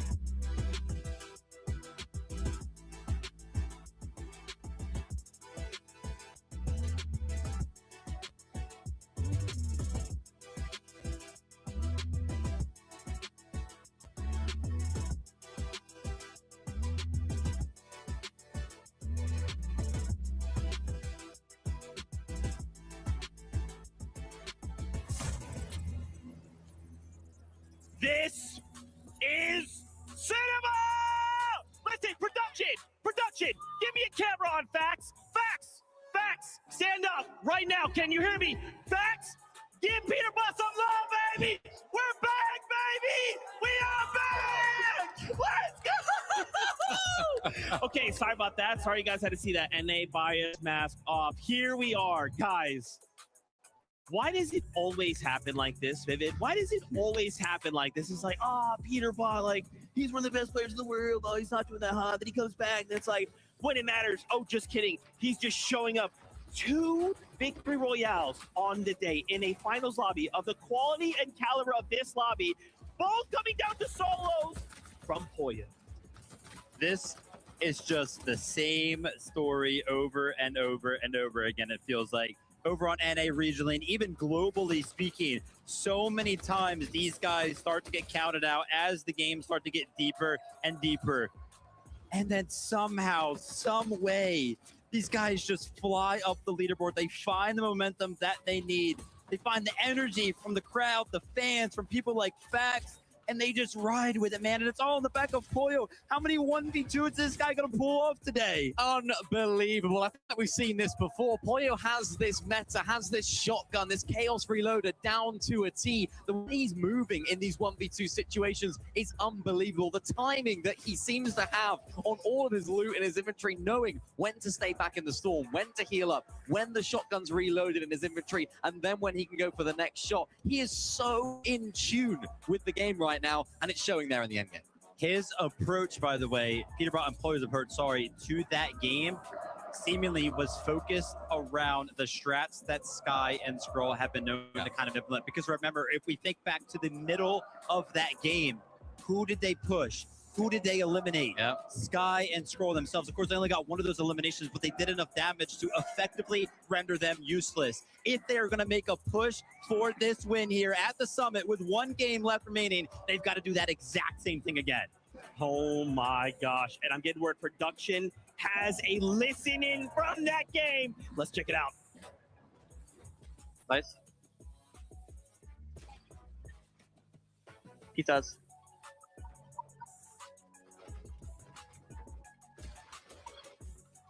Shock him out, maybe. Nice. Your build. Shock up.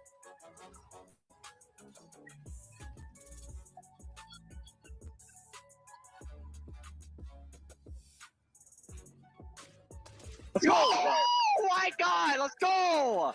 Let's go! Oh my gosh. I love that Pete's just giving Pollo the moment to focus on in there, to make sure he needs what he has, to have complete calm in that moment, to find and land the shot. What's crazy too, we saw this fight happen not that long ago, right? Pollo also eliminated Reed along the way to get his a previous victory royale. Man, Mini Miner, we have one game left to go, and take a look at these standings of 6th placements.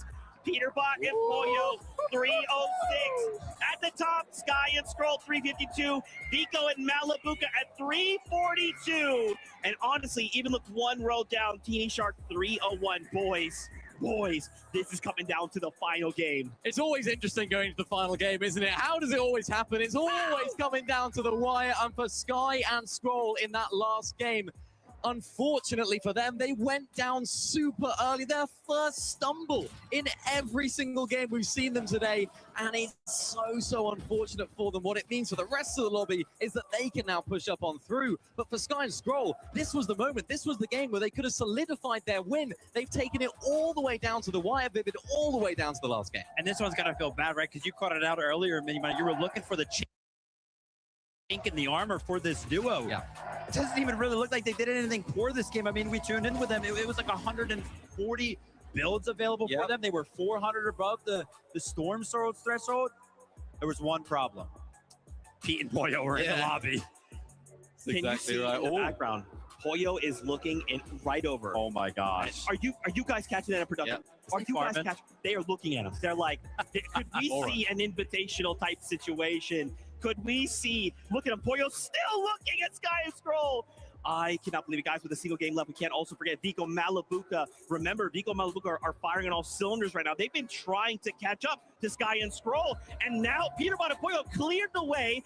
Now they're up front. They can make this happen. 10 points behind, I think it was there on the standings. They could actually do it right here. They made the most of the fact that Sky and Scroll went down early on in this game, and I was watching them a lot during this endgame. The way that they played this endgame, this huge refresh onto Kingaling right there, even the understanding. They had a really nice 10-zone pullback, which really helped them out. They didn't need to go for too many crazy refreshes, too many crazy frags. They understood they could play that zone, play inside of those boxes that have already been built, and then ride out those places, because for these guys right now, they don't need to do too much. 10 points behind, I think it was, as we'll have a look right now. Yeah, 10 points behind the leaders.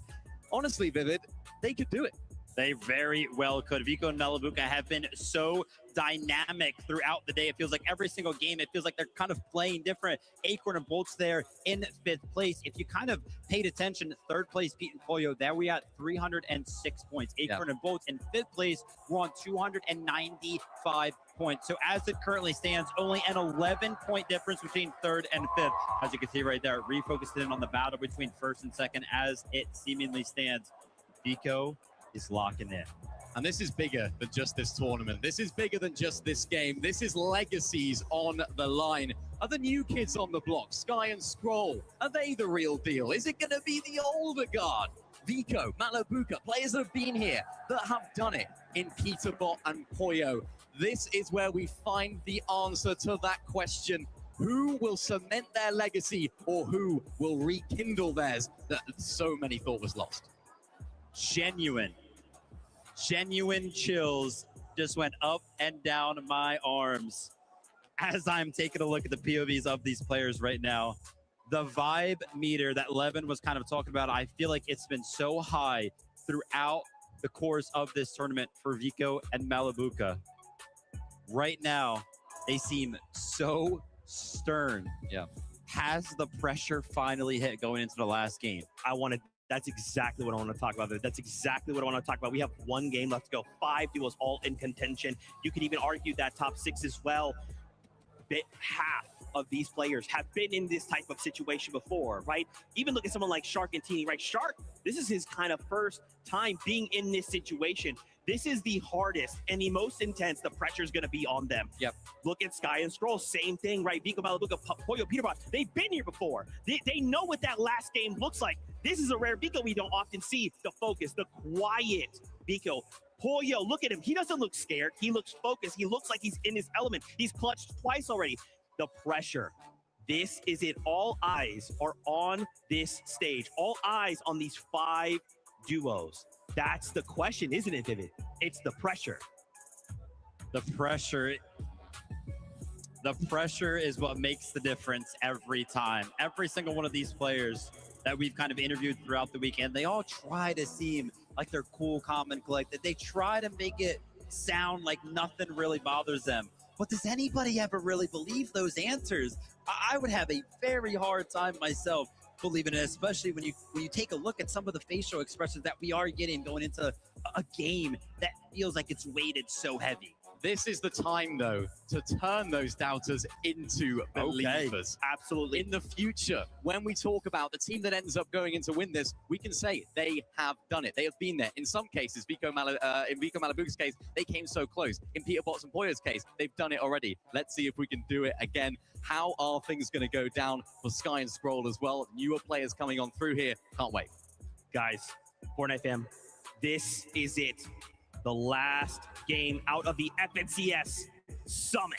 We are looking to crown champions. The top 15 will move on to the Global Championships. One last game settles it all. Casters, over to you. This is it, the final moment here on the Summit land, where 50 points separate our first place team and our entire top 5. And you wouldn't think that the margins should be this slim with the way that we've seen so many of these teams having their respective highlight moments throughout the course of today's game. But it all comes down to this. Game 8, let's see it.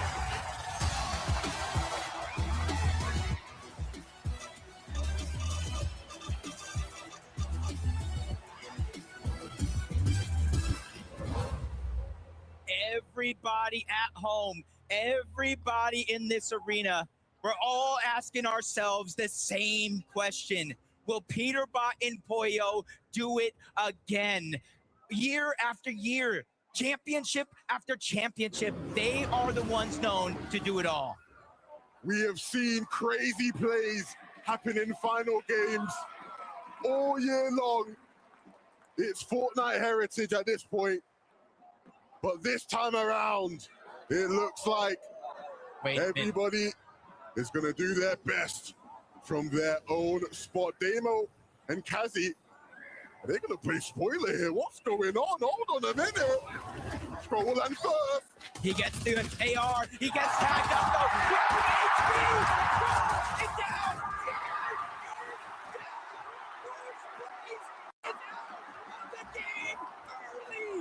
Cassie and Damo are public enemy number 1 of this lobby. They're not even gonna leave it for Vico Malabuka, Peterbot and Pollo to decide. They take the battles up and duke it out over at Llama's Landing. But Sky and Scroll, what a heartbreaking finish. The point disparity just not enough. This is the deciding sequence of events. I don't think anybody in this building was expecting that to go down how it just did. And just like that, the door is wide open for any one of those teams in that top 5 to try and win the tournament. I think everybody that is playing in this lobby now saw that in the feed and realized what's at stake. And for Peterbot and Poyo, in that last game, they didn't land on them. They went and hunted them down. Now, Taco, there's only one team in their path. But you can't forget about who else is hot on their heels. Shark and Teeny. Only 5 points separating them between the next spot on the leaderboard. And with that in the back of their minds, sure, you can keep Vico and Malabuka, but if the fight takes too long, you might just be cooked for it. Go guys, go guys, go guys. Guys, I'm fine. Be calm. Yeah, I know. Stay calm, Malabuka, reminding Vico, the job is not finished. Stay calm, our chance to strike is now. We're having all these conversations about Vico Malabuka, Sharktini, Peter Vapoyo.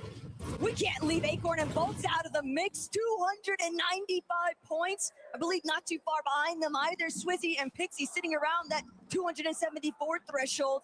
But Wonky Land fairly undisturbed for the time being. Teeny and Shark just going to surge base it out. But at this rate, the lobby is going to be picking up in pace rapidly, because currently every single one of these teams, you would anticipate maybe they try to take out each other. Maybe the gloves just come off with Sky and Scroll being out of the lobby, but they don't want to risk what they feel like is their best shot at first. I mean, as the game goes on, the room for shenanigans tightens. And honestly, it just becomes about putting your best foot forward and playing your best Fortnite here in game number 8. There is still so much to play for, not just that first place trophy, all across the lobby. Players desperately fighting for a spot in the top 15 to qualify for globals. And now everybody left in this one is playing for something here. But why not me?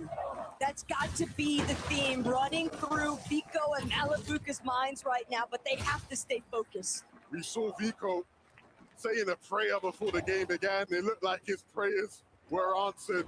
He just has to finish his part of the deal now and deliver the goods. 10 points separate what Vico and Malabuka are at now, and first place on that leaderboard. And if they can get that, close out the game, they will be your Major 1 Summit champions. But they still have so much competition to watch out for. But again, Levin, you said it yourself, there's room for so much shenanigans. Shark is going to go down. Teeny's by himself. Yamzo and Josh are the ones hunting him down in Wonky Land. They've had a rough go about the day, and they're looking to try and change their fate in the final hour here. A massive game is necessary for Zoe and Josh to bring this one back, but when they've taken out a priority fragger here at Wonky Land in his own backyard, Josh and Yamzo have the chance now to step it up. And everybody's been bigging up these newer faces at the top of the EU mountain. But here in game number 8, nothing but struggles from our bright young stars. It's up to the experienced vets, the former champs, to try and show them how things are done. Uh-oh. They know. They know. Right now, they already got that elimination onto Shark. They see a giant surge base at the top of Wonky Land. Typically, this is where you would see them, but they just can't find them. They don't know, though. They have no idea that TD is still hidden, tucked away so discreetly inside of the safety of his surge base. But just one Pinky out of line. That's all he's waiting for. The slightest opportunity. And if he can put down Zoe or Josh here in this moment, Darman Deemish might just choose to strike. They're going to be drawn to any sort of immediate battle, because even the polls are aware of the fact that every singular point matters, not just for the prize pool, but for securing your place at Globals in top 15. Yomzo and Josh will leave. And like you said, Taco, no clue in the world that Teeny was still right beneath them. And that room might just be enough for him to keep Shark in this game and keep their chances alive. Peterbot and Pollo up above. No fast moves coming at him this time around. And it's just, the gap is that close that they don't really have to worry about it. And a lot of extra heals for Peterbot and Pollo. A whole pizza shop underneath. And Peterbot is the one really taking the role right now, being on top of that surge power to take control of their storm surge. It's the fact that Pollo had dropped everything in his loadout to just prioritize gathering as much resources as possible, taking them back to their surge base because they know they likely saw it in the elimination P2. Shark is gone. Sky and Scroll fully eliminated. So many top contenders now left in a very awkward position. And so their best bet might just be to play to their strengths. And Levin, earlier on in the last lobby, you called out the fact they're a team that tends to heat up as the game goes on. And right now, they're seemingly on fire. The only duo in this lobby to strike with 2 victory royales on the day. Yeah, and they might just go for a third tackle. That's the type of form they're currently in. When you've got the greatest of all time, Peterbot, and he's not even the best player on his team right now. Pollo playing at unbelievable levels. Great corn and bolts. See the strategy. They kind of mix together the fizz grenade, the shockwave, and that long launch pad towards the back, kind of moving out of the render distance for most players as they quickly try to make their way in zone. And that's been a focal part of their game plan today. The best part about it is that because of the fact that Shark is no longer in this lobby, Teeny will have to wait around. Wonky is just too distracted, cannibalizing itself from the teams that made their entry points after the fact. And darn Deemish, they're willing to stick it out. The vending machine camp out might just come to an end here for Yamso as he gets hunted out, fully ambushed. Ionzo loves that vending machine. We saw him run to it so many times today, so many times in the lower bracket yesterday. And here he is punished in this final game. That information right there is huge. Teeny knows Yamso and Josh took down Shark. Now he knows Darman Demas just took down Yamso and Josh, so he knows it's still not safe to move out of there just yet. And that sort of delay to his overall game strategy for Shark and Teeny in comparison to a team like Vico and Malabuka, who have the luxury of just playing out their full storm potential. They are not in any sort of rush. They just have to keep their wits about them, keep their bearings. Vico always drawn back, I think, to that moment when he used to play with Pink. The loot's free, but this time he's much more reserved. He's much more composed, and he knows it's all about staying side by side with Malabuka to bring this one home. When you have a player as talented as Vico, but as emotional as he can be, there is no better pairing than Malabuka. Stone cold, never too high, never too low. And against an on-fire Peterbot and Pollo, that is the temperament you need.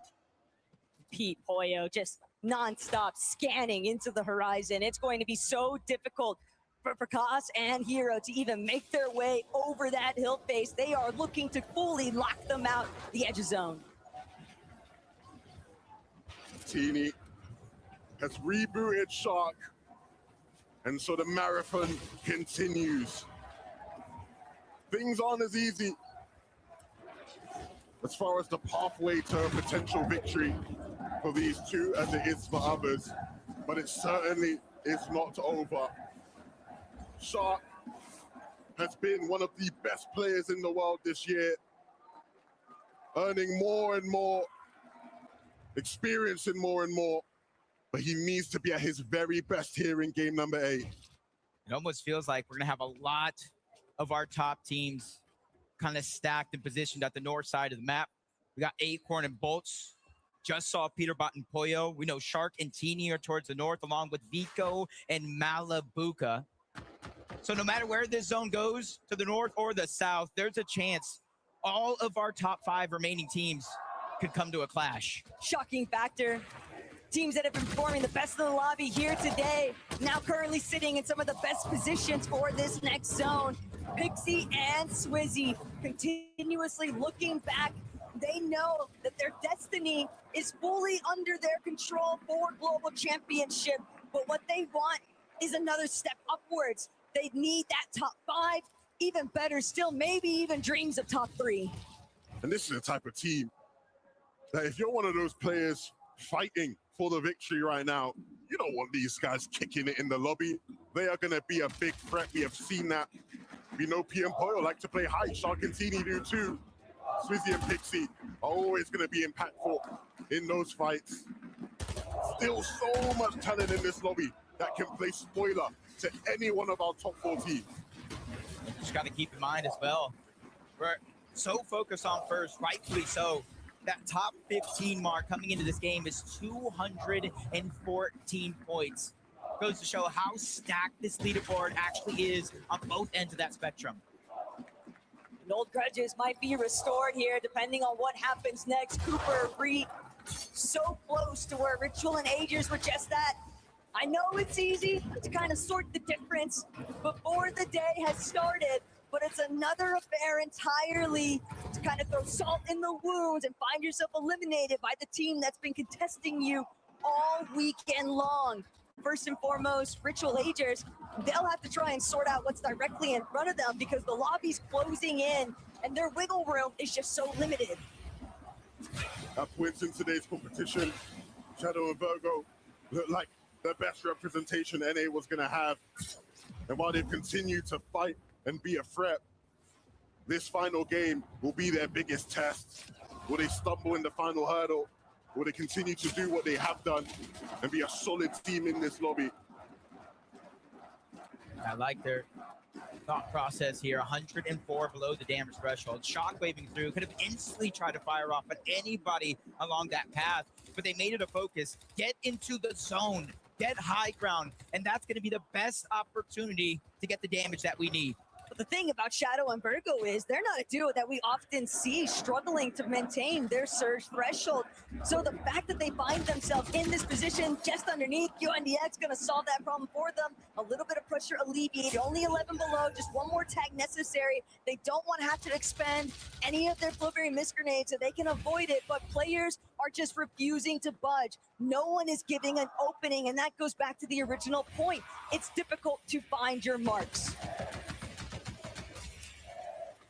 15 to 68 to even finding elimination on the Minori. Virgo takes a shot from above. All good things eventually come to an end, only spending a short moment on top of that storm surge. Now they quickly fall below. It's active as well. Every 7 seconds, 25 damage will get ticked to eventually taken out, not knocked altogether. Swizzy's feeling it as well. 193. Even worse though, Taco, because he's by himself. And Swizzy's trying to do what he can to reserve those last couple of pizza slices, but the problem is the way that the lobby is folding into itself, it's just not going his direction. He doesn't have the openings he needs. He has to heal instead. Now chasing behind Jace, gets a big shot to open, but Jace is firing back. Swizzy got the knock, but he didn't get the finish, and he's out of here.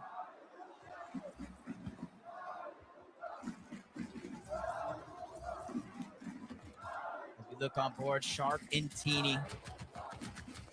You almost would have never have guessed this team was almost an inch away from getting sent out of this lobby, but now they're back 400 above the damage threshold. They have a little bit of high ground, and they've regained control of their own destiny. It only makes sense for Game Mate to come down to a forest zone location. This is prime time territory for Shark and Teeny, and it also makes height all the more difficult to control. It's very obscured vision up amongst the treetops, and so for Malabuka and Vico, they're gonna stick to the low ground, but they're gonna wait for their moment to try and strike above. But that'll be no problem for this duo. I mean, they've dominated the low ground at times today. Comfortable on any layer, and that's what you need to be when you're fighting till the end. Yeah, you got to remember, it was Vico on day one that was leading the pack in terms of eliminations. 314 here. They're just taking it one step at a time. They realize with a leaderboard this stacked, all it takes is one misstep, one mistake to really cost you a chance at that first place. And even more so, there's over $1 million on the line in this tournament. Each and every placing, you almost lose thousands of dollars. And for a duo like Peterbot and Pollo, mistakes are far and few in between. These last few lobbies, they have been going absolutely ballistic. And frontside control now seemingly about to belong exclusively to them. Virgo trying to see if he can make the wraparound, but the problem is he's 285 below. Even if he makes it towards a frontside position, he still has to look back. He still has to connect shots. And when you're a one-man operation, potentially clashing head-on with other duos, this could be the end of it all. Oh no, a big shot again, falling further below the damage threshold. 18 HP. He needs more than a miracle here. He almost needs 3 eliminations worth of damage, and a lot of that is getting stolen away. Nearby, Peterbot and Pollo, 144 above the damage threshold for them. Pollo deserves all the flowers in the world with how he's been playing this weekend, really leading the team to the promised land. Here we're looking at wraps right now for Virgo. One more tick unless he gets this shot in. Twy, though, gonna manage to just slip away, and Virgo won't be able to make it through. Twy and Cringe safe for the time being. And even though we pull away from the treetops, you can see Shark and Teeny still want to play for height. They take Acorn down, and that is perfect for their standings. They take down the team, or one of the players of the team, just beneath them, and that leaves Bolts in an awkward position. Will they continue to play for it, or will Hari look to get involved? You're really seeing the live leaderboard right there, update in real time, not just elimination, but placement points as well. Peterbot and Pollo find their first one of the game. Slow and steady wins the race, but they got quite a large gap to overcome here. And this is where it becomes very challenging for Biko and Malabuka to keep their composure. You're seeing that elimination feed light up. You're witnessing Pollo and Peterbot, Shark and Teeny make their surge up, and yet you still have to try and play to your own strengths. You don't want to lose any sort of kind of coming in. The swing is through. Biko and Malabuka, they've overtaken first. This is a big moment for them because they cannot get lost. Taking first is not enough. They have to be able to hold it for the rest of this game. But another elimination from Biko has been found. First of the game for him, but he's diving deep into the zone to try to pick it up. Luckily for him, he does get the siphon. The tournament is in their hands. There has never been a bigger moment in Biko's career, and this is his time to live up to that moment. But he still has to deal with the likes of Pollo and Peterbot. He just has to play his own game. And from this frontside low position, everything seems achievable. Right now, they are leading the charge in the underground. So much space has been claimed. They keep continuously looking back. The pre-builds are established, but Peterbot's ready to fire off. A battle for high. It's inevitable. This is the present. Pollo, once again, has to show why he has been the best player in this lobby all day long. Biko, with first place in his hands. Malabuka allowing him to lead the charge for a moment. This is the best case scenario for this duo. This is it right here, though, because it's going to come a point in time, Taco, where Biko and Malabuka just stay alive. It's going to be mathematically impossible. And Malabuka, Biko, though, they know exactly what it takes in these final moments. They're ready to bring it up. Malabuka goes big time. There's the knot. Biko with the finish and the siphon for HP. Biko, go! Biko, go! Every single part of the way. They can do it. They are beginning to run away from it. And now 40-point gap. Winning the game for Peterbot and Pollo is not going to be enough because they are bulldozing their way through the competition. But Malabuka goes down. Biko left by himself. He just needs to stay alive long enough. Biko, he's no stranger to a solo situation. And he'll look to hit even more shots and completely run away with the competition. Cammy is in his sights, but he just has to connect with the crucial shot. Running it in and out of the zone, it's Biko, it's Biko, it's for Biko.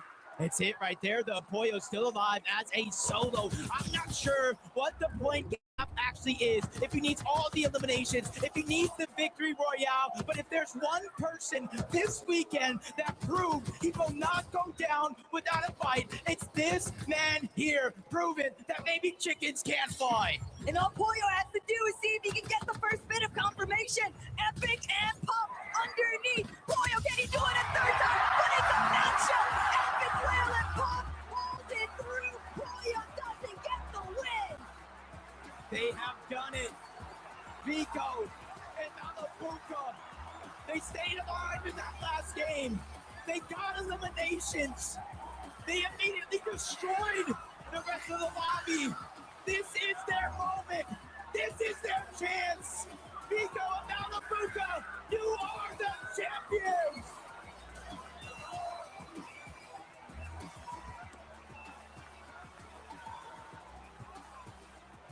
And just like that, history has been made. Vico and Malabuka are going to bring home the title of Summit Land Champions, securing their spot at the Global Championship 2. But that trophy, it belongs exclusively to Vico and Malabuka.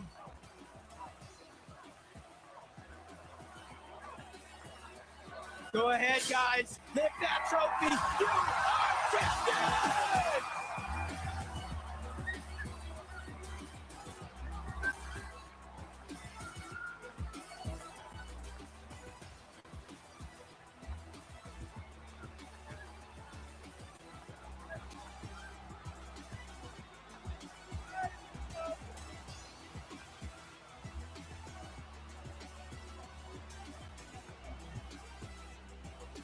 Crowd were chanting your name, Vico. What an experience to finally win an FSCS LAN and to do it with a crowd that loves you. I mean, what can I say, right? I promised my mom I was going to win this year. And I mean... And she's watching you right now. Is there anything you want to say to her? I'm going to say it on German. Mama, ich hab's geschafft. Ich bin der beste Spieler der Welt. She's been at your side for so many years. We've watched you grow from a teenager into a champion. And Malabuka last year, 8th at Globals. It wasn't enough for you, was it? Yeah, well, I didn't stop at this. I got Vico as my teammate, and we just did everything. I couldn't have asked for a better teammate. And the two of you, it's like your opposites. Vico, you can see this man, he's so hyped all the time, even when you don't win. You cool, calm, and collected, but has this man changed you? He did change me. He did change me a lot because I really love to play with him. He just makes the game feel easier for me. And seeing the two of you together, Vico, you can see that crowd. They want to work with you. I want this man to see this crowd and to give them a message, Vico. What would you like to say to them? Danke für deinen Support, Düsseldorf. Ich hätte es niemals geschafft, dass ich das hier schaffe! Let's go! Vico loves this crowd, and we love you guys, Vico and Malabuka. Please take your positions. Please, Düsseldorf, one more time, your first ever FNCS Major 1 Summit champions. It's Vico and Malabuka.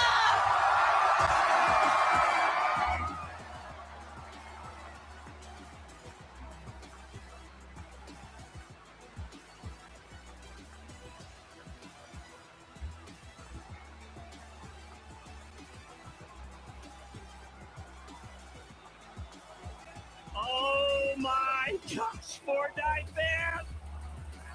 They have done it! Vico Malabuka, come down here! Come down, bring that trophy, don't forget it, come on! I cannot believe it. Vico and Malabuka. Your champions, you can hear him celebrating. This way!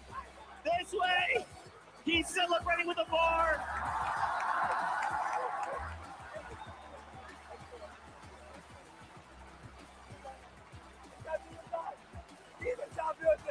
I cannot believe it. The way Amar feels right now is the way we do as well. Crowd, make some more noise! Let them hear you!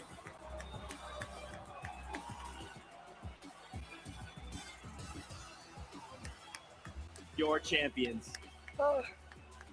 Alemaia, Vico. Sorry, this Yeah. trophy's really heavy.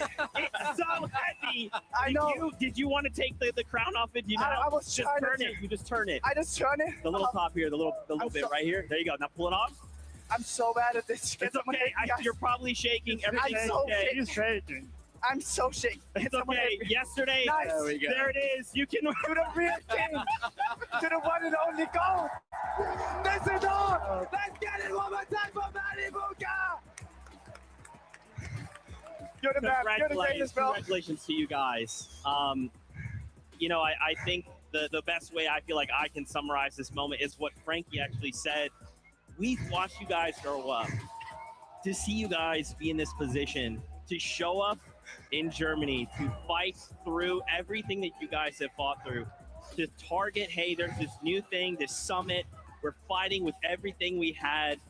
Was there ever a moment in your mind you thought like, we can't do this? Or was it the whole time you just kept pushing those thoughts out and you thought, we just have to win? I can't lie. After game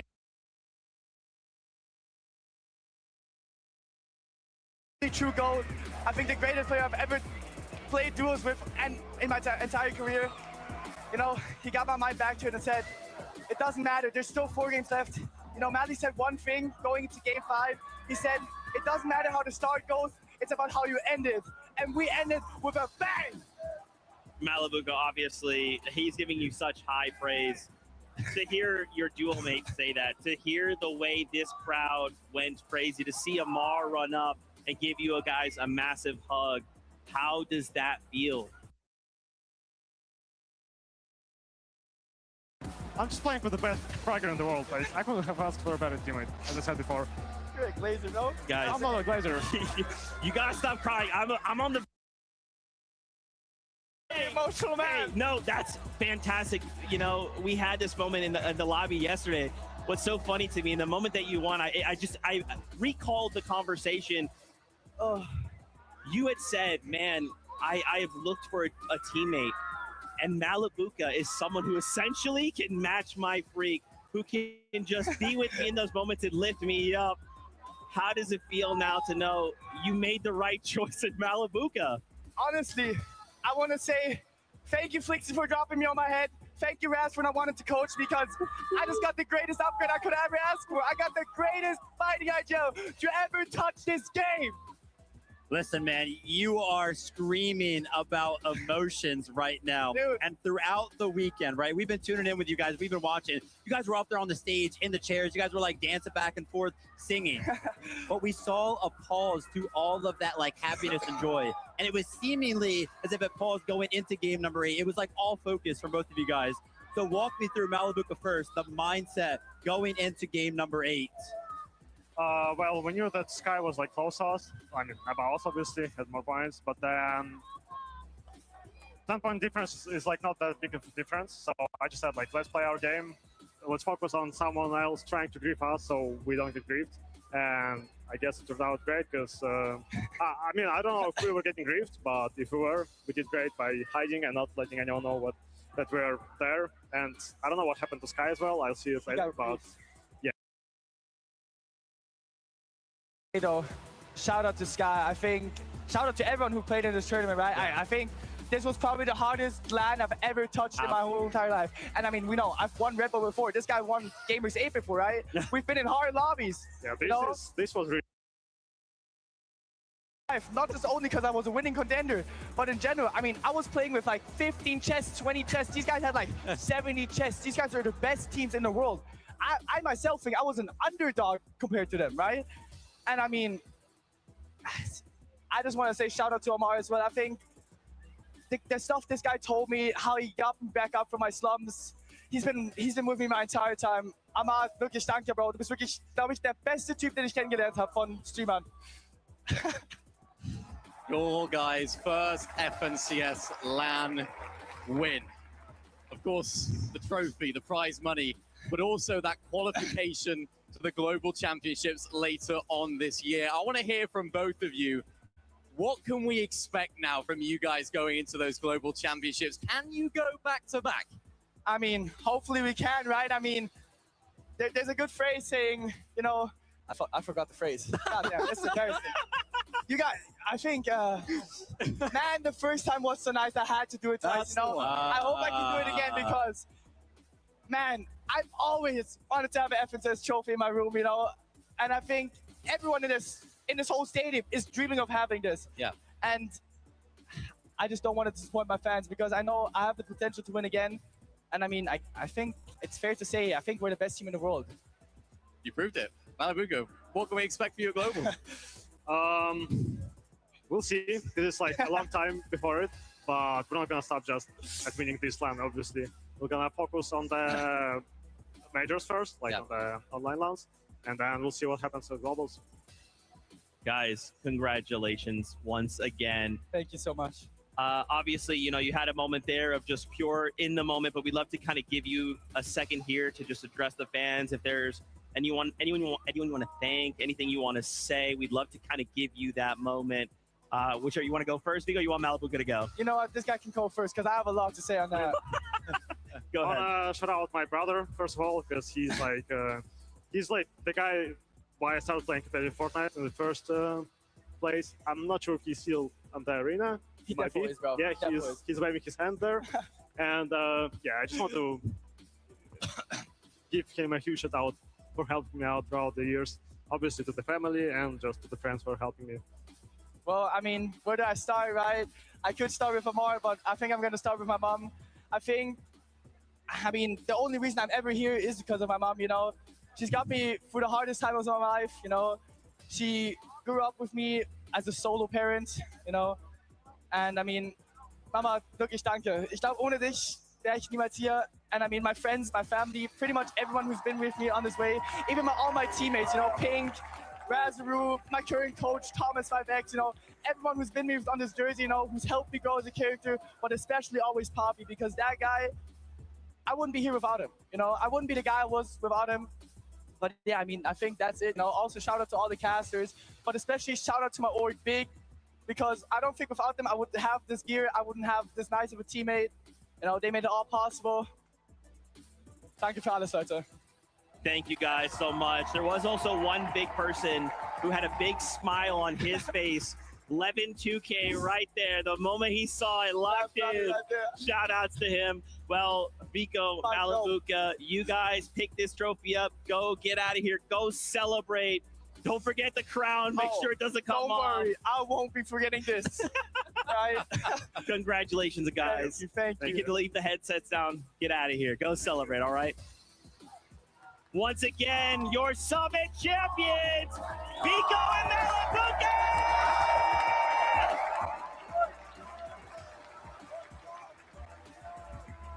Unbelievable stuff, man. I'm telling you, Vico, seeing Vico that kind of emotion, obviously, Vico's a talker. He loves to be expressive and to be loud and to be funny and in your face, and to see him break down like that, man. I'm even thinking about it. All right, it's fine. Viv, I'm so happy for him. I am so happy. Raising the trophy one more time. We're going to struggle to get that trophy out of those guys' hands. They're going to be holding on to that one for a very long time. If I have learned anything here today, we always put a lot of respect on the dedications that the players themselves, the time, the effort, the love that they put into a game that we also love, but it also requires a team. You could hear the list of names that both of those players attributed to the win. It really does require a gigantic team, a family to make something like this happen. Yeah, and you can see it very visibly with Vico. He is passion personified. You can see it in his expression. You can see it in the way that he carries himself. And I'd like to say that Malabuka is exactly the same in a very different way. He's been around the scene for so long, at the very top of his game. And huge props to him just to maintain, to continue being at that very top level to not let those disappointments pull him down, to not let those land disappointments pull him down, and to pull through here in Dusseldorf and end up coming out on top. As they mentioned, not easy for them at all this entire weekend, not easy for them today. The hardest lobby they said they've ever played in, but they pulled through. They have done it. And honestly, for both of them as individuals, I've had the pleasure of talking to them so much, all these different lands, seeing them grow both in the game and outside. I couldn't be happier for them. Yeah, man, again, I just keep thinking about that conversation, you know. Again, for context, you know, obviously we're hanging out with players, and there's a moment where Vico kind of pulls us aside. He comes up, starts talking to us, and we're just like, so what do you think, man? Like, Malabuka has a feel, and he's just like, yeah, dude, Malabuka, like, he just meets me where I am. He's the first player I've been able to play with that just, it doesn't matter what I'm doing. It doesn't matter how silly or loud. He tries to meet me there. He tries to just help me along, while some others may not vibe as well. But, man, it's just such an incredible moment for the duo. Congratulations once again, your champions, Vico and Malabuka. Of course, we do have to remind ourselves, though, that the top 15 do move on to the global championships. Let's take a look at those standings and see how things ended up after game number 8. Pollo Peterbot managed to sneak their way into second place. After the start that they had, they really showed up big here. An incredible feat by the duo. Shark and Teeny also putting up an incredible performance after all the adversity that they went through this week. And it's great to see them come out in third place. Sky and Scroll, the heartbreak that everybody felt in the arena, everybody watching at home when we watched them go down early on. Fourth place, still an incredible feat for them. Yeah, my heart breaks for those guys. They've got a bright future ahead, but let's look at this bubble. 1 point separated Cammy and Hari from Flixie and Chap, who will be appearing at the Global Championships later on this year, Zeke. It's tough. You even look further, Ager's Ritual, Cold and Rapid. I mean, so many big names just barely missed out. When they said this was one of the hardest lobbies they'd ever played, they were serious. I mean, guys, this weekend has been incredible. Today has been incredible. Some of the most incredible Fortnite we've seen. Pollo solo clutching 2 VRs, OCE getting a win. Like, so many incredible things happen. Super amazed with how everybody played this weekend, from Friday to Saturday to obviously Championship Sunday, for everybody to kind of come into this land, right? Kind of switching up the format as well, and everybody adapting. We talked about it earlier on in the day, how much actually changed just coming into Friday alone, going into Saturday, going into Sunday. And some of the teams that, of course, deserve to be there at the top, they still found their way up there. They overcame all of those tribulations. We got champions. We got global championship qualifiers. So many great storylines. Of course, coming out on top was that experience of Malabuka and Vico. But huge props to players like Shark playing at their first LAN. For Sky and Scroll to be on top throughout this entire day today. The first time that they've got into a LAN like this, being those sort of favorites, the team that everyone's looking at. They held themselves so well. And like I said, my heart breaks for them there in that last game, but they can be so proud of their performance, because here they have proved they are a top tier team and deserve to be regarded as that. Peterbot and Pollo as well. Wow. I mean, I think that might be an all-timer of a solo performance from Pollo. A lot of talk about Peterbot so much, but Pollo, man, you can walk out of here with your head held high because you did so much great work today. They are back. That's right, man. Wow. Fortnite, Fortnite fan rather, what is there left to say? Well, first, I just wanted to shout out, remember, if you missed it, these are the announcements. We released a blog on social media, so if you want some more information, go check that out. We had some updates and some changes to the 2026 FNCS year. So obviously the brand new dates for the Global Championship, it has changed. We've changed the way that FNCS Major 2 is. We've changed Major 3 to a last chance. We also have shown off a solo competition. Still don't know what that is. Don't worry about it. You'll find out more of that later. Also, power rankings. And what else am I missing? The new rank changes, the Unreal Legends, and the Acts of Unreal from myself, from them, from the casters, from the crew, from the production crew, from the fans, from you at home, from all of our amazing friends who came from all over the world, co-streamers from wherever you were. Thank you all so much. Because of all of you, you make this possible. You guys made Vico cry. I will never forget that in a good way. Fortnite fam, that is the conclusion of the FNCS Summit. We look forward to seeing you for Major 2, but until then, we love you. Keep yourself safe, and we'll see you on that battle bus. Beep, beep.